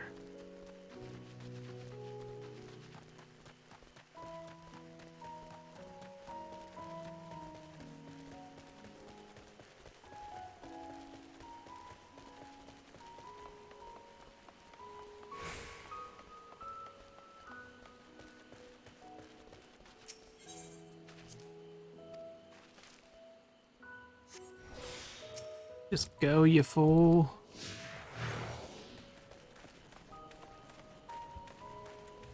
That bird better not respawn by the time I get there. Did it respawn already?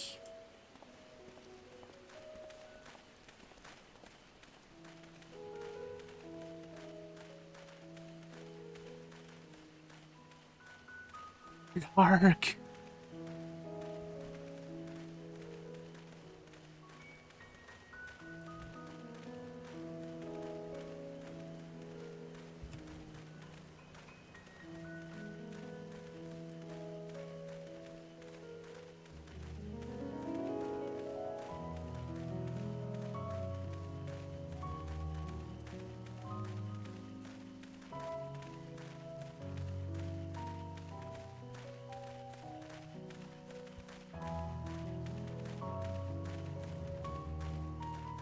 I see you talking about me, Chibbles.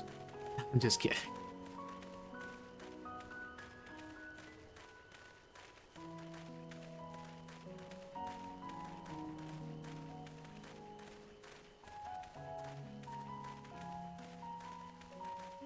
What instance am I in?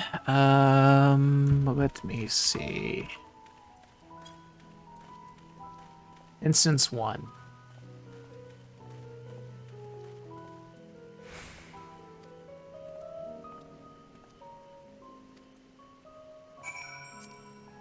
See, that ought to do it. Come on back to the Archaeon, and I'll pay you for what you're owed. Thanks, I can handle the rest from here. The worst of it is over. Okay. And hey there, Strive.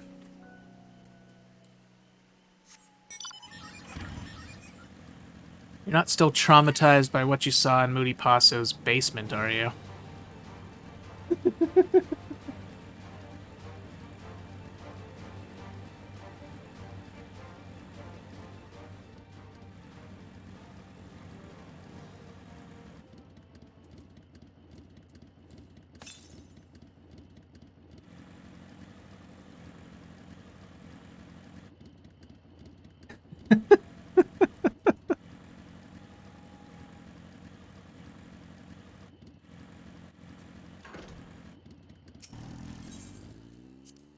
I swear they drugged me and made me dance for their entertainment.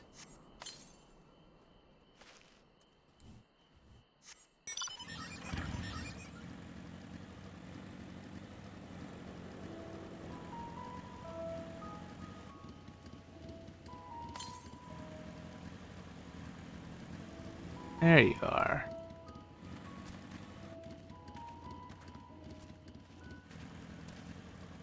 Don't mind me, just looking for the Aether Current. I'm assuming it's on this lower ledge down here, which is going to be a pain in the anus.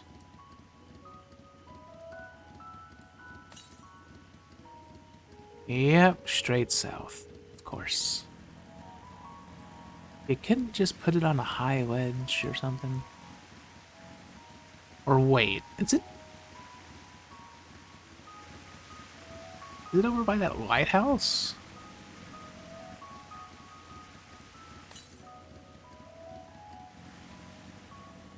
No, because it's southwest, so it's got to be down there. Okay.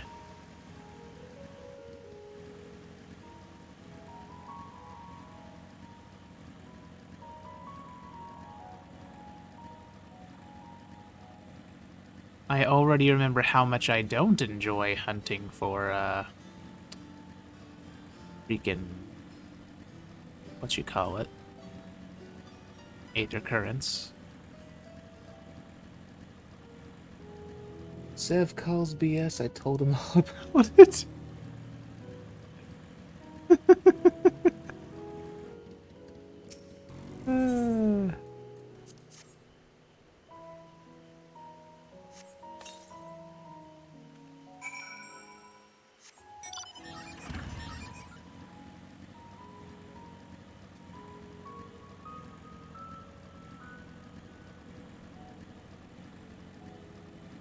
There's the rotting logs.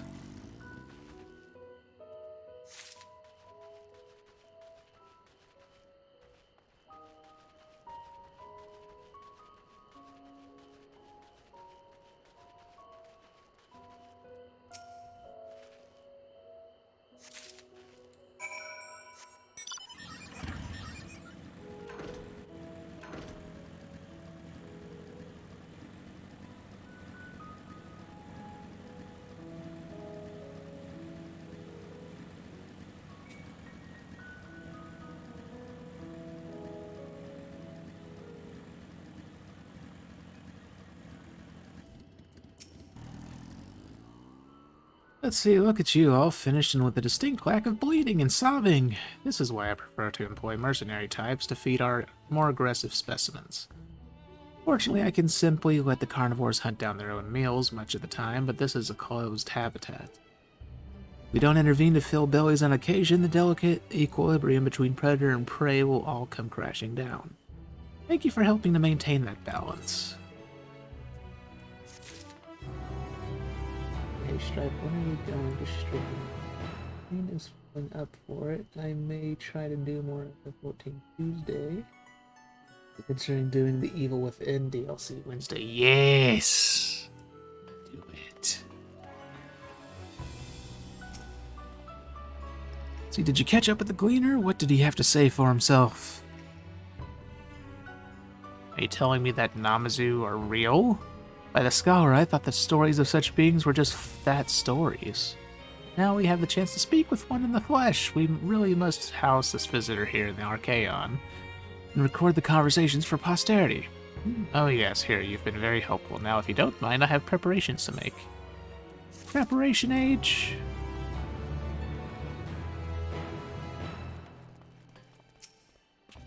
See, I'm glad you came along when you did. I can't be hauling ore all day, and my colleague is not exactly built for hard labor. The aesthetes Thalos, or Tholos, it's where we store mineral deposits, you see, and it is our job to field and fill requests for our fellow researchers. We're not equipped to process orders of that quantity, especially if the Central Circuit keeps sending up requisition papers at the same frenzied pace. We'll run out of stock before long, assuming our backs don't give out first. Anyway, you're not here to listen to me gripe. Take your wages and good work.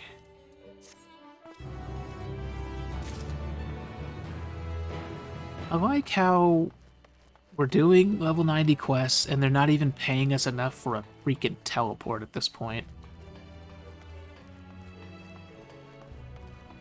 How am I liking Endwalker so far? Pretty good. Not a whole lot happening just yet. Although, I'm still in the beginning, pretty much. Even though I've been going at this for 4 hours, I feel like I've barely even done anything. Did you get it? Did you bag the goblin? Yes, I bagged your freaking goblin.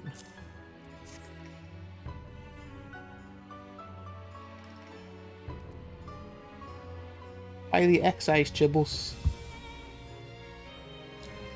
Oh, praise the scholar! You see, I've been assigned to evaluate the dietary claims of a work entitled Goblin Cuisine and had been about to prepare my first dish. How will it taste? Is it even edible? You, my friend, have made it possible for me to answer such questions. Thank you for your contribution to culinary science. Ew. Why would you eat a goblin? Oh, because teleport costs, yes. I am no fan of teleport costs.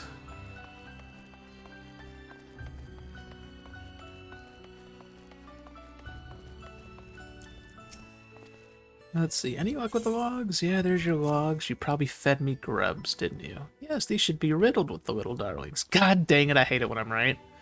Thank you, both from me and on behalf of my sure-to-be appreciative fellow archivists. After all, no dish has more nutritional value than one made from beetle larvae. Ugh. Just why? Why did they do this? This is why you don't take food from scientists. They're all freaking nuts.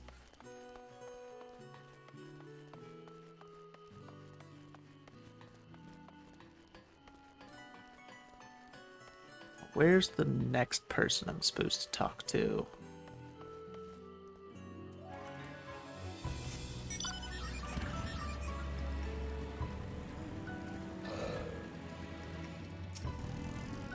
Alright, what's that? Take you down on the lift with me? Sorry, but not a chance. I've been up and down all day, and only now have I finally found a spare moment to rest.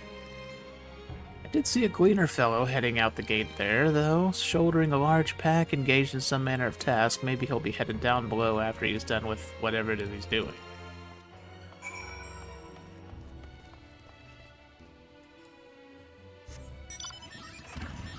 Yes, beetle larvae.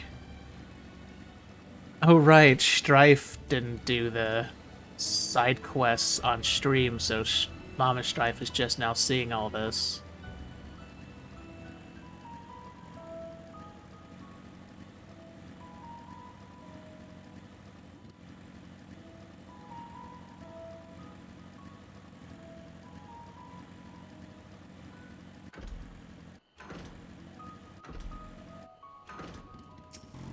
Hey, I found Aaronville. Let's see, quiet, you'll frighten it away. You'll frighten the Aaron. That's you again. I don't mean to be rude, but I'm in the middle of another task. The Cloudkin I need to capture is close, very close. I'm not watching what you're doing, but I am listening to what you're doing, so that way I don't get too much spoiler since I haven't reached here with my character. Oh, I see.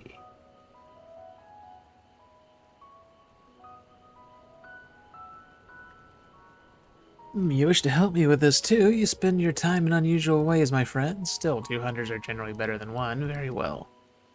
The canal here is a common gathering spot for birds of all kinds, but the one I'm after today is the hornbill. Its feathers are green and its cry a distinctive caw. Single it out and shoot it with the sleeping dart. Caw-caw! The effects are short-lived, so I'll lie in wait down by the riverbank to claim our quarry. Be sure to hit the right one.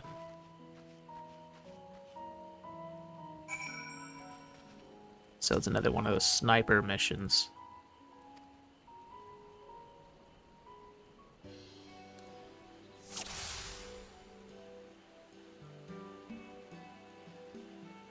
Well.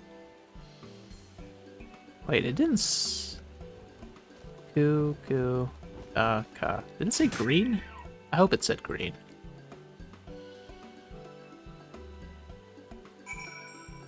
Okay, I guess it was.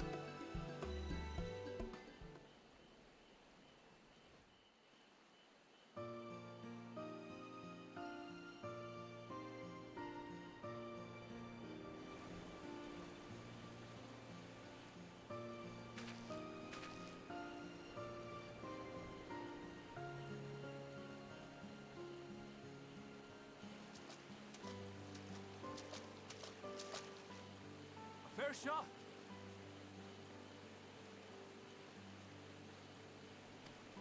Oh, this person, Aaronville has a voice. Nicely done. Let me truss this one up, and I'll make my way over to you.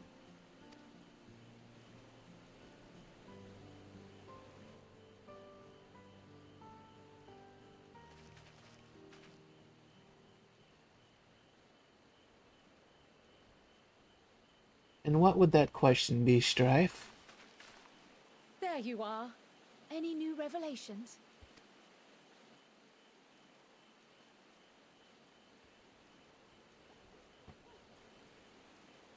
So you met with that gleaner again, this time to capture a hornbill. Did I want to stream Mario Party? Yes. Mario Party streams are pretty popular, actually. I doubt the algorithm would help us out, but they're fun to stream anyways. I haven't played a Mario Party game since the N64, so a lot of that stuff's going to be new to me.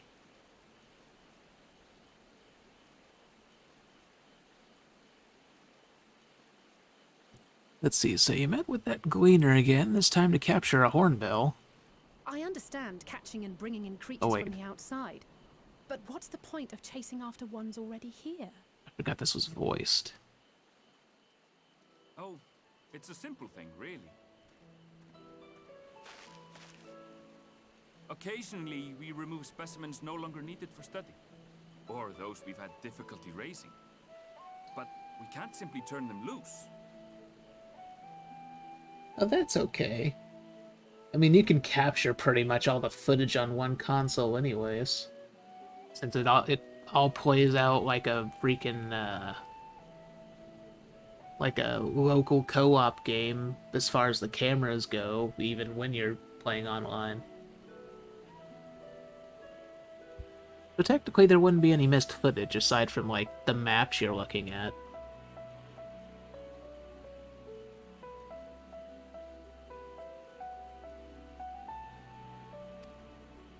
Safely returning such creatures to their native habitats is another facet of a cleaner's duties.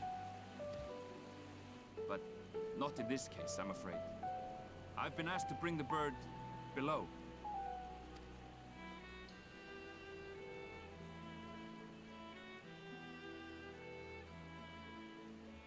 The restricted section in the lower levels of Labyrinthos. Open only to a select few researchers hand-picked by the Forum. The projects down there are the subject of rumor and hearsay. Forbidden magics. Advanced technologies that can never be allowed to fall into outside hands. Even Archons are not privy to the truth.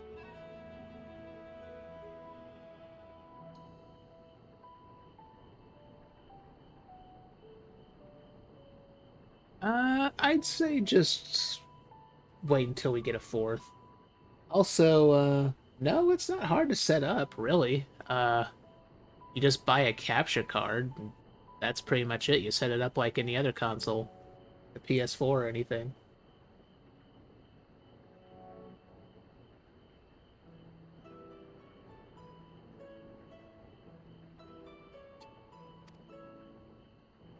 Those who are, the researchers involved in this secretive work, are not permitted to walk freely in the city, and are instead required to live in isolated quarters.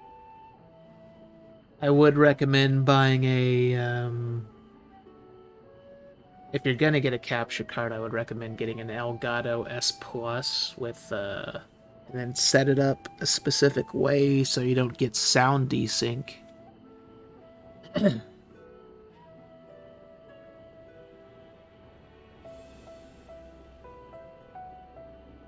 Oh yeah, my Switch is a first edition too. I got mine on release day, so that's not gonna make a difference, Chibbles. As long as your console uses an HDMI cable or an HDMI cable, then capture card will use it.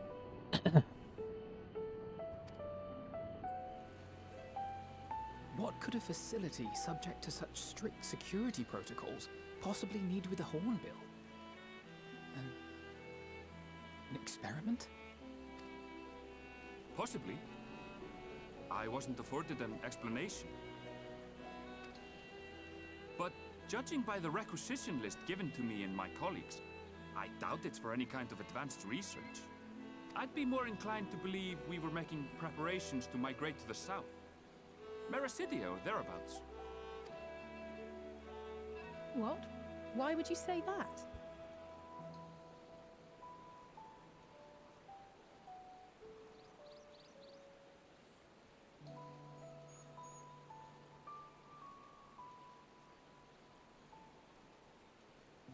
Oh, then Elgato HD will work. Capture the card.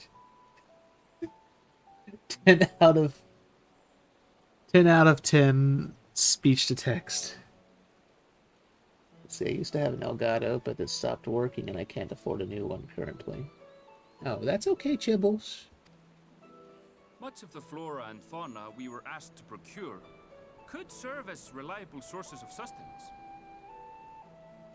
All that means is 1 or 2 hype trains and you'll have one. I'm just kidding. They're comparatively hardy species too, able to endure harsh climates.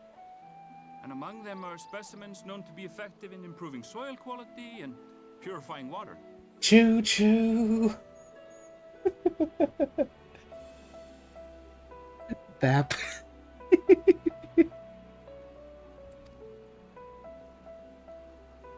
When you put it that way, migration does sound like a reasonable assumption. Oh, what is that bap, Chibbles? Is that you bonking me on the head? That's all it is, though. An assumption. Through our tasks, we gleaners glimpse only bits and pieces of the forum's plans.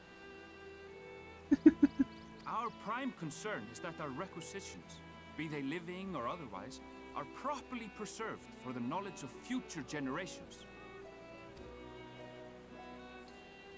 Now, I really must be going. I regret that I cannot reward you as you deserve. You know we do it out of love, Chibbles. Perhaps you might reward us after a fashion then. It is imperative that we reach the lower levels. Because we know that Seeing as deep you're down you're already really set just to tsundere for descend through a fine choo-choos. cargo, mayhap we could accompany you as your assistants. I'm afraid that won't be possible. Once the animals have been prepared for transport, we send them down separately via the lift. I will of course follow after to make my report, but I can hardly pass you off as porters when there's nothing left to carry. They're gonna sneak us in the cargo, aren't they? I said anything.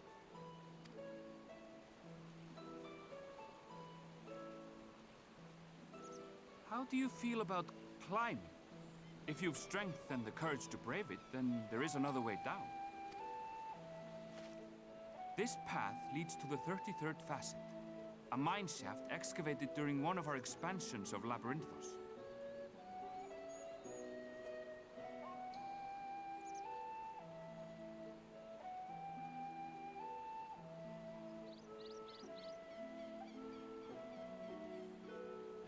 Oh yeah, I'll just have to think of While I more cannot wink guarantee that the passage is things. safe to traverse, Just not sure what to it put should there, provide really. access to the medial circuit below. I never even knew such a place existed. Thank you. This is the perfect solution. We also need to check Facebook Marketplace. They sometimes have them really cheap, even if they use some brand concealed package. Excuse you? I only said that as a joke. But consider yourselves warned. If the going proves too treacherous, you do well to turn back. I bid you good day. There was nothing lewd going on in that basement. All I was doing was dancing to keep up morale while they spent hours crafting airship parts. Also because I was bored.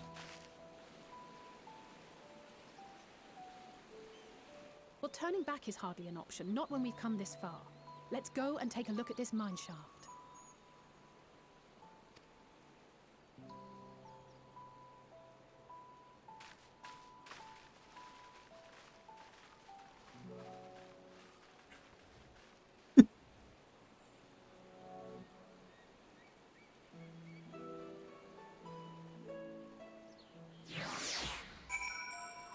And what he's referring to is that thing I was talking about earlier where he walked in on a Moody Passo's basement and found me dancing down there. What he's talking about is at one point he said something like, "You could do better. I'm here." And so I joked and said, "Excuse you, I am a high-quality man whore, thank you very much."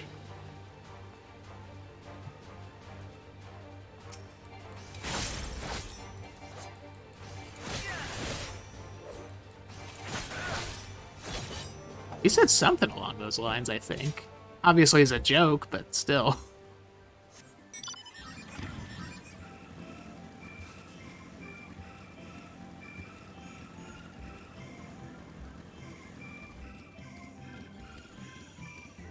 He almost like Penny Foster's workshop dancing with two ladies, and all they gave him was LARP.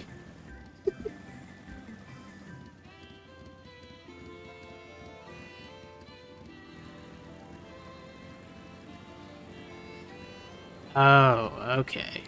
That's what you said. It was close, though.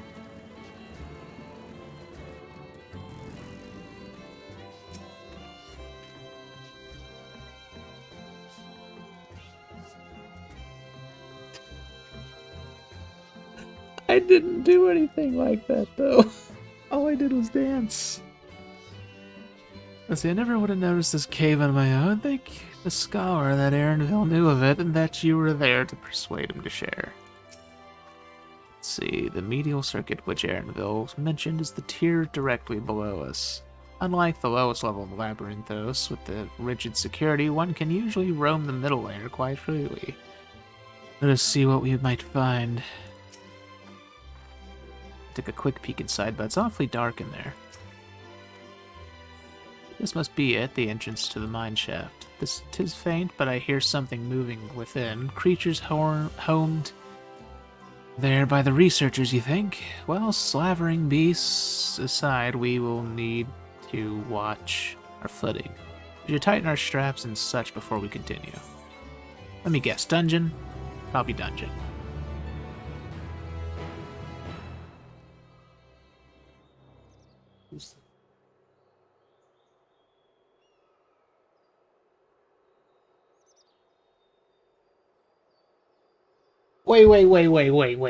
Wait. They're paying you that much and you're not even going... You know what? Never mind. I'm probably misinterpreting what you're saying. You're probably doing it somewhere other than a bed. Okay, never mind. I was gonna say... It's like, if they're paying you that much and you're not even going that far, good lord. Okay. Never mind that. I understand. I get it now.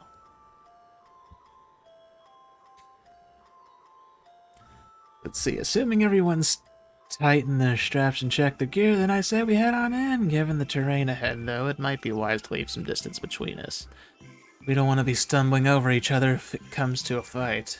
Take it slow and don't forget to check your surroundings from time to time. We can meet up again at the other end of the tunnel. Okay, maybe it's not a dungeon.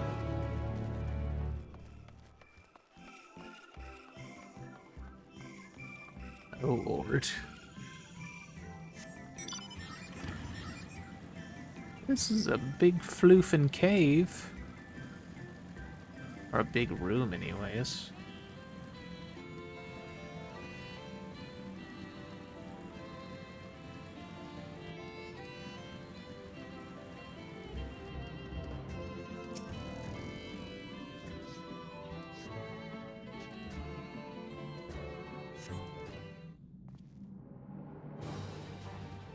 Be until 81 quest line? Oh, I see.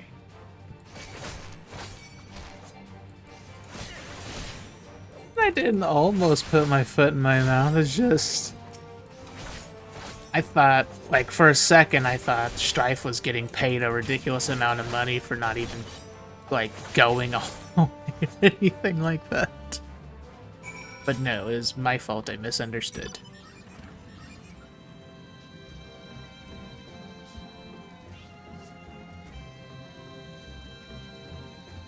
Alright, Mama Strife. Take your time. Be sure to clean up afterward. I'm just kidding. Oh, Lord.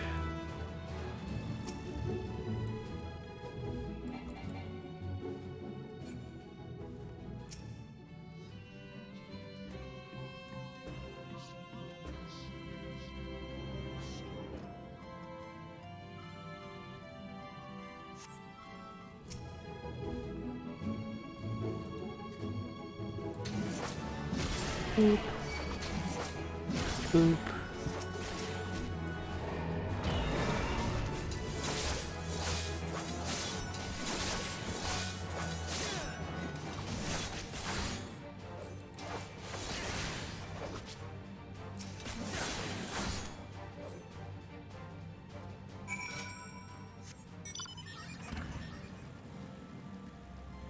Starting to think this place is much bigger than I think. Oh wait, no it's not. Never mind. Never mind. I get it now.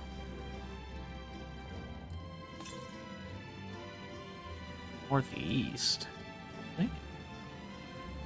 Is there an aether current in here, maybe?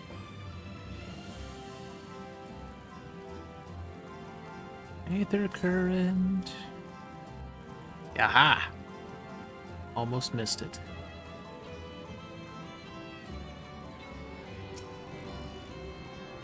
It was funny how quickly they seemed to ignore you when I did show up. Sad part is I was guessing you were there. I happen to be right.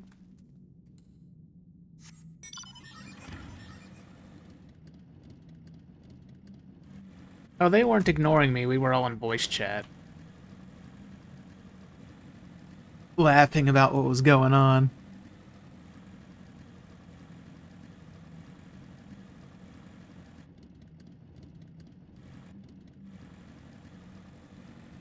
Ignored your tell? I don't think I saw one. It probably got drowned out by all the messages saying such and such crafted whatever. Yeah, so I didn't even know you sent me a tell, that's all. I didn't see it.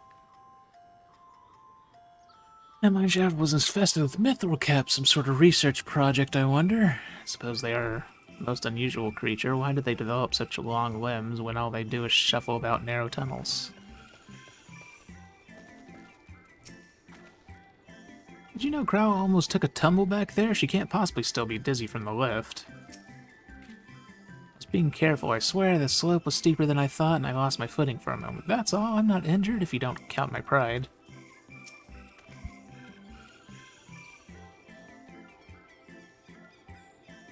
Sent me a tell asking if I wanted a few minions. Well, what did you find out? And also, which minions? See, everyone seems to have made it through without incident. Nothing of consequence at least, and as promised, the tunnel has delivered us into the medial circuit. As I recall, this tier is where they keep a wide variety of samples for agricultural production. Aaronville's assumption holds true that specimens being collected in preparation for a great migration, then we should see evidence of such plans in the area's research projects. Let's follow the path to the nearest farming facility and see what we see.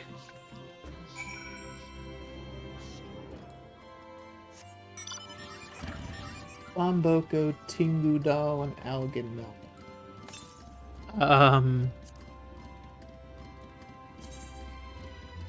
Let me see. I don't think I have an Algan Melon. I'm not sure about the Tingudal, but I do have Lomboko.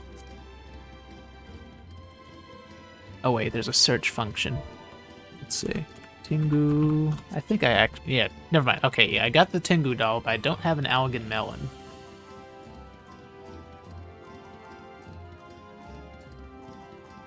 Material boxes you can buy from your brand company for 20k credits. Oh, okay. I'll allow it.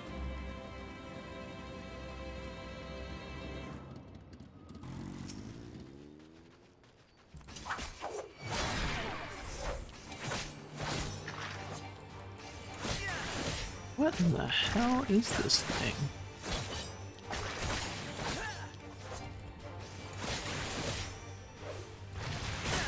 Like a mud slime covered in moss?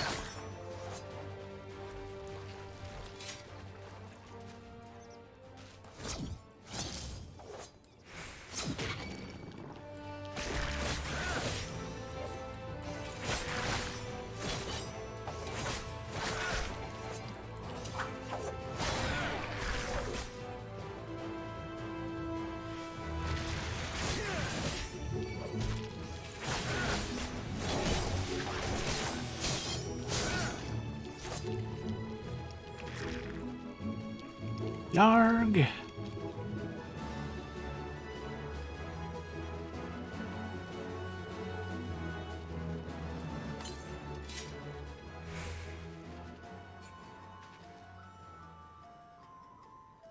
Huh. I'm gonna have to move skill around. I didn't even notice I got that ability.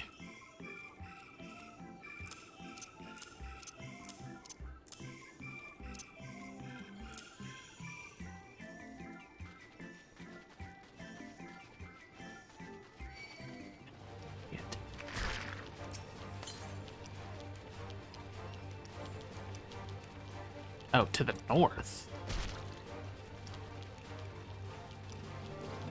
Oh, that's where I'm heading anyways.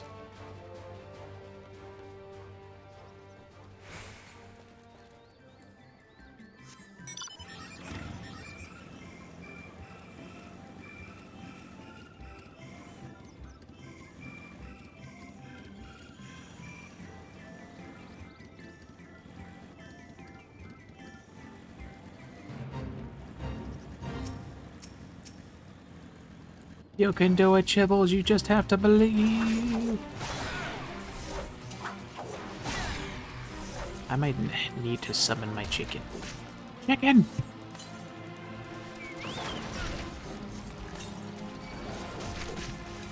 Oh my god, that thing hits hard.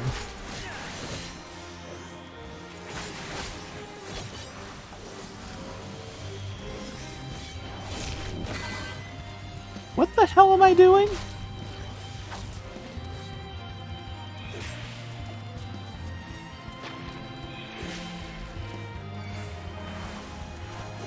Neat.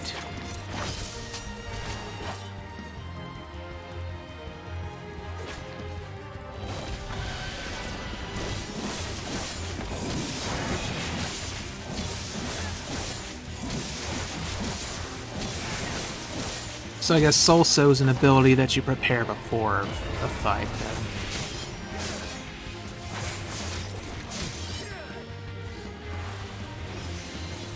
Chicken, heal me. Heal me, chicken.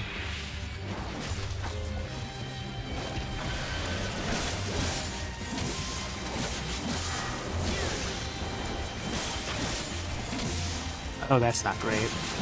Oh, that's really bad.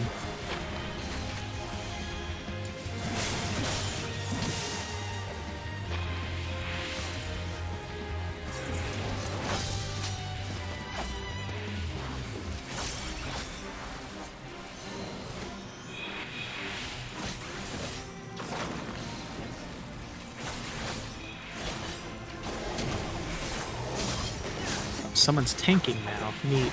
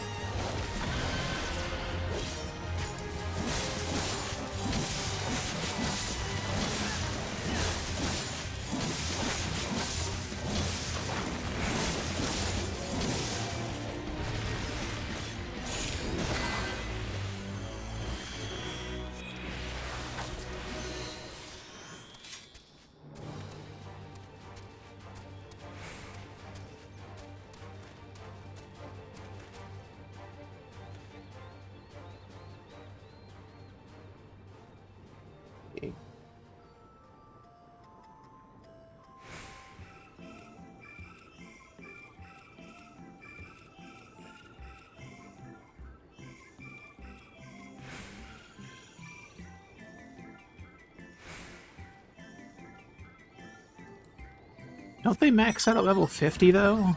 As mine has been maxed out at level 50 for a while now.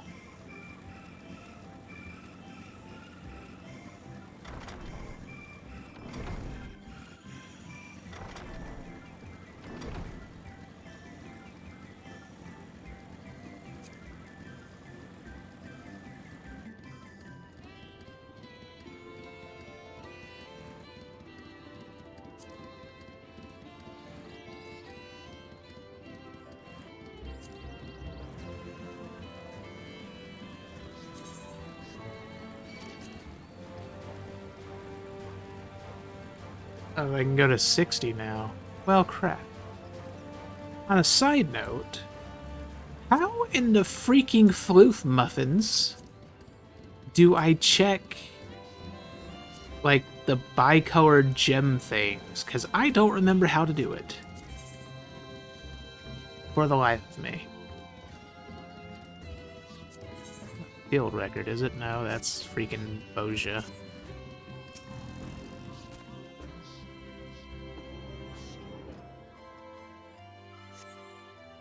Travel menu and shared fates. Thank you, Chibbles. Head pats for the Chibbles. Oh god, the grapes! Wait a minute. Now I know where we are. This is Mariel Agronomics.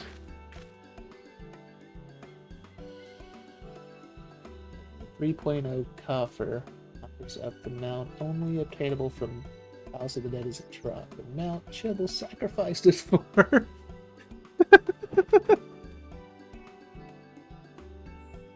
Labyrinthos is host to a wide variety of vegetation, which allows us to conduct studies on cultivation methods utilized in foreign lands. And it is this facility which coordinates and oversees those efforts. The fruits of their research go to feed the Labyrinthos colleagues, or so I hear.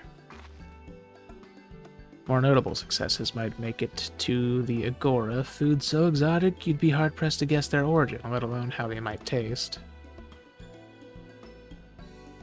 Indeed, mystery vegetables without a name, only a list of nutritional benefits scribbled on a card.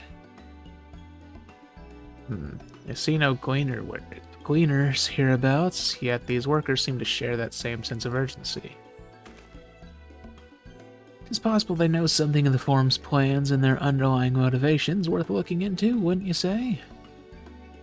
Yeah, sure. See what you can coax from the workers. The rest of us will do the same or cast about for useful clues.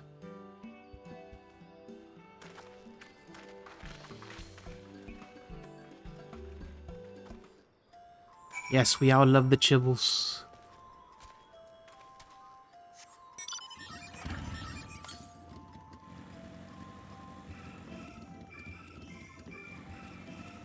Let me see if I can find this Aether Current.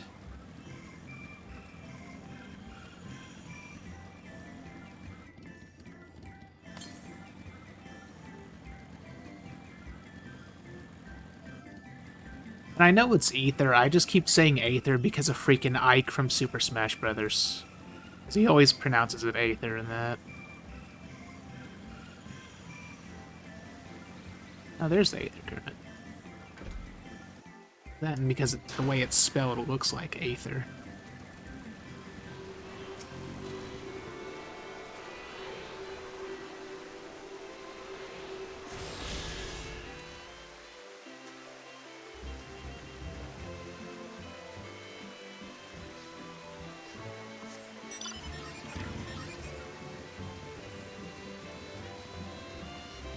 You had to use channel points for the headpad emote?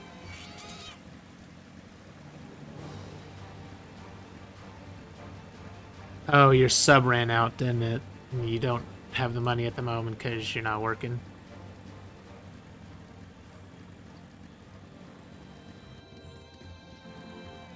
Now, that's okay, Strife.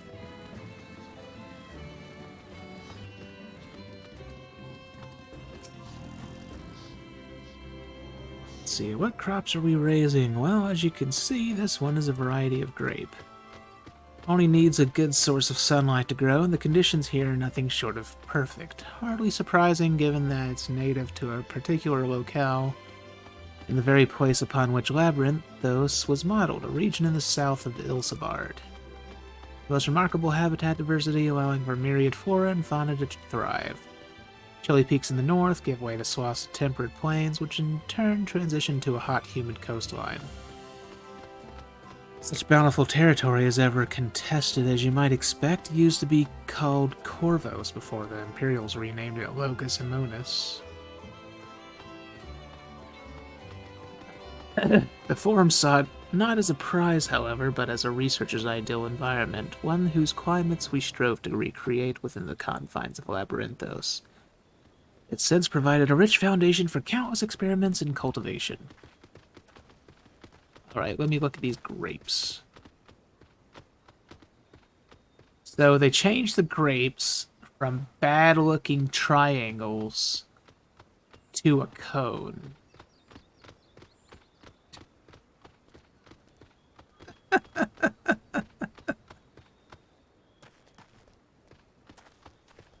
What I don't understand is why are they using, like, such low-res textures? It looks nothing like, look at this. There's this freaking scythe, and then there's this that looks like it's out of a PS2 game.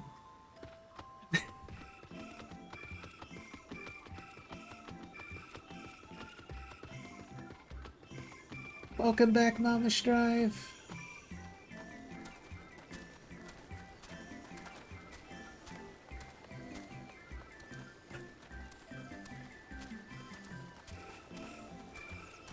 Wait, let's look at the oranges. The oranges are at least some sort of polygonal circle or sphere, but still. Let's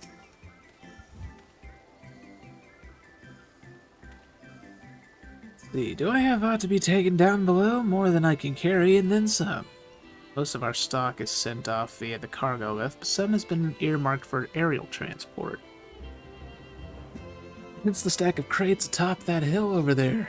God's hauling the lot up that slope was a job and a half.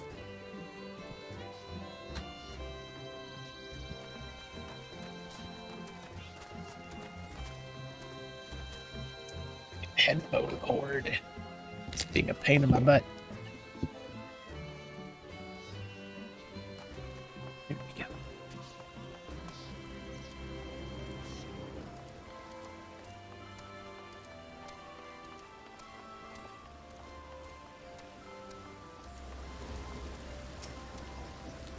Yo, hello there. We weren't expecting visitors, not with the use of the lift being restricted. How did you make it down here anyway? It's a secret. Don't tell anyone or I'll cut you in half. See, the mine shaft, you say? Well, you're a much hardier soul than I. Under normal circumstances, I'd reward such tenacity with a guided tour of the fields, but I'm afraid the forum has us filling order with some Malmalong.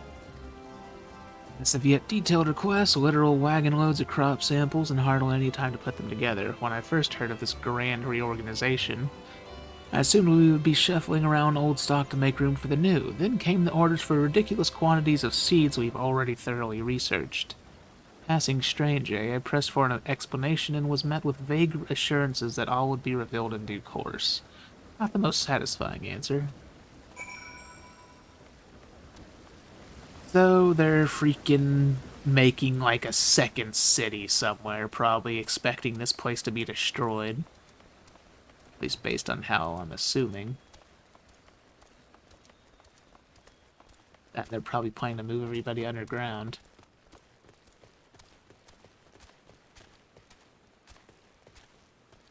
Also, you can't get all the aether currents on this first trip?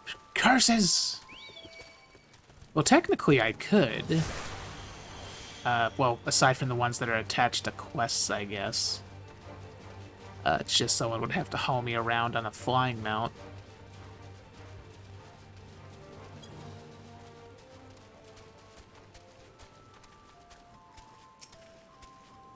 See, the labels on these crates tell the story of their contents. Bundles of common seeds and saplings, accompanied by sheaves of reports.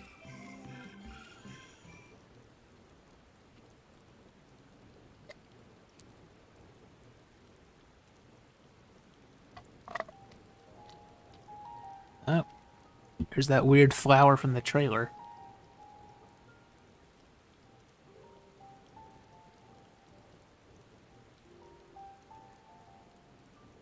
Hard to look away, isn't it?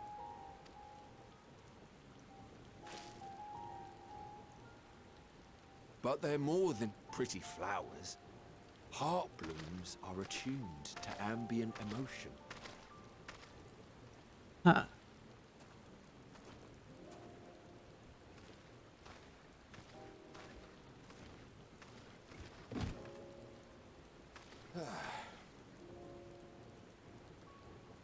You don't seem convinced, but believe me, it's true. Hey there, Crooksy. And it's going good so far. Wasn't expecting a giant underground area for the first area. Underground artificial area, I should say. Ashen grey, for instance. It mirrors the anxiety and urgency of those working nearby as they rush to fulfill sudden orders. Intense feelings like those spur the petals to change color. Bright glowing hues in the presence of joy. Dark subdued shades for frustration or despair.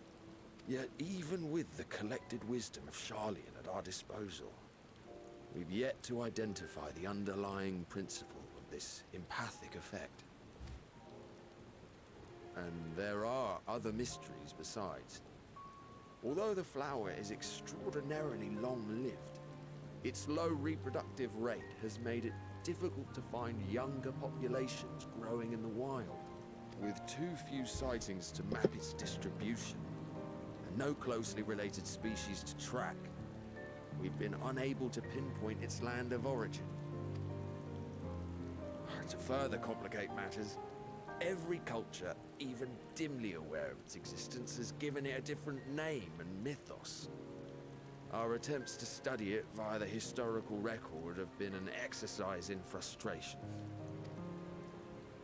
As an avid botanist myself, I should one day like to unravel the Heartbloom's secrets. But I'm afraid other duties must take precedence. I will leave you to your thoughts. In other words, it's probably some flour left over from the time of Asians. Probably something made with creation magic.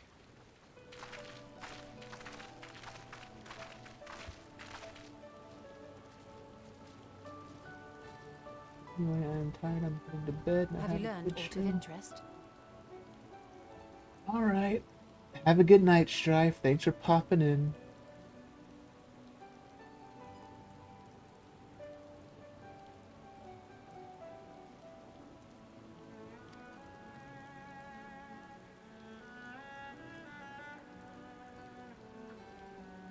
A flower that reacts to one's feelings. Strange. I must say, I have never heard of such a thing.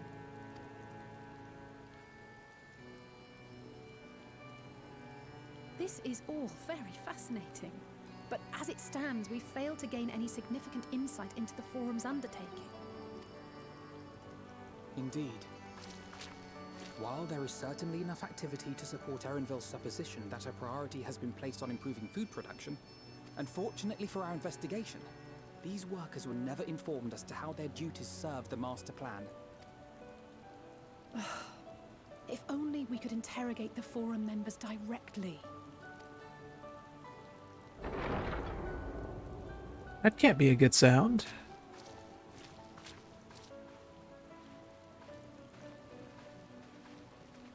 Maybe. Isn't that the entrance to the arcade?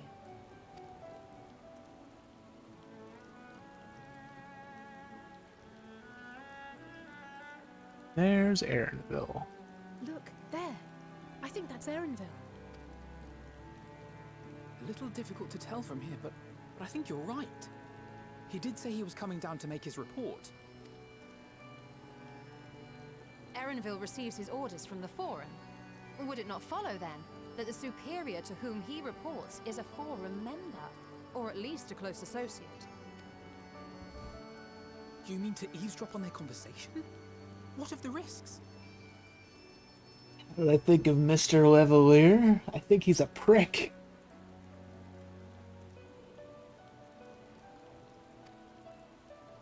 Ours alone to bear. We won't interfere with Erenville's work, nor will he be implicated as an accomplice. If you're not comfortable taking part, I can do this alone. Nay. I said myself that I wished to know Father's intentions. And no answers will be forthcoming should we simply ask nicely. I'm in Siren. I mean, it's 5:33 in the morning, so it's gonna be an instant queue if you try to switch servers anyway, so you'll be fine. We can apologize later, should it come to it. Right now, we need every crumb of information we can get our hands on. Consequences be damned. It might be best if you came along as well. In fact, we should all... The bars AF? Bars AF.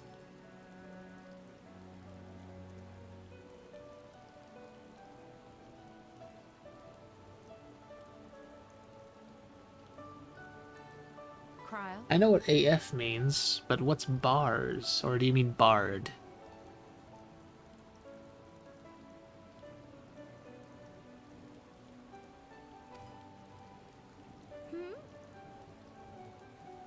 Oh, yes.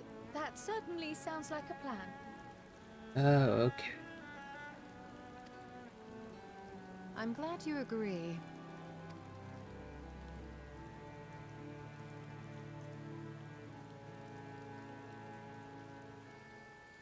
Quickly! Erenville is on the move. We need to get closer before we lose him. I get the feeling something horrible's gonna end up happening to Cryo, and I don't like it.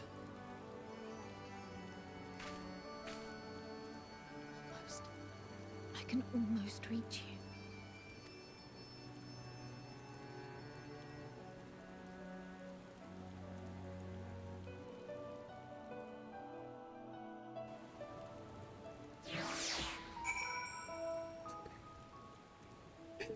At fingering the keys like an eclair.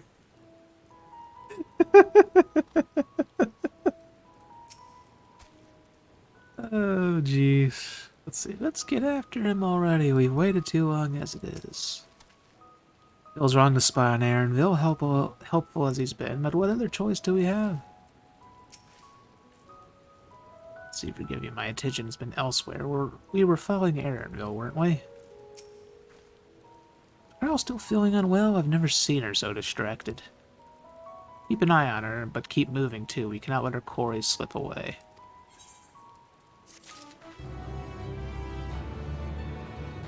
What sorcery is this? There isn't a million side quests?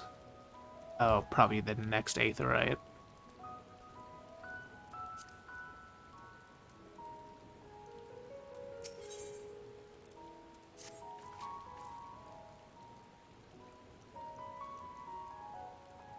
see, now I need to gather mats and craft food and pots for static, but at least I can go back to working on leveling my battlecraft classes. You can do it, Chibbles! See, Aaronville was headed westwards along the path outside of Archaon. Come, we can still catch him.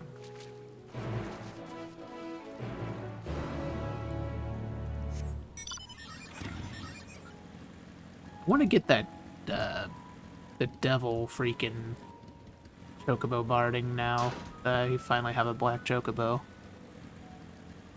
Fortunately, that's freaking cash shop stuff. Freaking cash shop, man. I also want the devil's outfit. The one with the black angel wings. Can't really see myself wearing it much, but I do like the gloves of it. I could use the gloves for some glamour.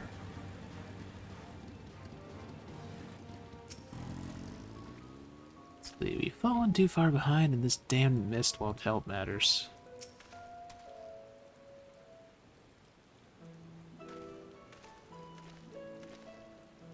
Hold a moment, I have an idea. Let's throw cryo at him. If memory serves, that colossal wall-like structure is Logisticon Beta, one of Labyrinthos' climate control centers. It should have its own lifts with which one could access the upper or lower tiers. Aye, if I were an agent of the Forum, it would make for a convenient meeting place. But even if we happen to find Aaronville in the company of said agent, we cannot expect them to reveal issues of importance as we nonchalantly stroll past. We shall have to remain undetected. Only Graha and his vanish spell were here. Oh, but there are other ways of turning invisible. Hippity hop, my little toads. What the fuck? Goodness. Oh my god, why? She turned us into toads! Accustomed to transfiguration, worry not, it will wear off with the passage of time. I suggest you and your green companions hop along and catch up with Aaronville. Should you feel the magic's fading, return to me and I'll refresh the enchantment. And what am I to do in the meantime? Wait here with me in your current state of mind, you'd be as likely to leap into the jaws of a predator as you would learn anything of note. Which reminds me, where the creatures with whereabouts, in that form you are essentially defenseless. You have changed into a toad, you must remain transfigured in order to progress with quest objectives. You'll return from your transfigured state if you move too far away. Look to your map for the transfiguration's area of effect. Keep with your stroller, restore or prolong the transfiguration. Chill. Can we even talk? Ribbit, ribbit, ribbit. Alpha Toad and Alley Toad are now accompanying you. Keep them at your side in order to proceed with the quest objectives. You can leave your quest companions behind. Yeah.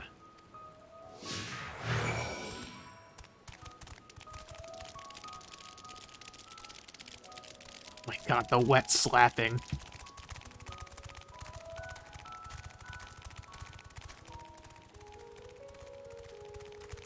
Seems like something Crooks would make. Yes. Wet slapping.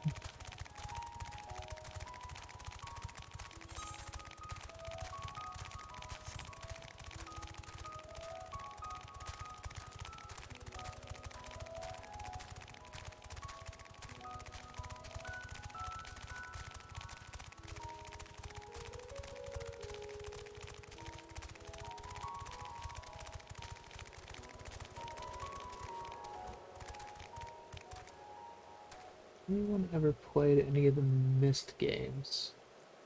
I haven't. I've been thinking of doing it at some point, maybe, although I have no experience with them at all. Aren't they puzzle games?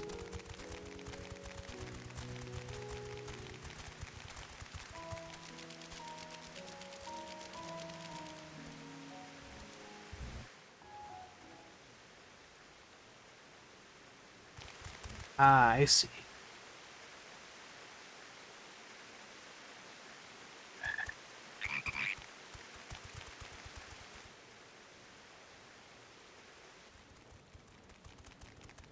I'm in instance 1. I trust you will find your compensation to be more than satisfactory. We wish to make clear that we are pleased with the efficiency and thoroughness of your work. So much so that we have come bearing new tasks in need of your competent hand.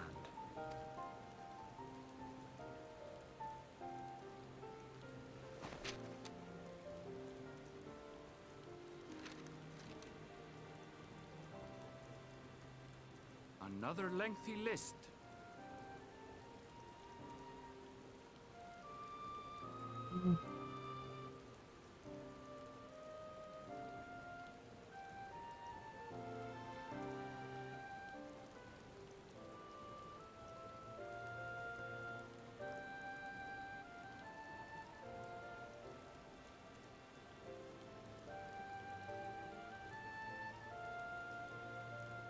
Oh, I see, Mama Strife.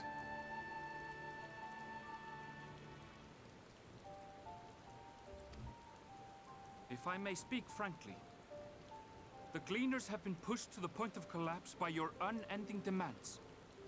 I'd have to look that up, honestly. We are not familiars to be exploited. We are Charlian scholars, and we deserve an explanation for this unseemly treatment. What warrants such urgency?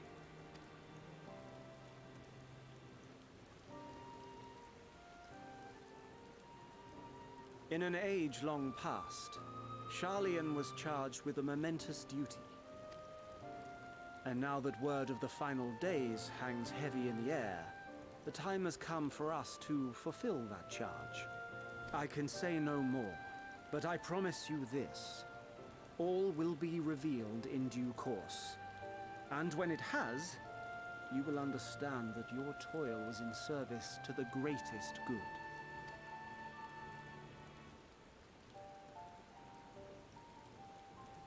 Then I will do your bidding. For now. But unless you wish the Gleaners to rise up in protest, I advise you to offer tangible improvements for our working conditions. Your promised revelation does nothing to address present circumstances. A fair point. Your concerns will be conveyed to the Forum.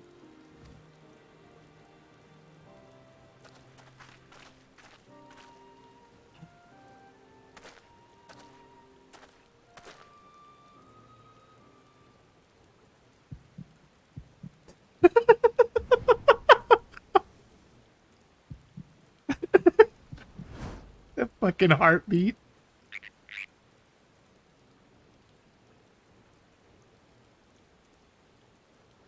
I hope that was informative. You may consider my debt to you repaid in full.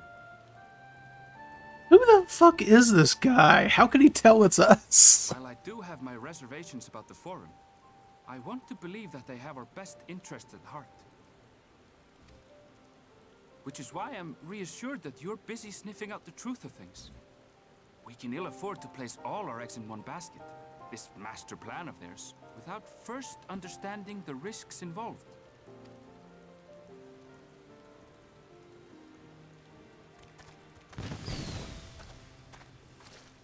Wait! How did you know it was us? If you mean to impersonate a toad, try studying the real thing. And don't try to fool an expert. Oh.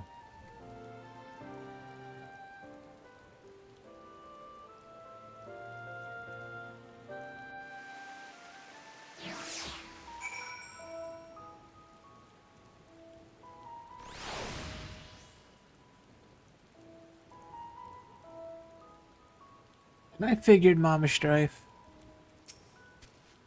Let's see here. Our toad performance needs work, apparently. I'll have to pay more attention the next time I see one. I suppose we should have known... Oh god, there's Crooksy. A gleaner who specializes in animal procurement would not be so easily deceived, yet he seemed inclined to put his trust in us all the same. More importantly, perhaps we've discovered a new piece of the puzzle, this momentous duty the Forum agent mentioned. Charlian has been called to action, and the Telephoroid's declaration was the catalyst. Whatever charge it is they hope to fulfill, they deem it of sufficient import to disrupt all of Labyrinthos, not to mention ignore Eorzea's request for aid.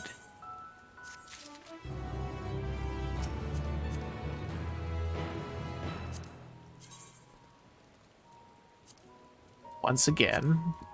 Why can't we just stick bunny ears through that hat? It's a flat freaking hat, man. Come on, stick bunny ears out of it. That ain't hard.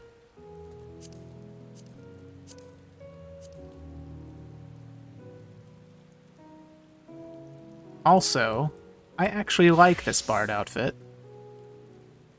In fact, I even like the colors for once. I may not even have to dye it. Let's see what it looks like when dyed, though.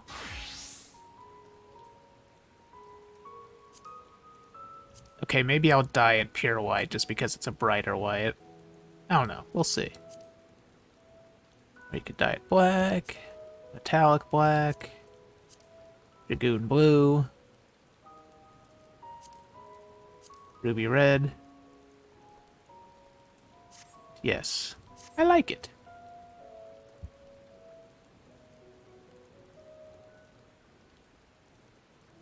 Oh yeah, I understood that, Chibbles. Let's see, what duty could warrant the direct involvement of the Forum and the commitment of all its resources? Judging by what we just heard, none of the Gleaners were offered any kind of explanation. At this point, it seems abundantly clear that we'll learn nothing new by pressing them further. We should head back to Ishtol and Kral for the moment. See what they think of this.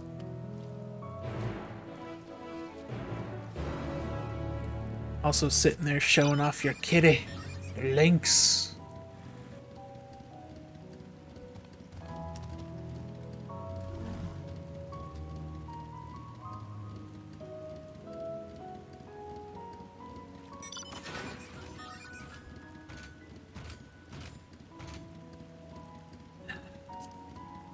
Let's see here.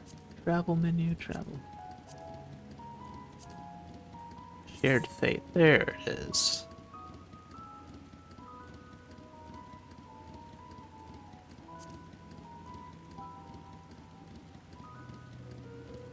Okay, so I've got to do 6 fates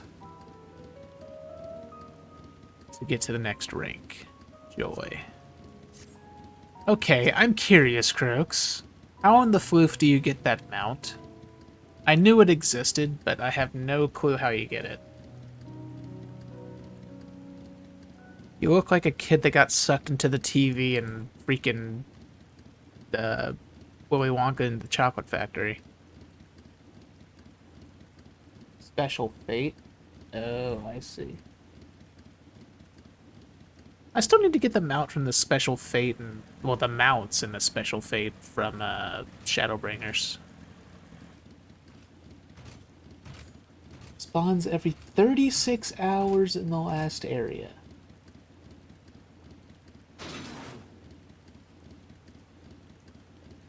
The EX1 mount?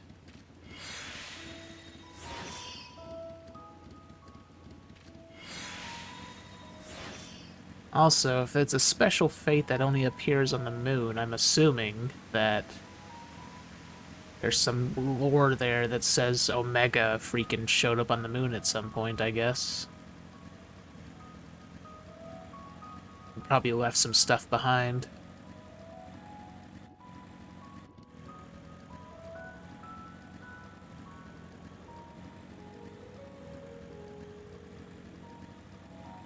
Oh, so EX1, that mean oh, Chibbles wants a dark kitty or a purple kitty. I get it. I'm assuming it's purple anyways, based on darkness. It's funny how normal the forest seems now. As a toad, it was also much more ominous and threatening. Welcome back. I trust you found Erenville then. Yes, I know about how the Reaper looks, Crooksy. Interesting. I had a feeling you would learn something important, even if that something was simply a confirmation that no one knows much of anything.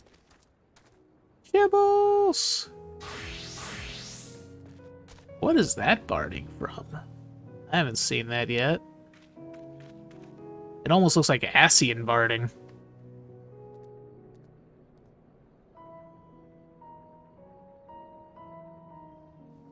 Let's see, we should share this with Kyle, then discuss how we'd like to proceed.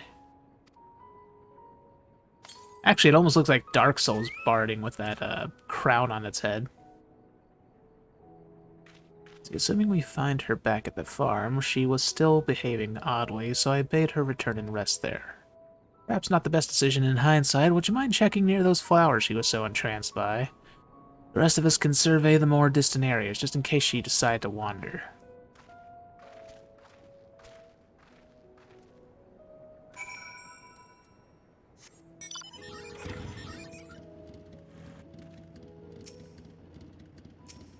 Chibbles named his chicken Deadpool. Oh, Hades barding.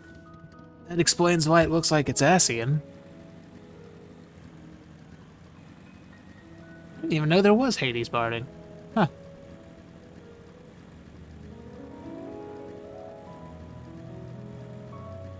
I'm assuming that there's barding based on Ruby weapon and Emerald weapon and Diamond weapon and all that too then. And Warrior of Light, probably.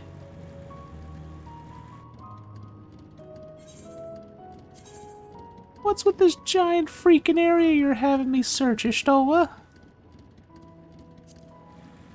I don't even remember where the flowers were.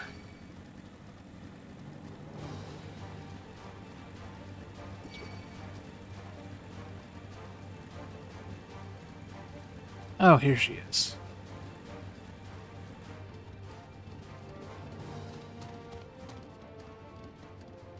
Oh, Chibbles has Hades dragon. I still have none of the dragons yet.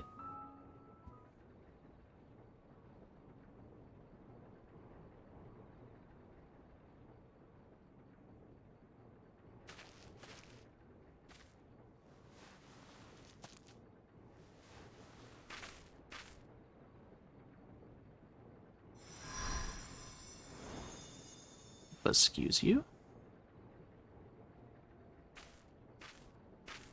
For you. The spell will keep it from wilting.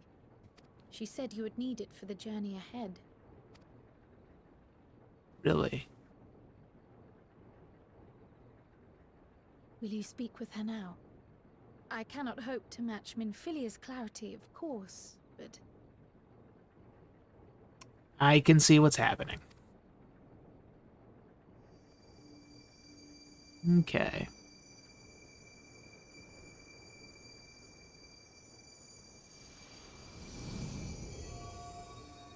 Thank you.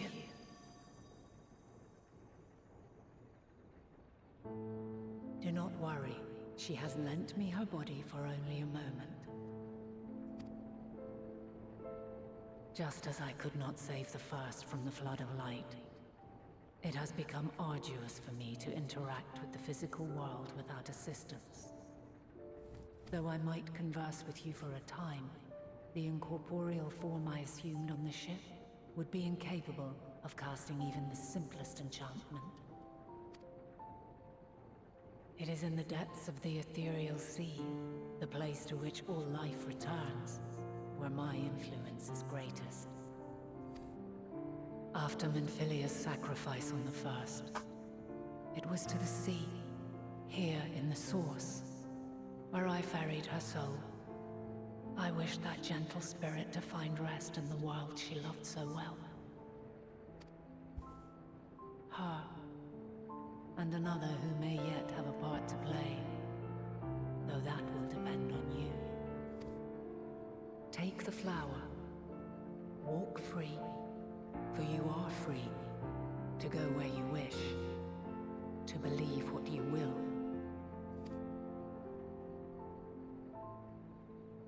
That bloom will be your guide, test and proof of your conviction. In darkness, seek joy. Surrender not to sadness, and see beyond despair. Walk free, and bear the light for others to follow. Together, raise it aloft and let it shine, till the end, blinding and radiant.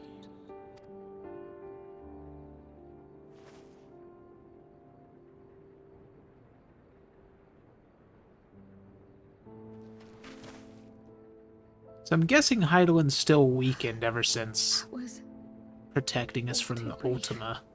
Already she seems so far away.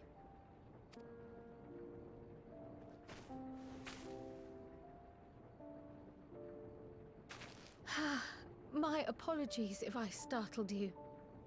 Ever since we began our descent into Labyrinthos, I had sensed another's will, straining to reach out. Even with my particular talents, though, I was unable to make a connection at first. So weak and tenuous it was. Once I took hold of that wispy thread. Imagine my surprise to discover it was Heidelin herself. Needless to say, it seemed wise to learn what we could before letting go. Her answers were more cryptic than I would have liked, but at least she left us with a guide of sorts, that unusual flower.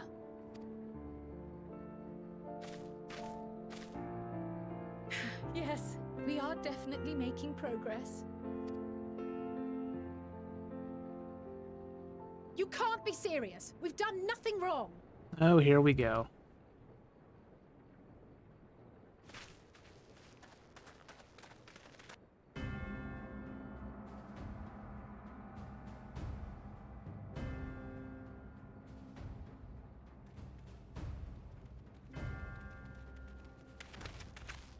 Master Fortuno? What business has the Forum with us? Obstruction and suppression, apparently. Mistress Baldessian, our records show you facilitated the Scions' entrance into Sharlayan by claiming them as assistants for your organization. Oh, God. He's gonna be a bigger prick. We are aware of your investigations. After alerting the major institutions to the presence of potential troublemakers, we received word from an Archean custodian. A group operating under the auspices of the students, skulking about Labyrinthos and engaging in clandestine behavior. Clandestine? We may not have entered Sharlayan as Scions, but we did naught to conceal our identities.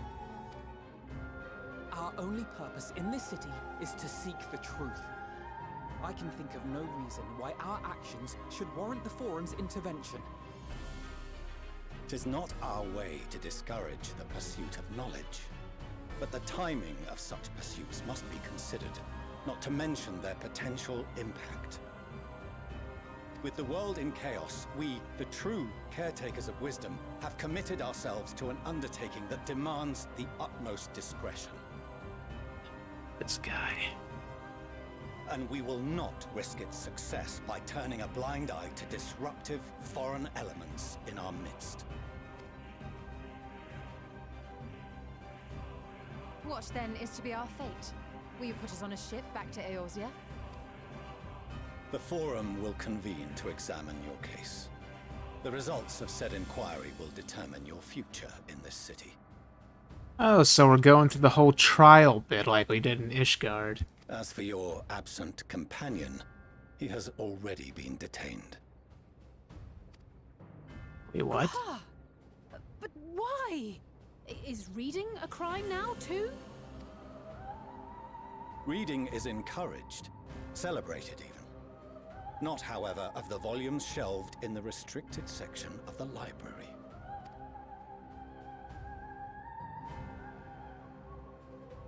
Oh, boy. Refusing to comply will only make matters worse. Let us instead treat this as an opportunity to open a dialogue with the Forum. I could just cut them down with my scythe. Or, you know, just, like, walk into them casually. Silence is often one's best defense. I would advise against prolonging the proceedings with frivolous discourse. I'm sure they'd go flying even if I just bumped into them at this point. Oh, it stands for Warrior of Light, Mama Strife. But enough. This is not the place for debate. The rostra await.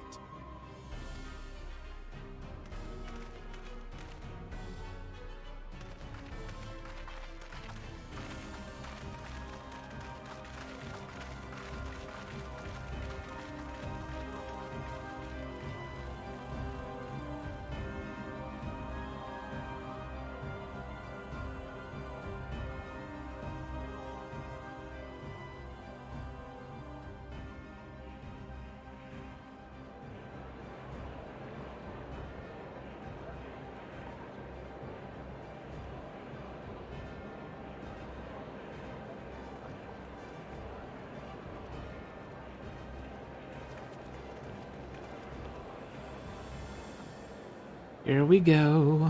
Bunch of pricks. I was careless. We would have been detained regardless. This way, at least, we managed to stay together.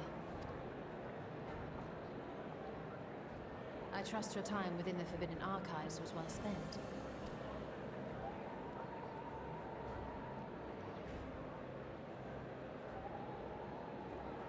The forum will come to order. This inquiry is now in session. As Speaker-elect, I will be presiding over the day's proceedings. Master Fortuner, would you be so kind as to restate the matter which compelled you to summon your colleagues with such urgency? As you are all aware, we recently denied Eorzea's request for Sharlayan assistance. Since then, certain individuals dissatisfied with our decision have taken it upon themselves to interfere with our work. They entered our nation masquerading as associates of the students of Baldessian. But these malcontents are better known as the Scions of the Seventh Dawn. These militants wield influence with both the Eorzean and Eastern alliances, and are inextricably involved with the crises presently afflicting the world at large. Loose in our city, these warmongers sought to meddle with and expose matters of state secret. What are they, if not a dire threat to be expelled?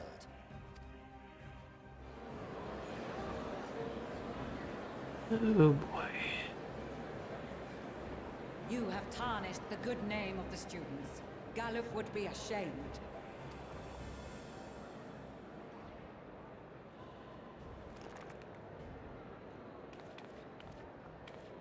Galuf Baldessian was never one to forsake his fellow man. Even if this nation closed every door and retreated from the world, he would have found a way to help the Scions, help every soul of this star fight back against the coming doom.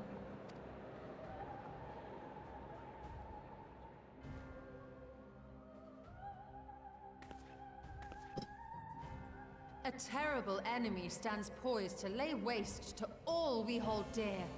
In the face of such madness, Eorzea reached out to Sharlayan, a respected ally, in the hopes of forming a united front. Was your curt dismissal truly the best you could offer? Or are you so preoccupied with your momentous duty of an age long past that even the end of the world is unworthy of your attention?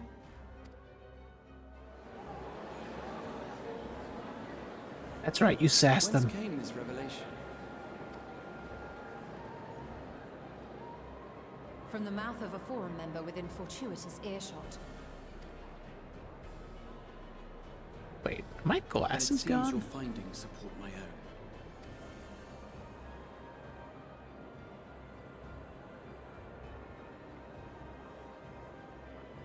The reason I visited the restricted shelves was to study records of the Forum's policymaking process, to better understand the historical trends underlying their most major decisions. At first glance, the positions of neutrality in war and the accumulation of knowledge above all else appear constant and consistent, the unchanging pillars of Sharlayan society. And once upon a time, I might have left it at that. These days, however, I am more attuned to the subtleties of governance, and so I noticed something odd.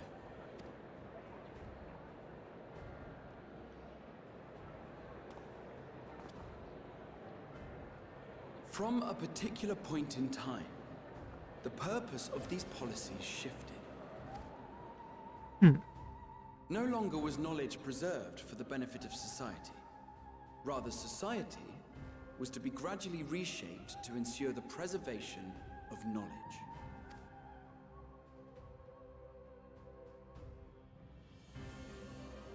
The most conspicuous and telling change was the one which befell Labyrinthos. Once little more than an oversized storehouse, an enormous allocation of funds saw it transformed into an advanced research and archival facility. I also discovered a fascinating account on the finances of our Dravanian colony.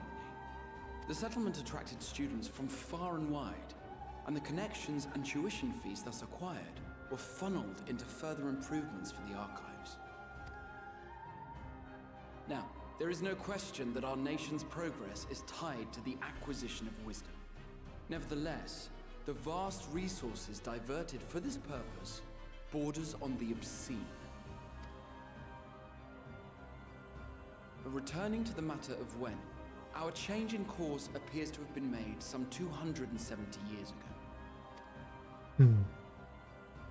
The very same period when Sharlayan scholars in the hinterlands began a formal study of the ethereal sea. You found something, did you not? And whatever it was, gave rise to your oh-so-important duty. Mind your tongue, Archon. If you had seen... The hell?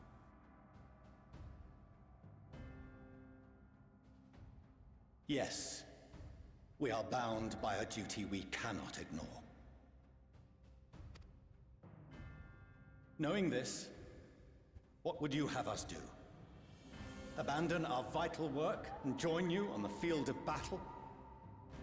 We will never choose the way of the sword. We will fulfill our mission, not through strife and bloodshed, but survival. Come what may, we shall live on. We must. Do as you must, then.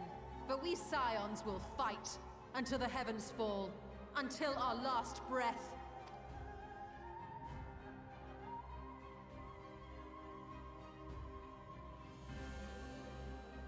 Such misguided zeal.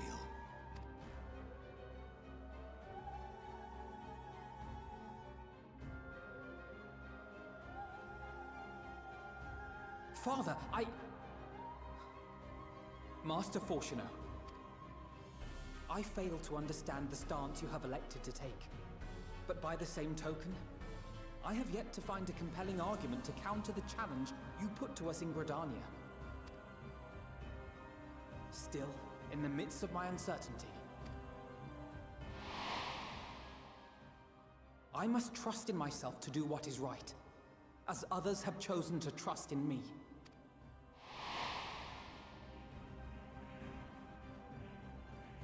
So I will continue, as I always have, weighing the consequences of my every action, and allowing my hope for the future to inform my decisions.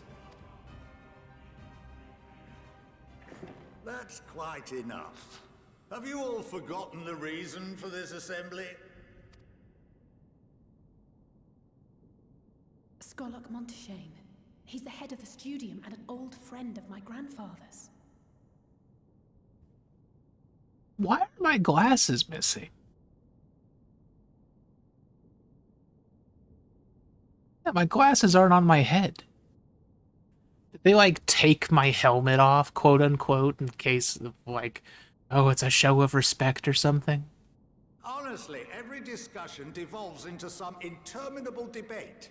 Terrible habit. Let's return to the topic at hand, By their own admission, these Scions have resolved to fight alongside the Eorzean nations against the doom which swift approaches. But there exists no evidence of an attempt to incite our citizens to do the same. Furthermore, while our decision may well have been the correct one, we cannot simply bull our way through these disagreements without inviting doubts or objections. Put yourselves in their place. Who among you would leave a tome unopened if an elder forbid you read it with no reason given? No. If we're to quell further discontent, then we must conclude this matter with a fair and even hand. At least this guy's nice.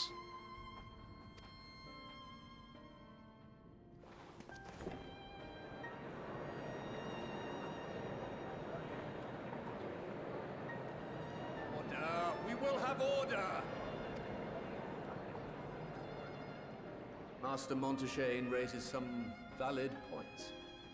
Keeping such concerns in mind, I propose we enforce the following measures. Yeah. There's a semblance of sense. Until further notice, the students of Baldessian are to cease any and all activities within the domain of Sharlian. You will also refrain from any further investigation into the Forum's decisions and duties. Failure to comply with these restrictions will result in the immediate expulsion of your Scion associates. Let us put this judgment to a vote. All in favor, raise your hand.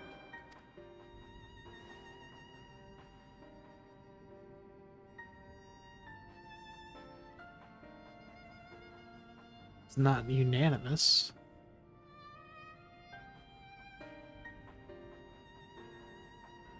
I count 51 for and 48 against. The proposal is passed. Well, crap.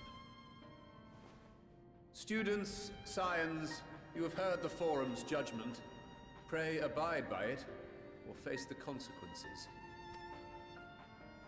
You're not my real dad. You don't tell me what to do. Honored members, I thank you for your time. This inquiry is concluded.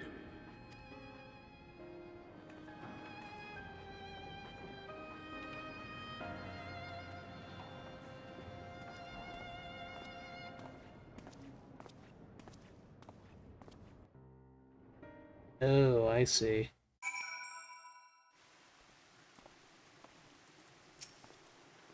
Let's see, thank the gods for Scour Montaigne. I absolutely loathe arguing in circles. My father may be right that I'm still groping in the dark for answers, but I needed him to know that I would never stop searching. Oh, that much to Arnvald and myself. You may encounter some raised eyebrows, but do continue to claim the students as your sponsor whensoever the need arises. I believe in the guiding principles of the Scions, and I know my grandfather would have as well. I apologize for the trouble I've caused you. I was pondering the significance of what I had just read as I left the restricted section. I knocked over the security mammoth on my way out. I promise to be more vigilant next time. Freaking Grahad getting distracted. Well, at least we've been allowed to remain in the city. Hold on. Also, just unlocked goldsmithing deliveries. Scared because it's level 80 collectibles. Huh. And our endless investigations have not been in vain. We now know that this mysterious duty of theirs began with whatever the Forum discovered in the Aetherial Sea. With our freedoms so sorely curtailed, however, we will struggle to learn aught more of substance here in Sharlian.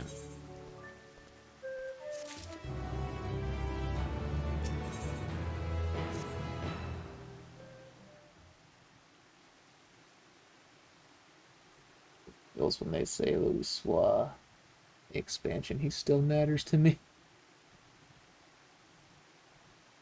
Yep, I miss the old man. Let's see, the overall picture has grown clearer, yes, but that's in spite of the Forum being so maddeningly vague about this duty of theirs. Why are they so reluctant to explain their actions in plain words?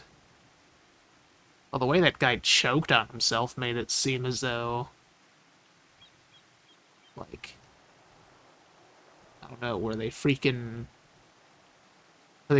tempered by something and there's like some forceful order that they can't tell anybody about it?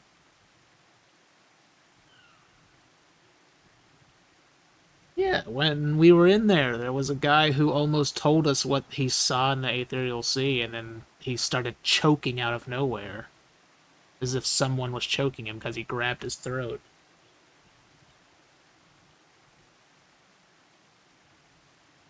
See, survival come what may, his father's work is so vital that it takes precedence over his own family. Alphino, Alizé, it is you. Who is this? Oh, is that their mother? When I heard you'd been dragged before the Forum, I came as swiftly as I could. I am so very glad they allowed you to stay. Yep, mother.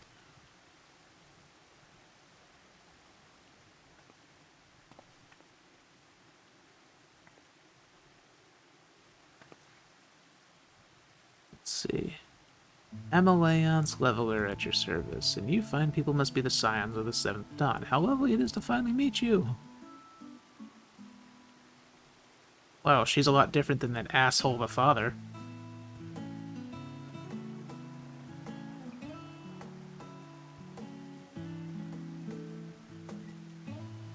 Yeah, how are you doing, Lunar? Swing and a miss. See, Mother, please, we don't wish to make things difficult for you. If word reaches Father that you were here... Oh, bother that. Am I to be chastised for speaking with my own children? I am well aware that you and Master Fortuno are not on the best of terms at the moment, but I've been absolutely desperate to see my darlings again. Oh god, she... Is the reason Alphino got so attached to that one, giant cat lady in Yomor because she's like her mother, their mother is like her? Because she seems to be like them.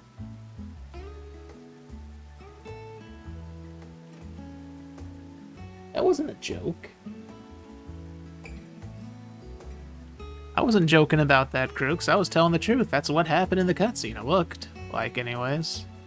So you'll come by the house, won't you? I have gifts waiting.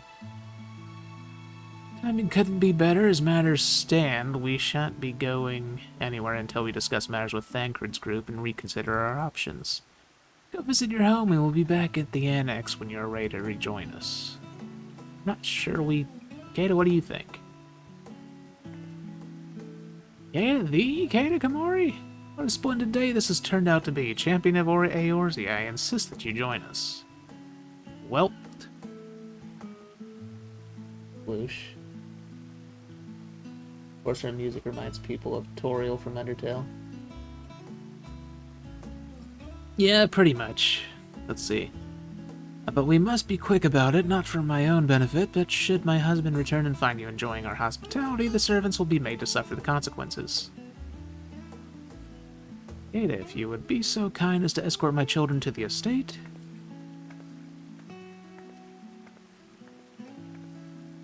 And then she was gone, and with her any opportunity to protest. Indeed, the matter is settled. Enjoy yourselves, you three. Well.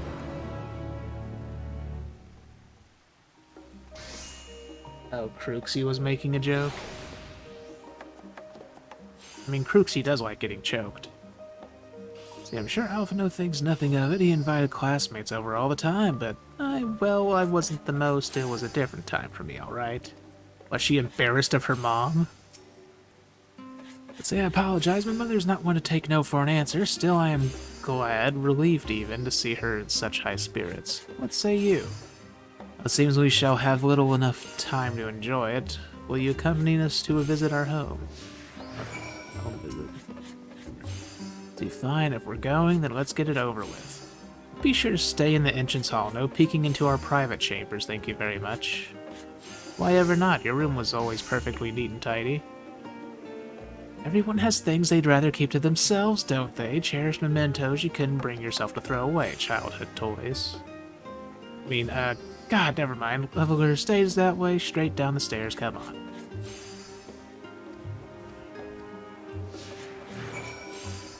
Oh boy. Alice's got embarrassing things. We gotta go see them if it'll let us. Also, I saw Chibble's crafting.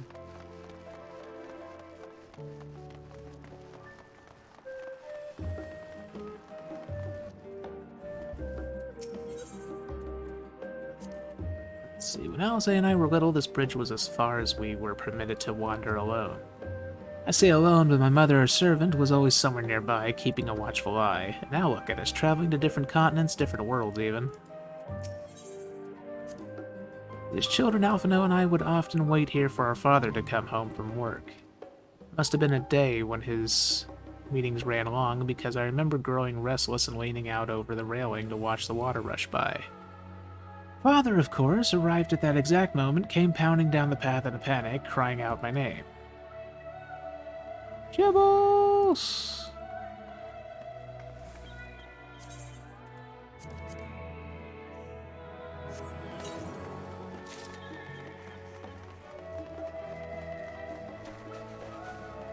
Crafting food?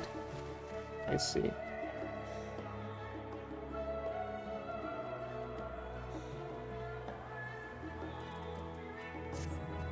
She has private things in her room. I would hope not, Crooks, because she was like 14 when she first showed up in this game.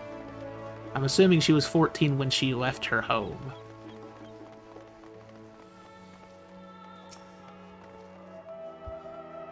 If anything, she probably has a Warrior Light Body pillow.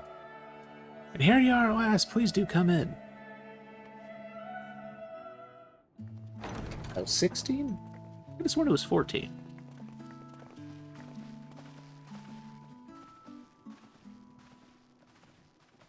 Welcome home, my lady.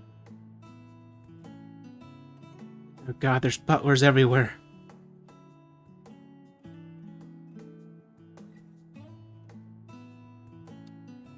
Well, I can see what future furnitures there's gonna be.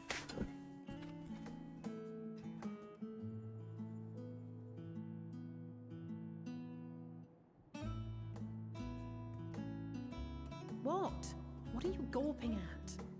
Like, you're a rich bish.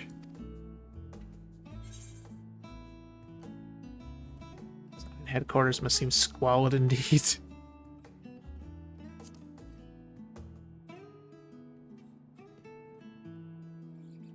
Oh, gods, please don't. It makes me feel like a spoiled princess.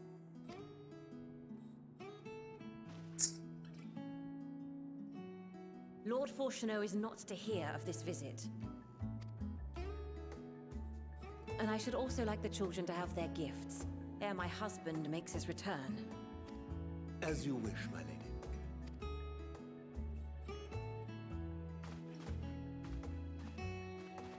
lady. Excuse you, Master Crooks. Alphino, Mistress Alice, if you'd accompany me upstairs.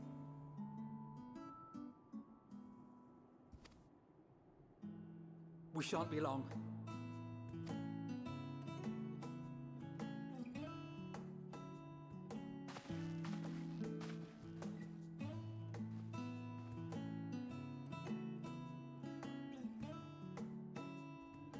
The twins have been sending letters home from time to time, recounting their latest adventures.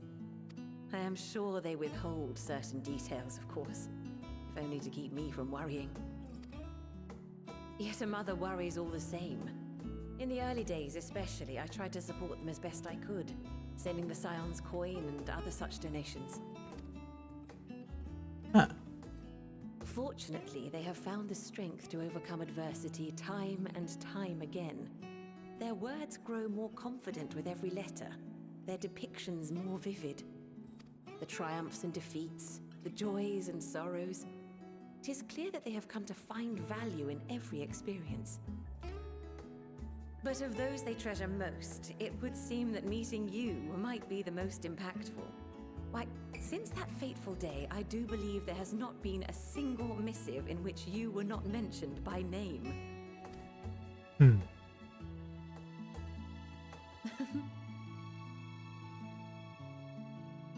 Tis plain they care for you, and I am glad they have such a steadfast companion watching over them. Under normal circumstances, I would offer you tea, but alas, these are anything but.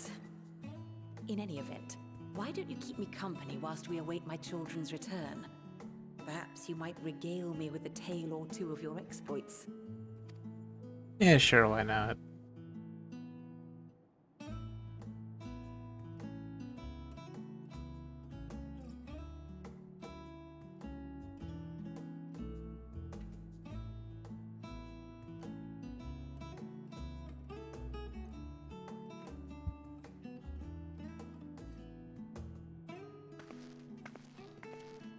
And you I figured mentioned they'd get their gifts. new I outfits wasn't here. sure what to expect. Mother, Oh, she's got them stomping boots. Oh, look how well it fits you. And the style is to your liking?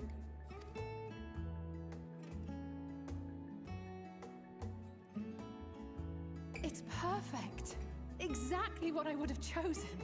But please, tell me you had something different made for Alpha now. So she's got stomping boots, she's got knee guards for when she's on her knees. Naturally. You are hardly little children anymore. And while I shall miss dressing you in those precious matching outfits, I must respect the individuals you have grown to become. See for yourself. The hell do you mean, husband number 10, Crooks?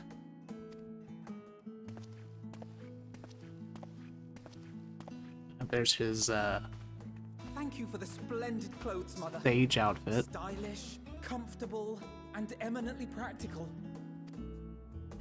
I am so glad you like them. They are, however, missing one final touch.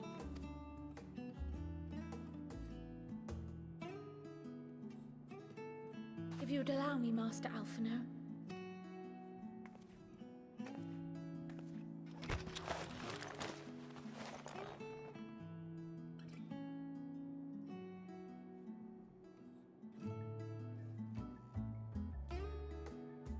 Wait.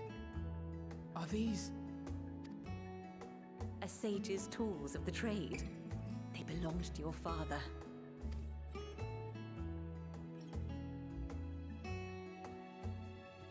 Though he may as well be chained to his desk these days, as a student he was often called upon to venture into the field.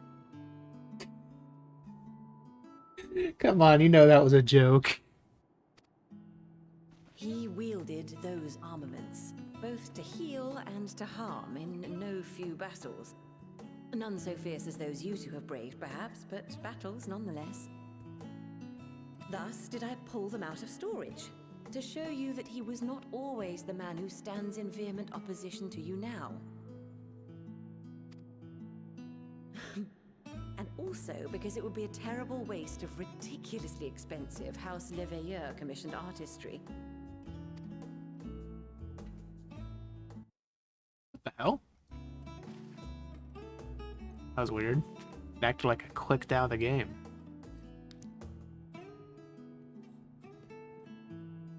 I am told these devices are quite difficult to master, but someone of your extensive experience should soon have them darting about with grace and aplomb. May the wisdom in that crystal serve you well. And please, try to find common ground with your father, that you might come and go without need for this awful subterfuge.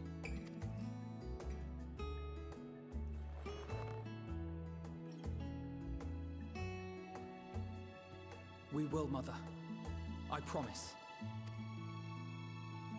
My final gifts to you, before you run off, are an observation and a suggestion. Firstly, Fortuno has ever been a serious man, but it was only after you were born that he truly lost himself in his work. I may not know the Forum's inner workings, but I know your father's. The timing of that change in him holds some significance. Secondly, do not seek to best your father with words. No, beat the shit out of him instead. You gotta overpower him. Far better that you simply show him. Let him discover the merit of your actions, after they cannot be undone.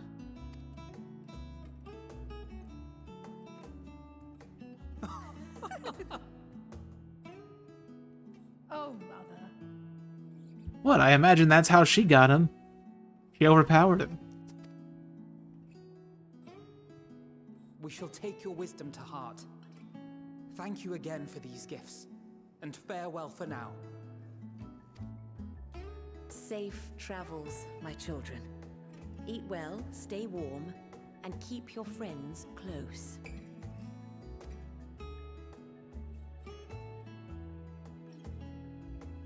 Yes, exactly. Show dominance. Do your greatest T-pose. And hi, Hego. Hi, Higgles.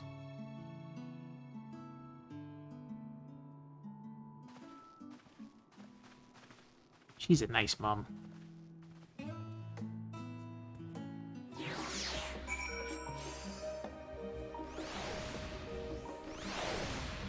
If someone's looking around, that means there must be a Vista somewhere around here. Okay, I can only assume that they somehow got on the roof. Or a high balcony. I'm leaning toward balcony.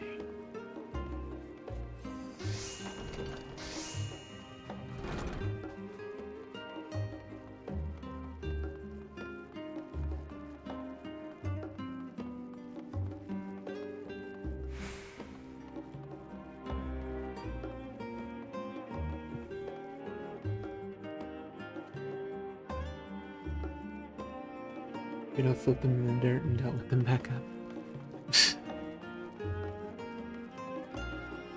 Nibbles! Yep, here it is.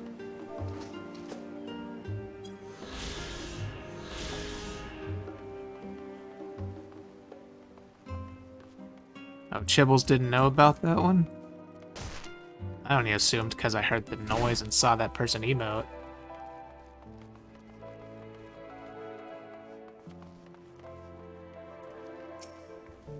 Let's see, and that was that. Only the gods know when we'll be back again. See, thank you for indulging Mother's request. I can see it meant a lot to her, and I shall refrain from inquiring as to the content of your private conversation. Our visit was all too brief for now, however, it will have to suffice, as will these tokens of home that we carry with us, these gifts to help us remember who we are and whence we came. Enough sentimentality, let us return to the annex and rejoin our companions.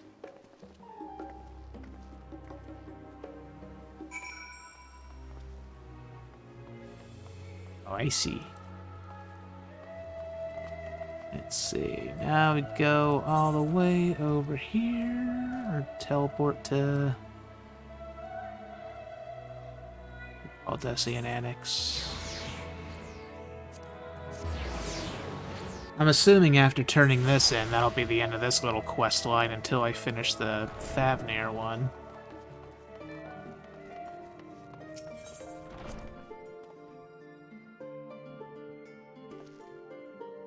We recently became more dangerous. How is that, Higgles? See, don't think for a moment that I'm jealous of Alphino's new weapons. They're far more suited to him than me. We left for Eorzea in matching outfits, but our styles, both fashion and fighting, have long since diverged. If anything, I'm proud of the differences between us. Let's see, if I intend to master these sages' armaments, that will mean learning to imbue them with the same ether that I poured into Moonstone and Obsidian. It's difficult to grasp the essence of such an entity. For me, it will help to think of the Noliths as allies in battle, simply a new form of energy which went into manifesting my carbuncle minions.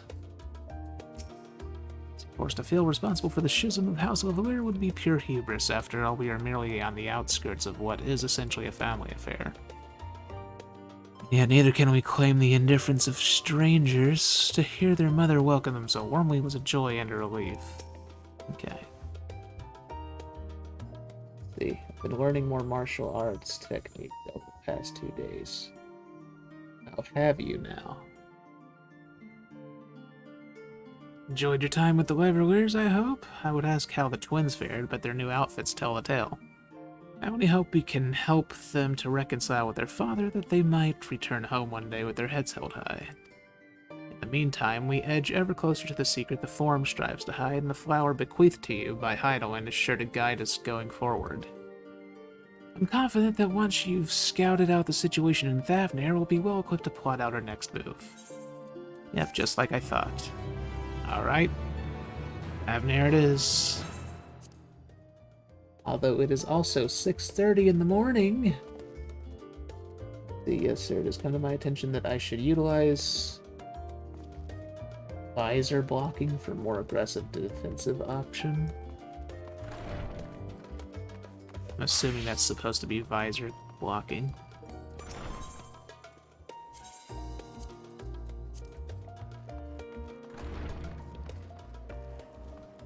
God, I'm getting a little sleepy.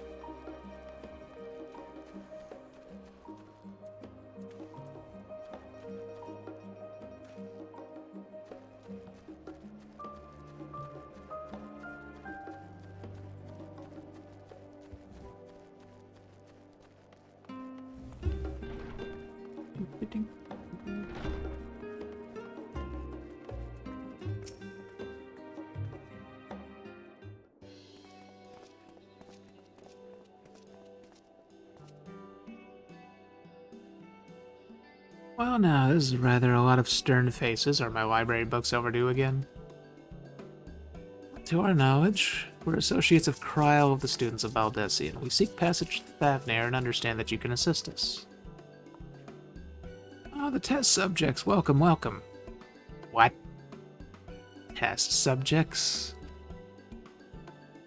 Oh, you hadn't heard? Well, then allow me to explain. So in order to travel to an aetheryte, you ordinarily need to be attuned to it beforehand. Otherwise, you can't use it as a beacon to seek out while you're in a mess of aether hurtling along the life stream. An inconvenient but incontrovertible limitation of aetheryte teleportation. But what if I were to tell you that there's a way to travel to an aetheryte without being attuned to it? Oh, shit. Visor blocking is mostly utilized in Muay Thai, but also incorporated other martial arts like Wing Chun. Using your elbows to block high punches that are aimed for the face in order to break your attacker's hands, since the elbow bones are typically stronger than the hand bones. Oh, I see. A way to teleport instantly to places you've never been. For long years we've labored to make such travel possible that people might move about more freely. And we've finally done it! We've created a new kind of aetheryte that doesn't require attunement. Surely that changes everything. Well, my language may have been a bit misleading. The user need not attune to these aetherites, but the aetherites themselves must have been pre-attuned to each other, thereby facilitating travel between the 2 points. But it just so happens that of our first test pair of aetherites, one has been installed here in Charlian and the other in Jedlimad, a port town in Thavnair. As you may know, our nation has long maintained strong ties with Radz-at-Han. Indeed, we owe much of this breakthrough to the contributions of their alchemists. To sum up, we're to test these aetherites. How fortuitous for you!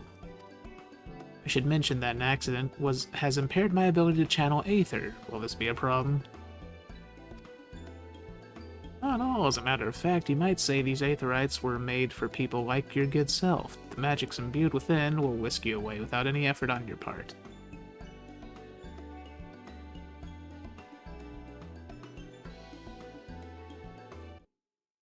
Wait. They seriously? Freaking Twitch censors the word weeaboo now? What the hell?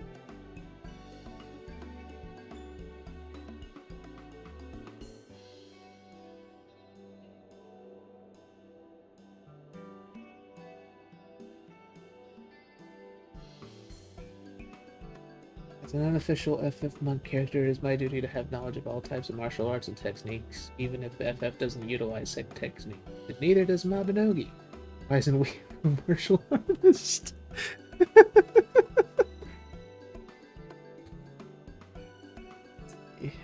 Not at all. As a matter of fact, you might say that. Oh, right. A veritable dream come true, and far be it from me to worry about such things, but do we have permission to make use of your shiny new invention? The only permission required is yours, so assuming you're willing, we're all set.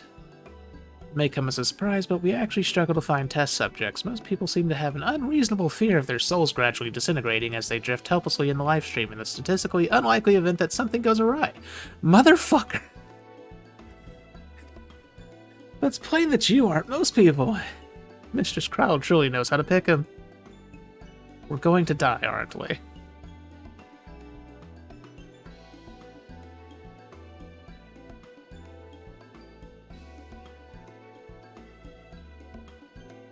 We might change the subject. Are Master Wilfson and Mistress Blowita not present today? Oh, you didn't hear? They've recently resigned their posts. Their expertise were needed elsewhere. Large-scale project owned by the Forum itself, as I understand, but I'm not privy to the details. I see. Any other questions? No? Then let's get going before you change your minds. Please see to your preparations and head outside to the Aetherite Plaza. I'll be along shortly. For God's sake.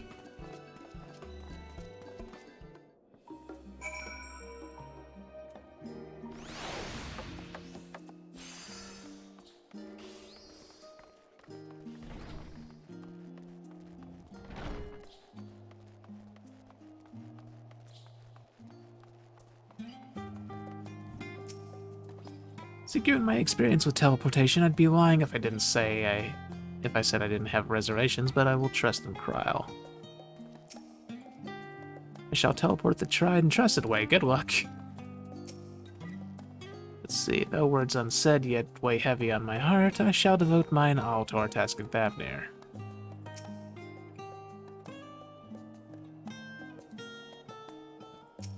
I clicked my seal on accident.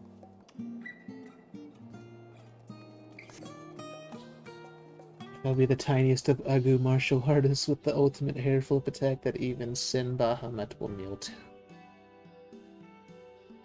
Oh boy.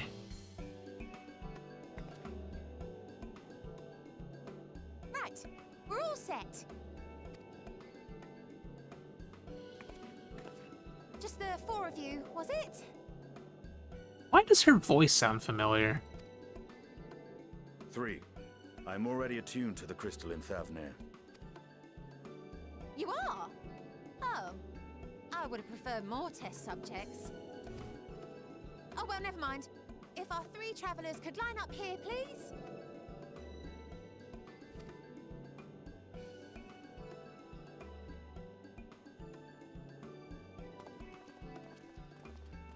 She kind of sounds like she's voiced by the people who voiced, I can't even remember her name. Who was Lisa's sister? Take a deep Who breath, died? and I'll soon have you soaring through the ether. Yes, there are races in FF. No, they do not specialize in certain stats, so you can be a tiny person that punches people. In FF11, there are racial stats, but not in FF14. Let's see.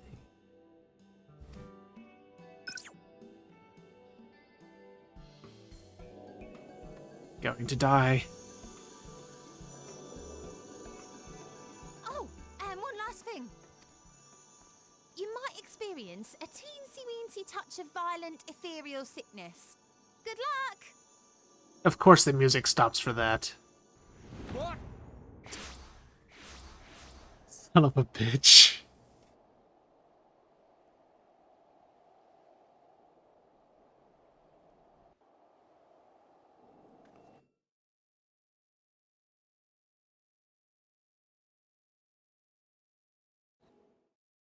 Yeah, be happy that it's not like Final Fantasy 11. And 11, if you were like well, the 11 equivalent to the Lalafell, you could only be well, you could be whatever you wanted, but your stats were mostly optimized for stuff like Summoner and Black Mage and Red Mage.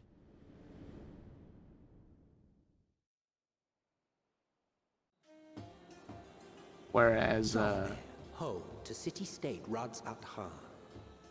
Rising from the southeast the waters Wolves of were the strongest bounty, for this Isle of Plenty served healers, as I the battleground guess. for a conflict between 2 peoples. Their cultures bled into one another until a unique amalgamation was distilled from the chaos, in a process not unlike their precious alchemy. Once solidified as a single nation, an adamant stance of neutrality would hold invaders at bay for a time.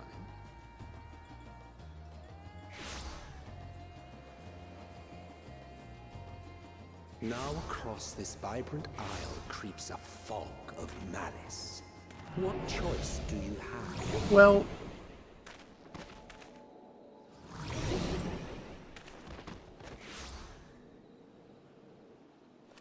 What chance?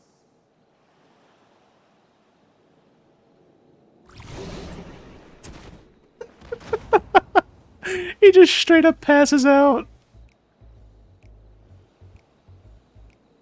Against such an insidious foe.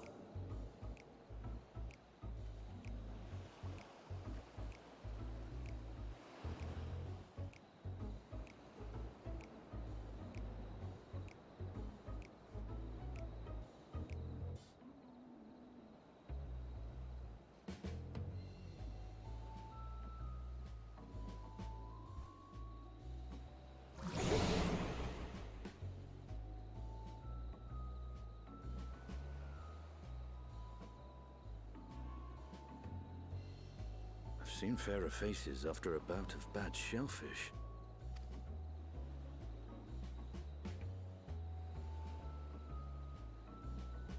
Let me bring you something to drink. That should help settle your bellies.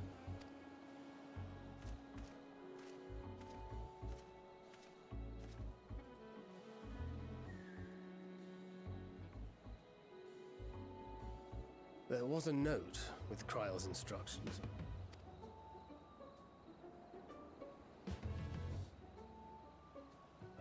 Don't let Estinian roam the markets alone. He's alarmingly bad with coin. Oh, shit.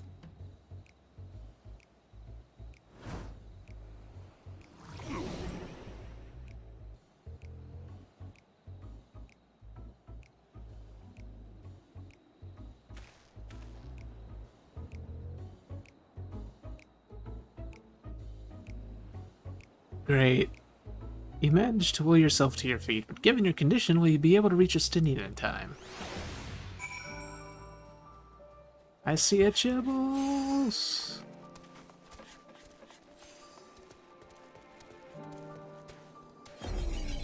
Oof.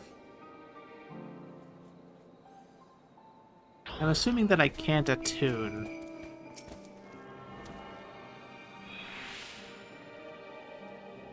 Wait, I have a time limit? Oh wait, that's my chocobo.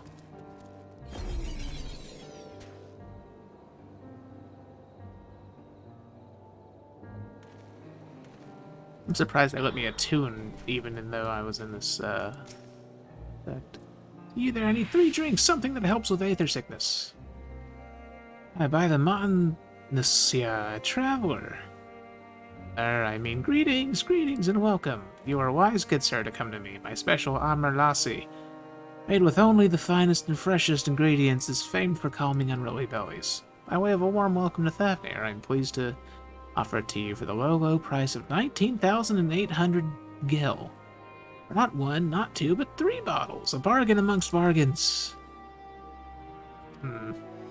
Price is high road robbery, and you want to say as much to Estinian, but you realize any words of warning you cry out would be accompanied by your last meal.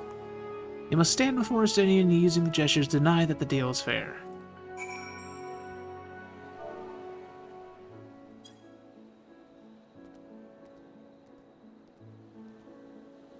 I thought you could barely stand. What do you need to tell me that's so urgent?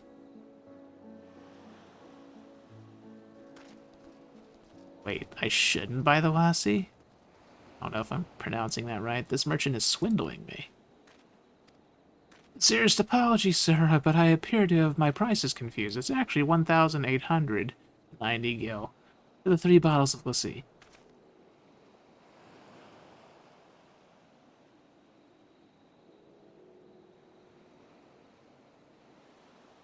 You can make an orange one, I think. Just have to mess with the colors. With that confusion would have been quite costly for both of us. Very well, then, your coin. Here, a bottle for each of you. Take them to the others and get some rest. Be back after I've explored the town.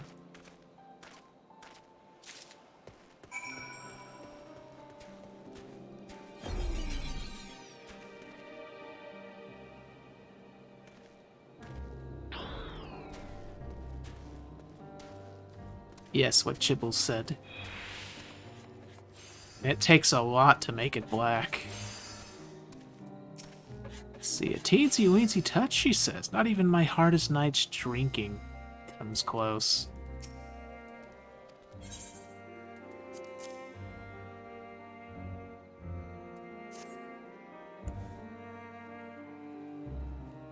Praise be to the 12, my stomach doth loosen its death grip. My heartfelt thanks to thee, Anastinian, and to the fine fruits of this land. You were in time. Excellent, you spared us Tataru's wrath.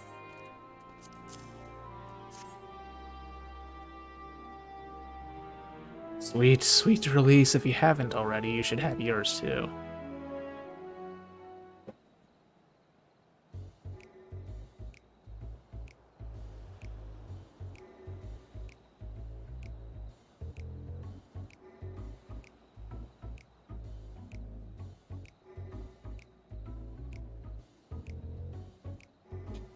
Let's see, right, I'm ready to get on with it. That lassie, that truly worked wonders. Let's see. Back on your feet, I see. My hair? I have bound it. 'Tis the most I could do against this heat short of shedding my armor. May I ask where you got the cord for it? A local vendor, the man said it's a Favnarian weave, tough and not easily unraveled. How much did it cost? 9,400 gil. A steal, I was told. 'Tis nothing fancy, but I've always valued function over form.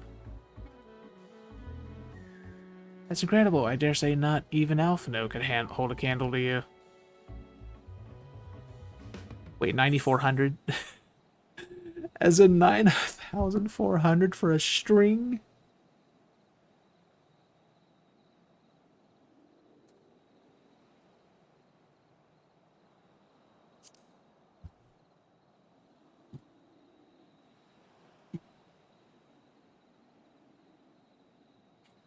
Why would I want a black chocobo? Because I like it. See, I am inclined to agree with thine assessment. It doth seem excessive, unusually so. Claiming Favnir as its dominion, the nation of Radzat Han hath long thrived as a hub of commerce.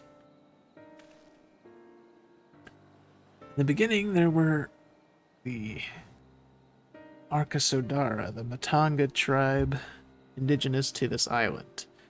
Over time, they came to be joined by other races, and through their intermingling, a culture rich and distinct did emerge.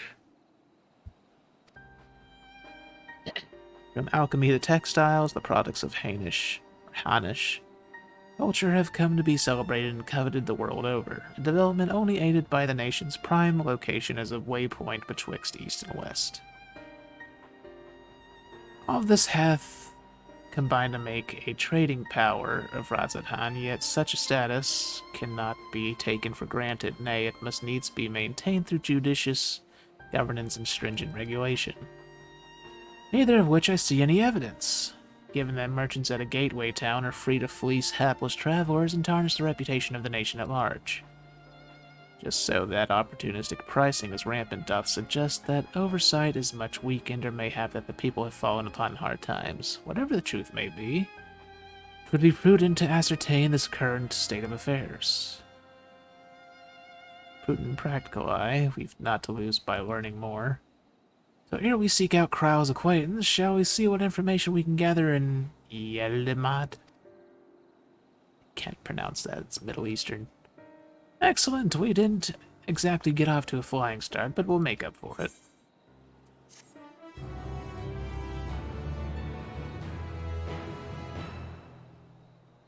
What if the chocobo can't see itself at night? Well, then maybe it'll run into itself. I don't know. Maybe it'll run into a reflection of itself in the water. Or mirror. See, it's truly a boon for unruly stomachs.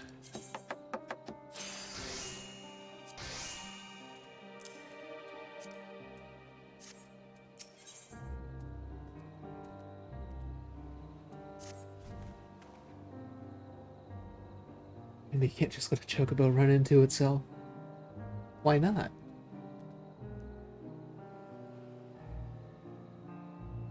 Tell me, Higgle Prompto. Why not? It would make a funny video you could take with your Final Fantasy cell phone. Let's see, right, let us split up and make inquiries in town. The pier is yours. Once we have learned what we can, we regroup by the Aetheryte. Off-putting though the mere sight of it may be. Like the cell phone that Chibbles has.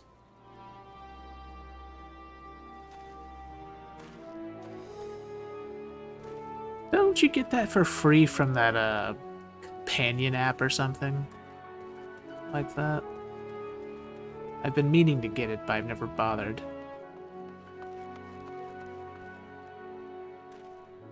Chocobos are like 3-year-old children. You have to supervise them even after adulthood.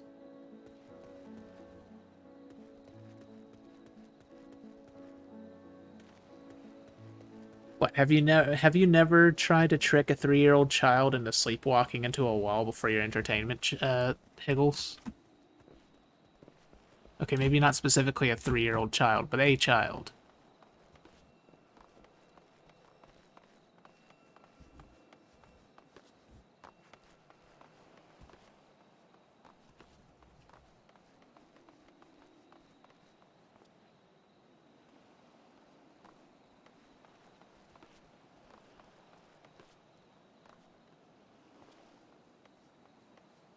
See, Mama Strife knows what I'm talking about. She probably did that to Strife when he was growing up.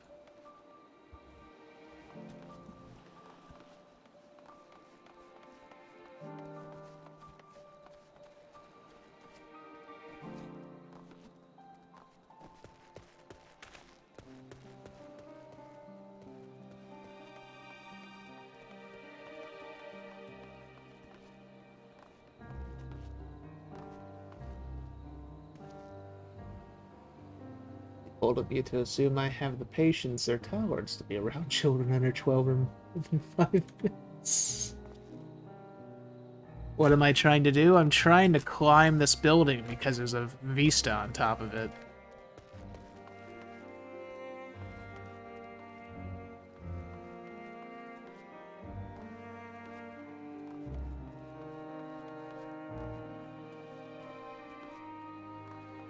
I'm assuming that I just have to wait until these doors will open at some later point, though.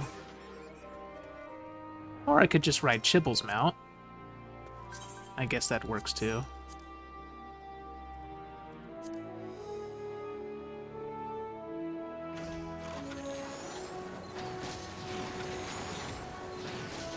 Thank you, Chibbles!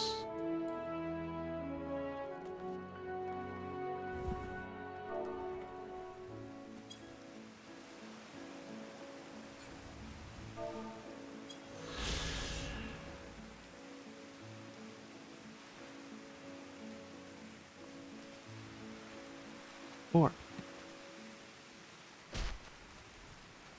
They broke my legs. Oh, gemstone trader. Welcome, traveler. That's right, we're open for business again. Can't sit waddling where there are sales to be made, am I right? So got any bicolor gems you're willing to part with?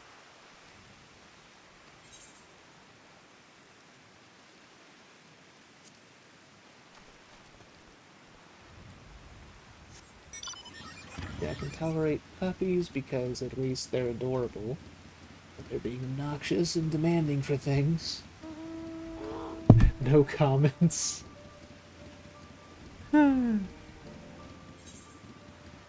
Let's see.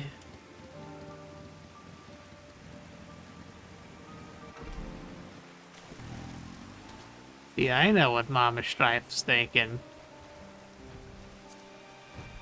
I know how the parenting goes. Let's see, the crate is laden with fruits, but they are on the verge of spoiling, as if they have been left too long.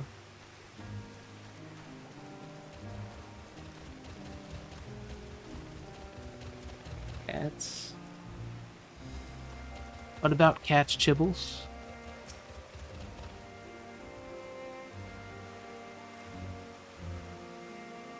So I see polar bear. Is the polar bear a cash shop mount? Or is it an old Christmas mount? Gazing out from the pier, you spy boats moored off by nearby isles with the silhouettes of larger seafaring vessels farther away. Compared to other ports you have visited in the past, there appears to be very little activity.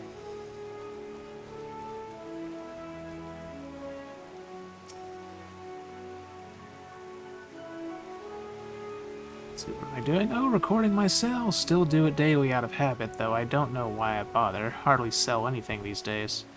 Business has never been this terrible, but I suppose things could be even worse. I could have a consortium to keep afloat, like Calzal.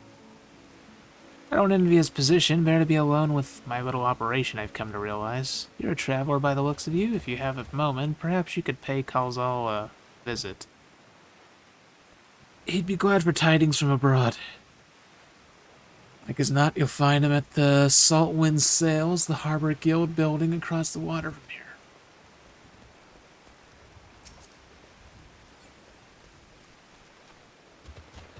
Be adorable and will leave you alone if you want for the most part. Require very little maintenance. I'm not sure about that for all cats, Chibbles, because my cat is very, very needy. My cat is extremely needy, like the neediest thing I've ever seen. Let's see, well now, if it isn't a traveler, you're a rare sight in these unsettled times. People have been giving us a wide berth since that accursed tower suddenly appeared in Narunair. If it just stood there and loomed ominously, perhaps things would be fine after a fashion, but no, it had to spawn fell fiends as well. Still have our lives thanks to the radiant host, but business is as good as dead. What will become of us, only the gods know.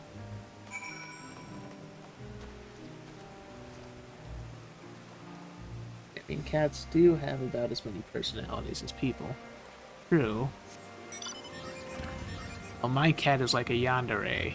She will she'll meow at you until you pet her, and if you don't pet her, she'll either try and grab you with her claws, or she'll, like, start rubbing her head against your hand to force you to pet her. It's like, if you won't pet me, I'll pet myself. On your body, essentially.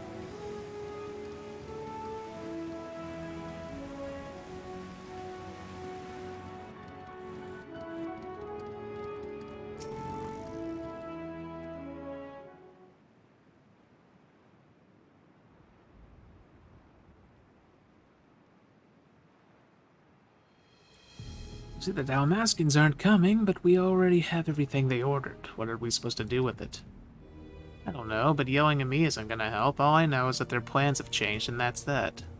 Look, you must have known this might happen. The Empire's at war with itself, and the provinces are in chaos. Then there's the tower sitting on our doorstep, spitting out monstrosities. The city has its defenses, but we've been afforded no protection out here. We can't blame foreigners for not wanting to take the risk. This'll be an enormous loss. Alright, forget about the Dalmaskins. Surely some ships are still coming. Fresh produce, handicrafts, medicines, all the perennial Hainish favorites. Our consortium works closely with merchants and artisans to supply only the finest wares. Quality is guaranteed. I know all these things, because all I do. Which is why I regret to say I have nothing for you. All voyages have been cancelled or indefinitely postponed. And you are? Wait, you're a foreigner, are you not a merchant? Please tell me you're a merchant. I see, that's a shame. I'm sorry, but we're discussing important matters. If you need something, please talk to one of the others. Ishtola's part cat? Are you just now figuring that out? She's a Makote. They're basically cat girls and cat boys. Let's see. Excuse me. My name is Matsuya, and I'm here to see Calzal. And he's being ignored. Well, it seems he's busy. I'll come back later then. He'd be a stompy elephant. Do you think she has some cat qualities and behaviors, or does she only exhibit normal human behavior? She exhibits the kind of behavior you would expect from a cat that's domineering over its owner. She has the Dommy Mommy personality.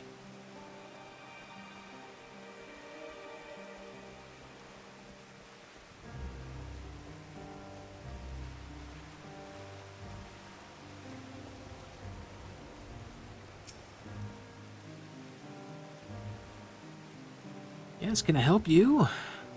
I don't know, can you? I remember seeing you back in the guild. You wanted to speak with Kalzal too, did you? I'm Matsi, a fisherman of Alkyawi, a nearby village. I sell my catch to Kalzal, who offers it to foreign merchants, but he hasn't bought anything for a while now. I heard that the consortium had been struggling. I became worried and decided to come and see him. Just as soon as he's free anyway. He's a hard-working man, and I dare not disturb him.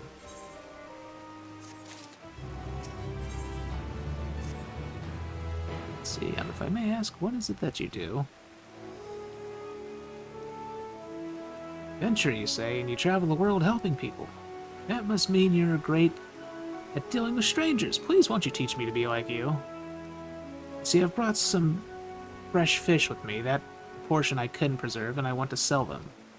The problem is, I'm terrible with people. I've ever only dealt with Kauzal, and I can't talk to customers without getting my trunk in a twist. But please, as silly as it might sound, will you not peddle the fish in my stead and show me how it's done? Oh god, it's one of these quests. If you're willing, please let me know and we can begin at once. The events that follow cannot be skipped. You may wish to cancel any pending duty finder registrations. Oh joy.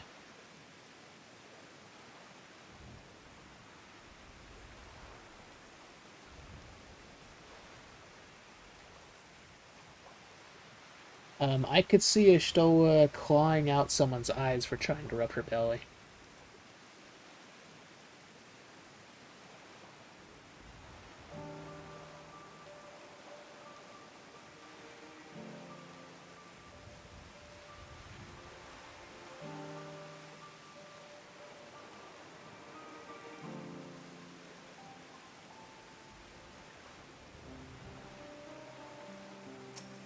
Probably. You'll do it then. Show me how to deal with customers. I'm in your debt. I mean, as it is, Japan's trying to make real cat girls, but they can't get the funding. At least, according to some news report I've seen pop up a few times over the past few years. Let's see, right, please try peddling my fish too, shall we say? 3 people here in Yerlimod. I will observe you and learn. He is now accompanying you. Keep him at your side in order to proceed with quest objectives. You can leave Matsuya. And banner. Yeah. Same stuff. Same shtick.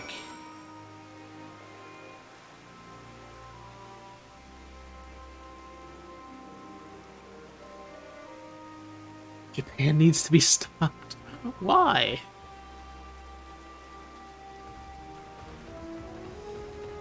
What, you don't want genetically engineered cat girls? Although knowing our luck, chances are it'd end up more like that girl who got fused with a dog in Full Metal Alchemist.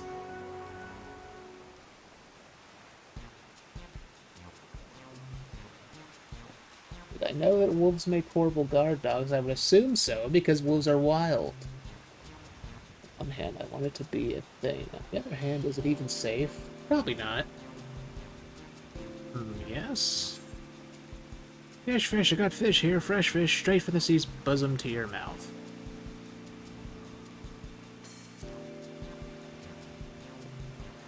Thanks to you too. I suppose I'm well enough given the circumstance. Things have settled down somewhat, but it was utter chaos when that tower first appeared. Everyone grabbing whatever they could, trampling over each other to get to the city.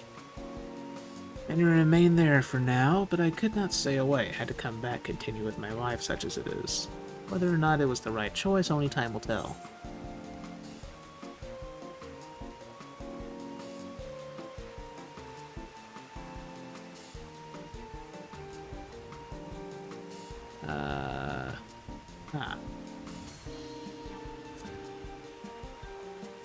Oh, trust me, I don't. I make sure to keep well clear of the tower, and when more monsters emerge from it, I heed the Radiant Host's instructions. Hope they deal with it soon, so we can get back to our normal lives, to the days when you could earn as much as you gave and tuck into a meal satisfied that you did good work. Speaking of meals, why not have some fresh fish today?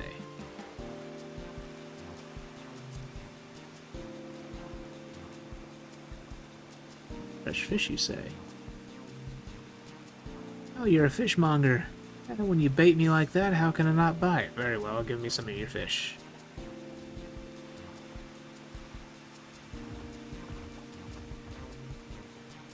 Thank you for your custom. The catch of the day is shallows cod, delectable stewed in coconut milk or baked with a sprinkle of salt.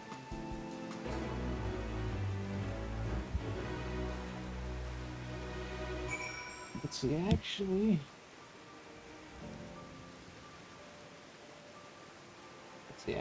wolves make horrible guard dogs because they try to avoid confrontation as much as possible. Despite their size, if someone were to break into your house, the wolf would actually go hiding to avoid the burglar. That's kind of funny.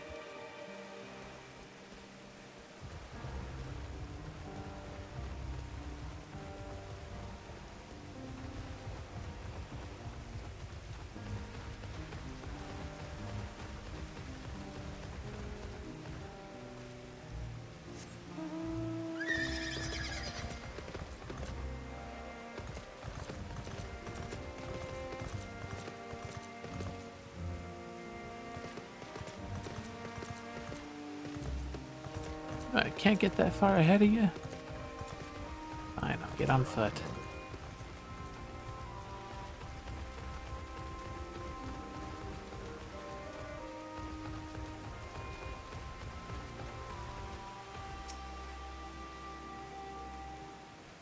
The idea that cats think humans, there's oversized cats who are really bad at cats.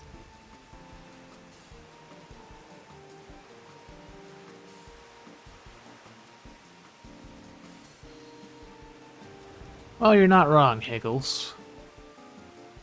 See, a hawker, are you? Do you sell fruit by chance? If so, I want to buy some... let's say a dozen. They don't need to be export quality.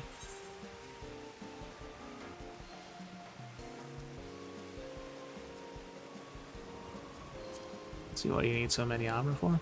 Why, for eating, of course. It may seem like a lot, but of late I go through that much in no time at all.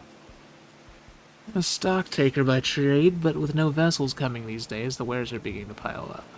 By the same token, nothing is coming in from the overseas. But not a day goes by that someone doesn't come along asking when the next shipment is arriving for this and that and this and that. Cats' meows are not how they communicate naturally. They picked it up by mimicking babies' cries to get our attention. Oh yeah, I've heard about that. Superior hybrids actually resorting to violence like the pro. I mean, if Batman Beyond is anything to go by. See, all of it wears me down and I find myself feeling constantly hungry.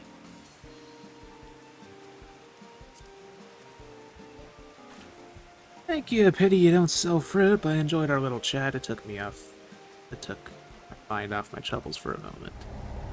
Oh shit. Screwed the pooch.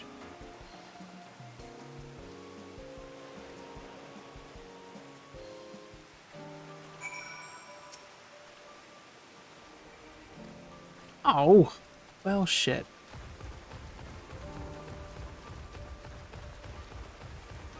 Can't get a chance to repeat?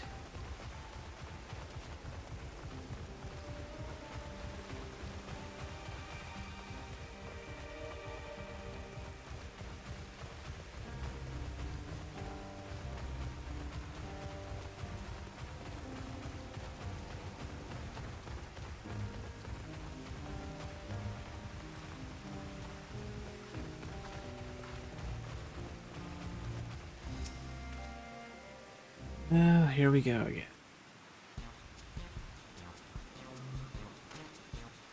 Let's see, what is it? If you don't mind, I'm rather busy. Oh god, it's my stomach.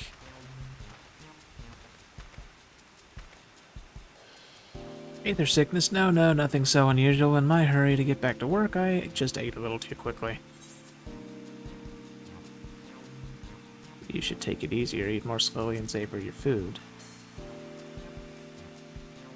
But that I could, but I can't afford to be idle. Like as not, circumstances will surely get worse before they get better, and so I'm working as hard as I can while I still can.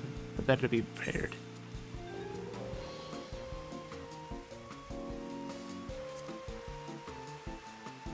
Well, it's not like I'm trying to impress anyone. Oh, if you'll excuse me, I must be... Shit. I screwed a pooch!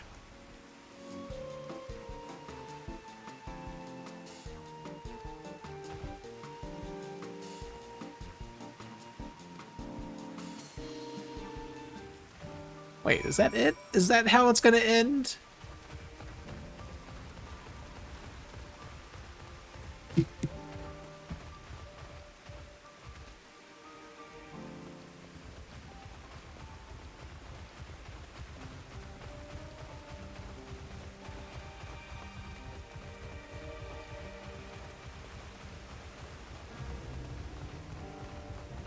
Didn't think there was an option to actually screw up. Whoops. I mean, it probably makes no permanent difference anyways, but still.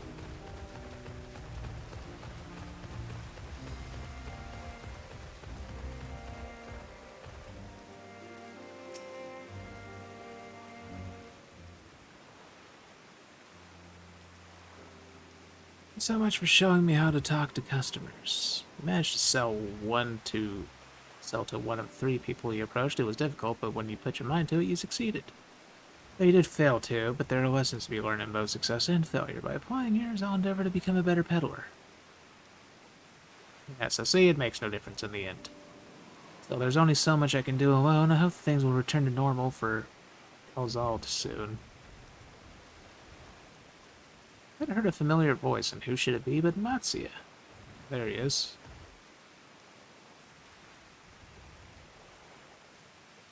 So, Elzald, finish your business at the guild?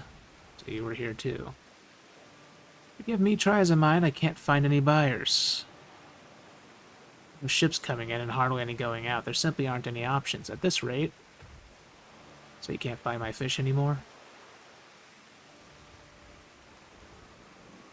I'm sorry, Matsuya, I truly am, but for now you must peddle your own goods. But by myself I can't. I want to help you, I do, but as it stands I can barely help myself. I've poured my all into this consortium, and I'll be damned if I let it fall apart. My friends and family's depending on me, and I can't. I won't fail them. The sisters as my witness.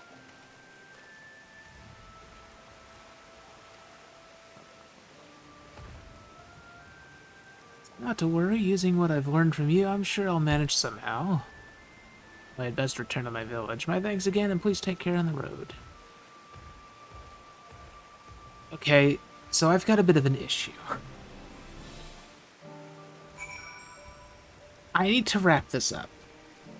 I need to end this stream because I still haven't finished 2 dailies from yesterday, and the dailies reset within an hour and a half, almost. So, hold on, let me finish talking to Thancred, and then after that I'm just going to end this stream.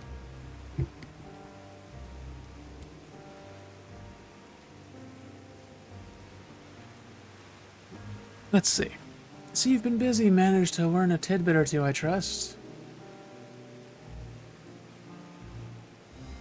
I see, we also heard that the tower is affecting many locals' livelihoods, but to think that it would be to such an extent. For another notable, if not wholly unexpected discovery, disappearances and kidnappings are disturbingly commonplace.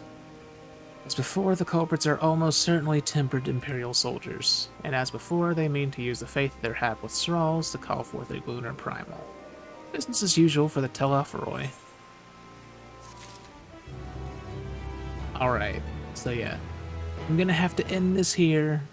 I will continue this in another stream, possibly later tonight or tomorrow. We will see.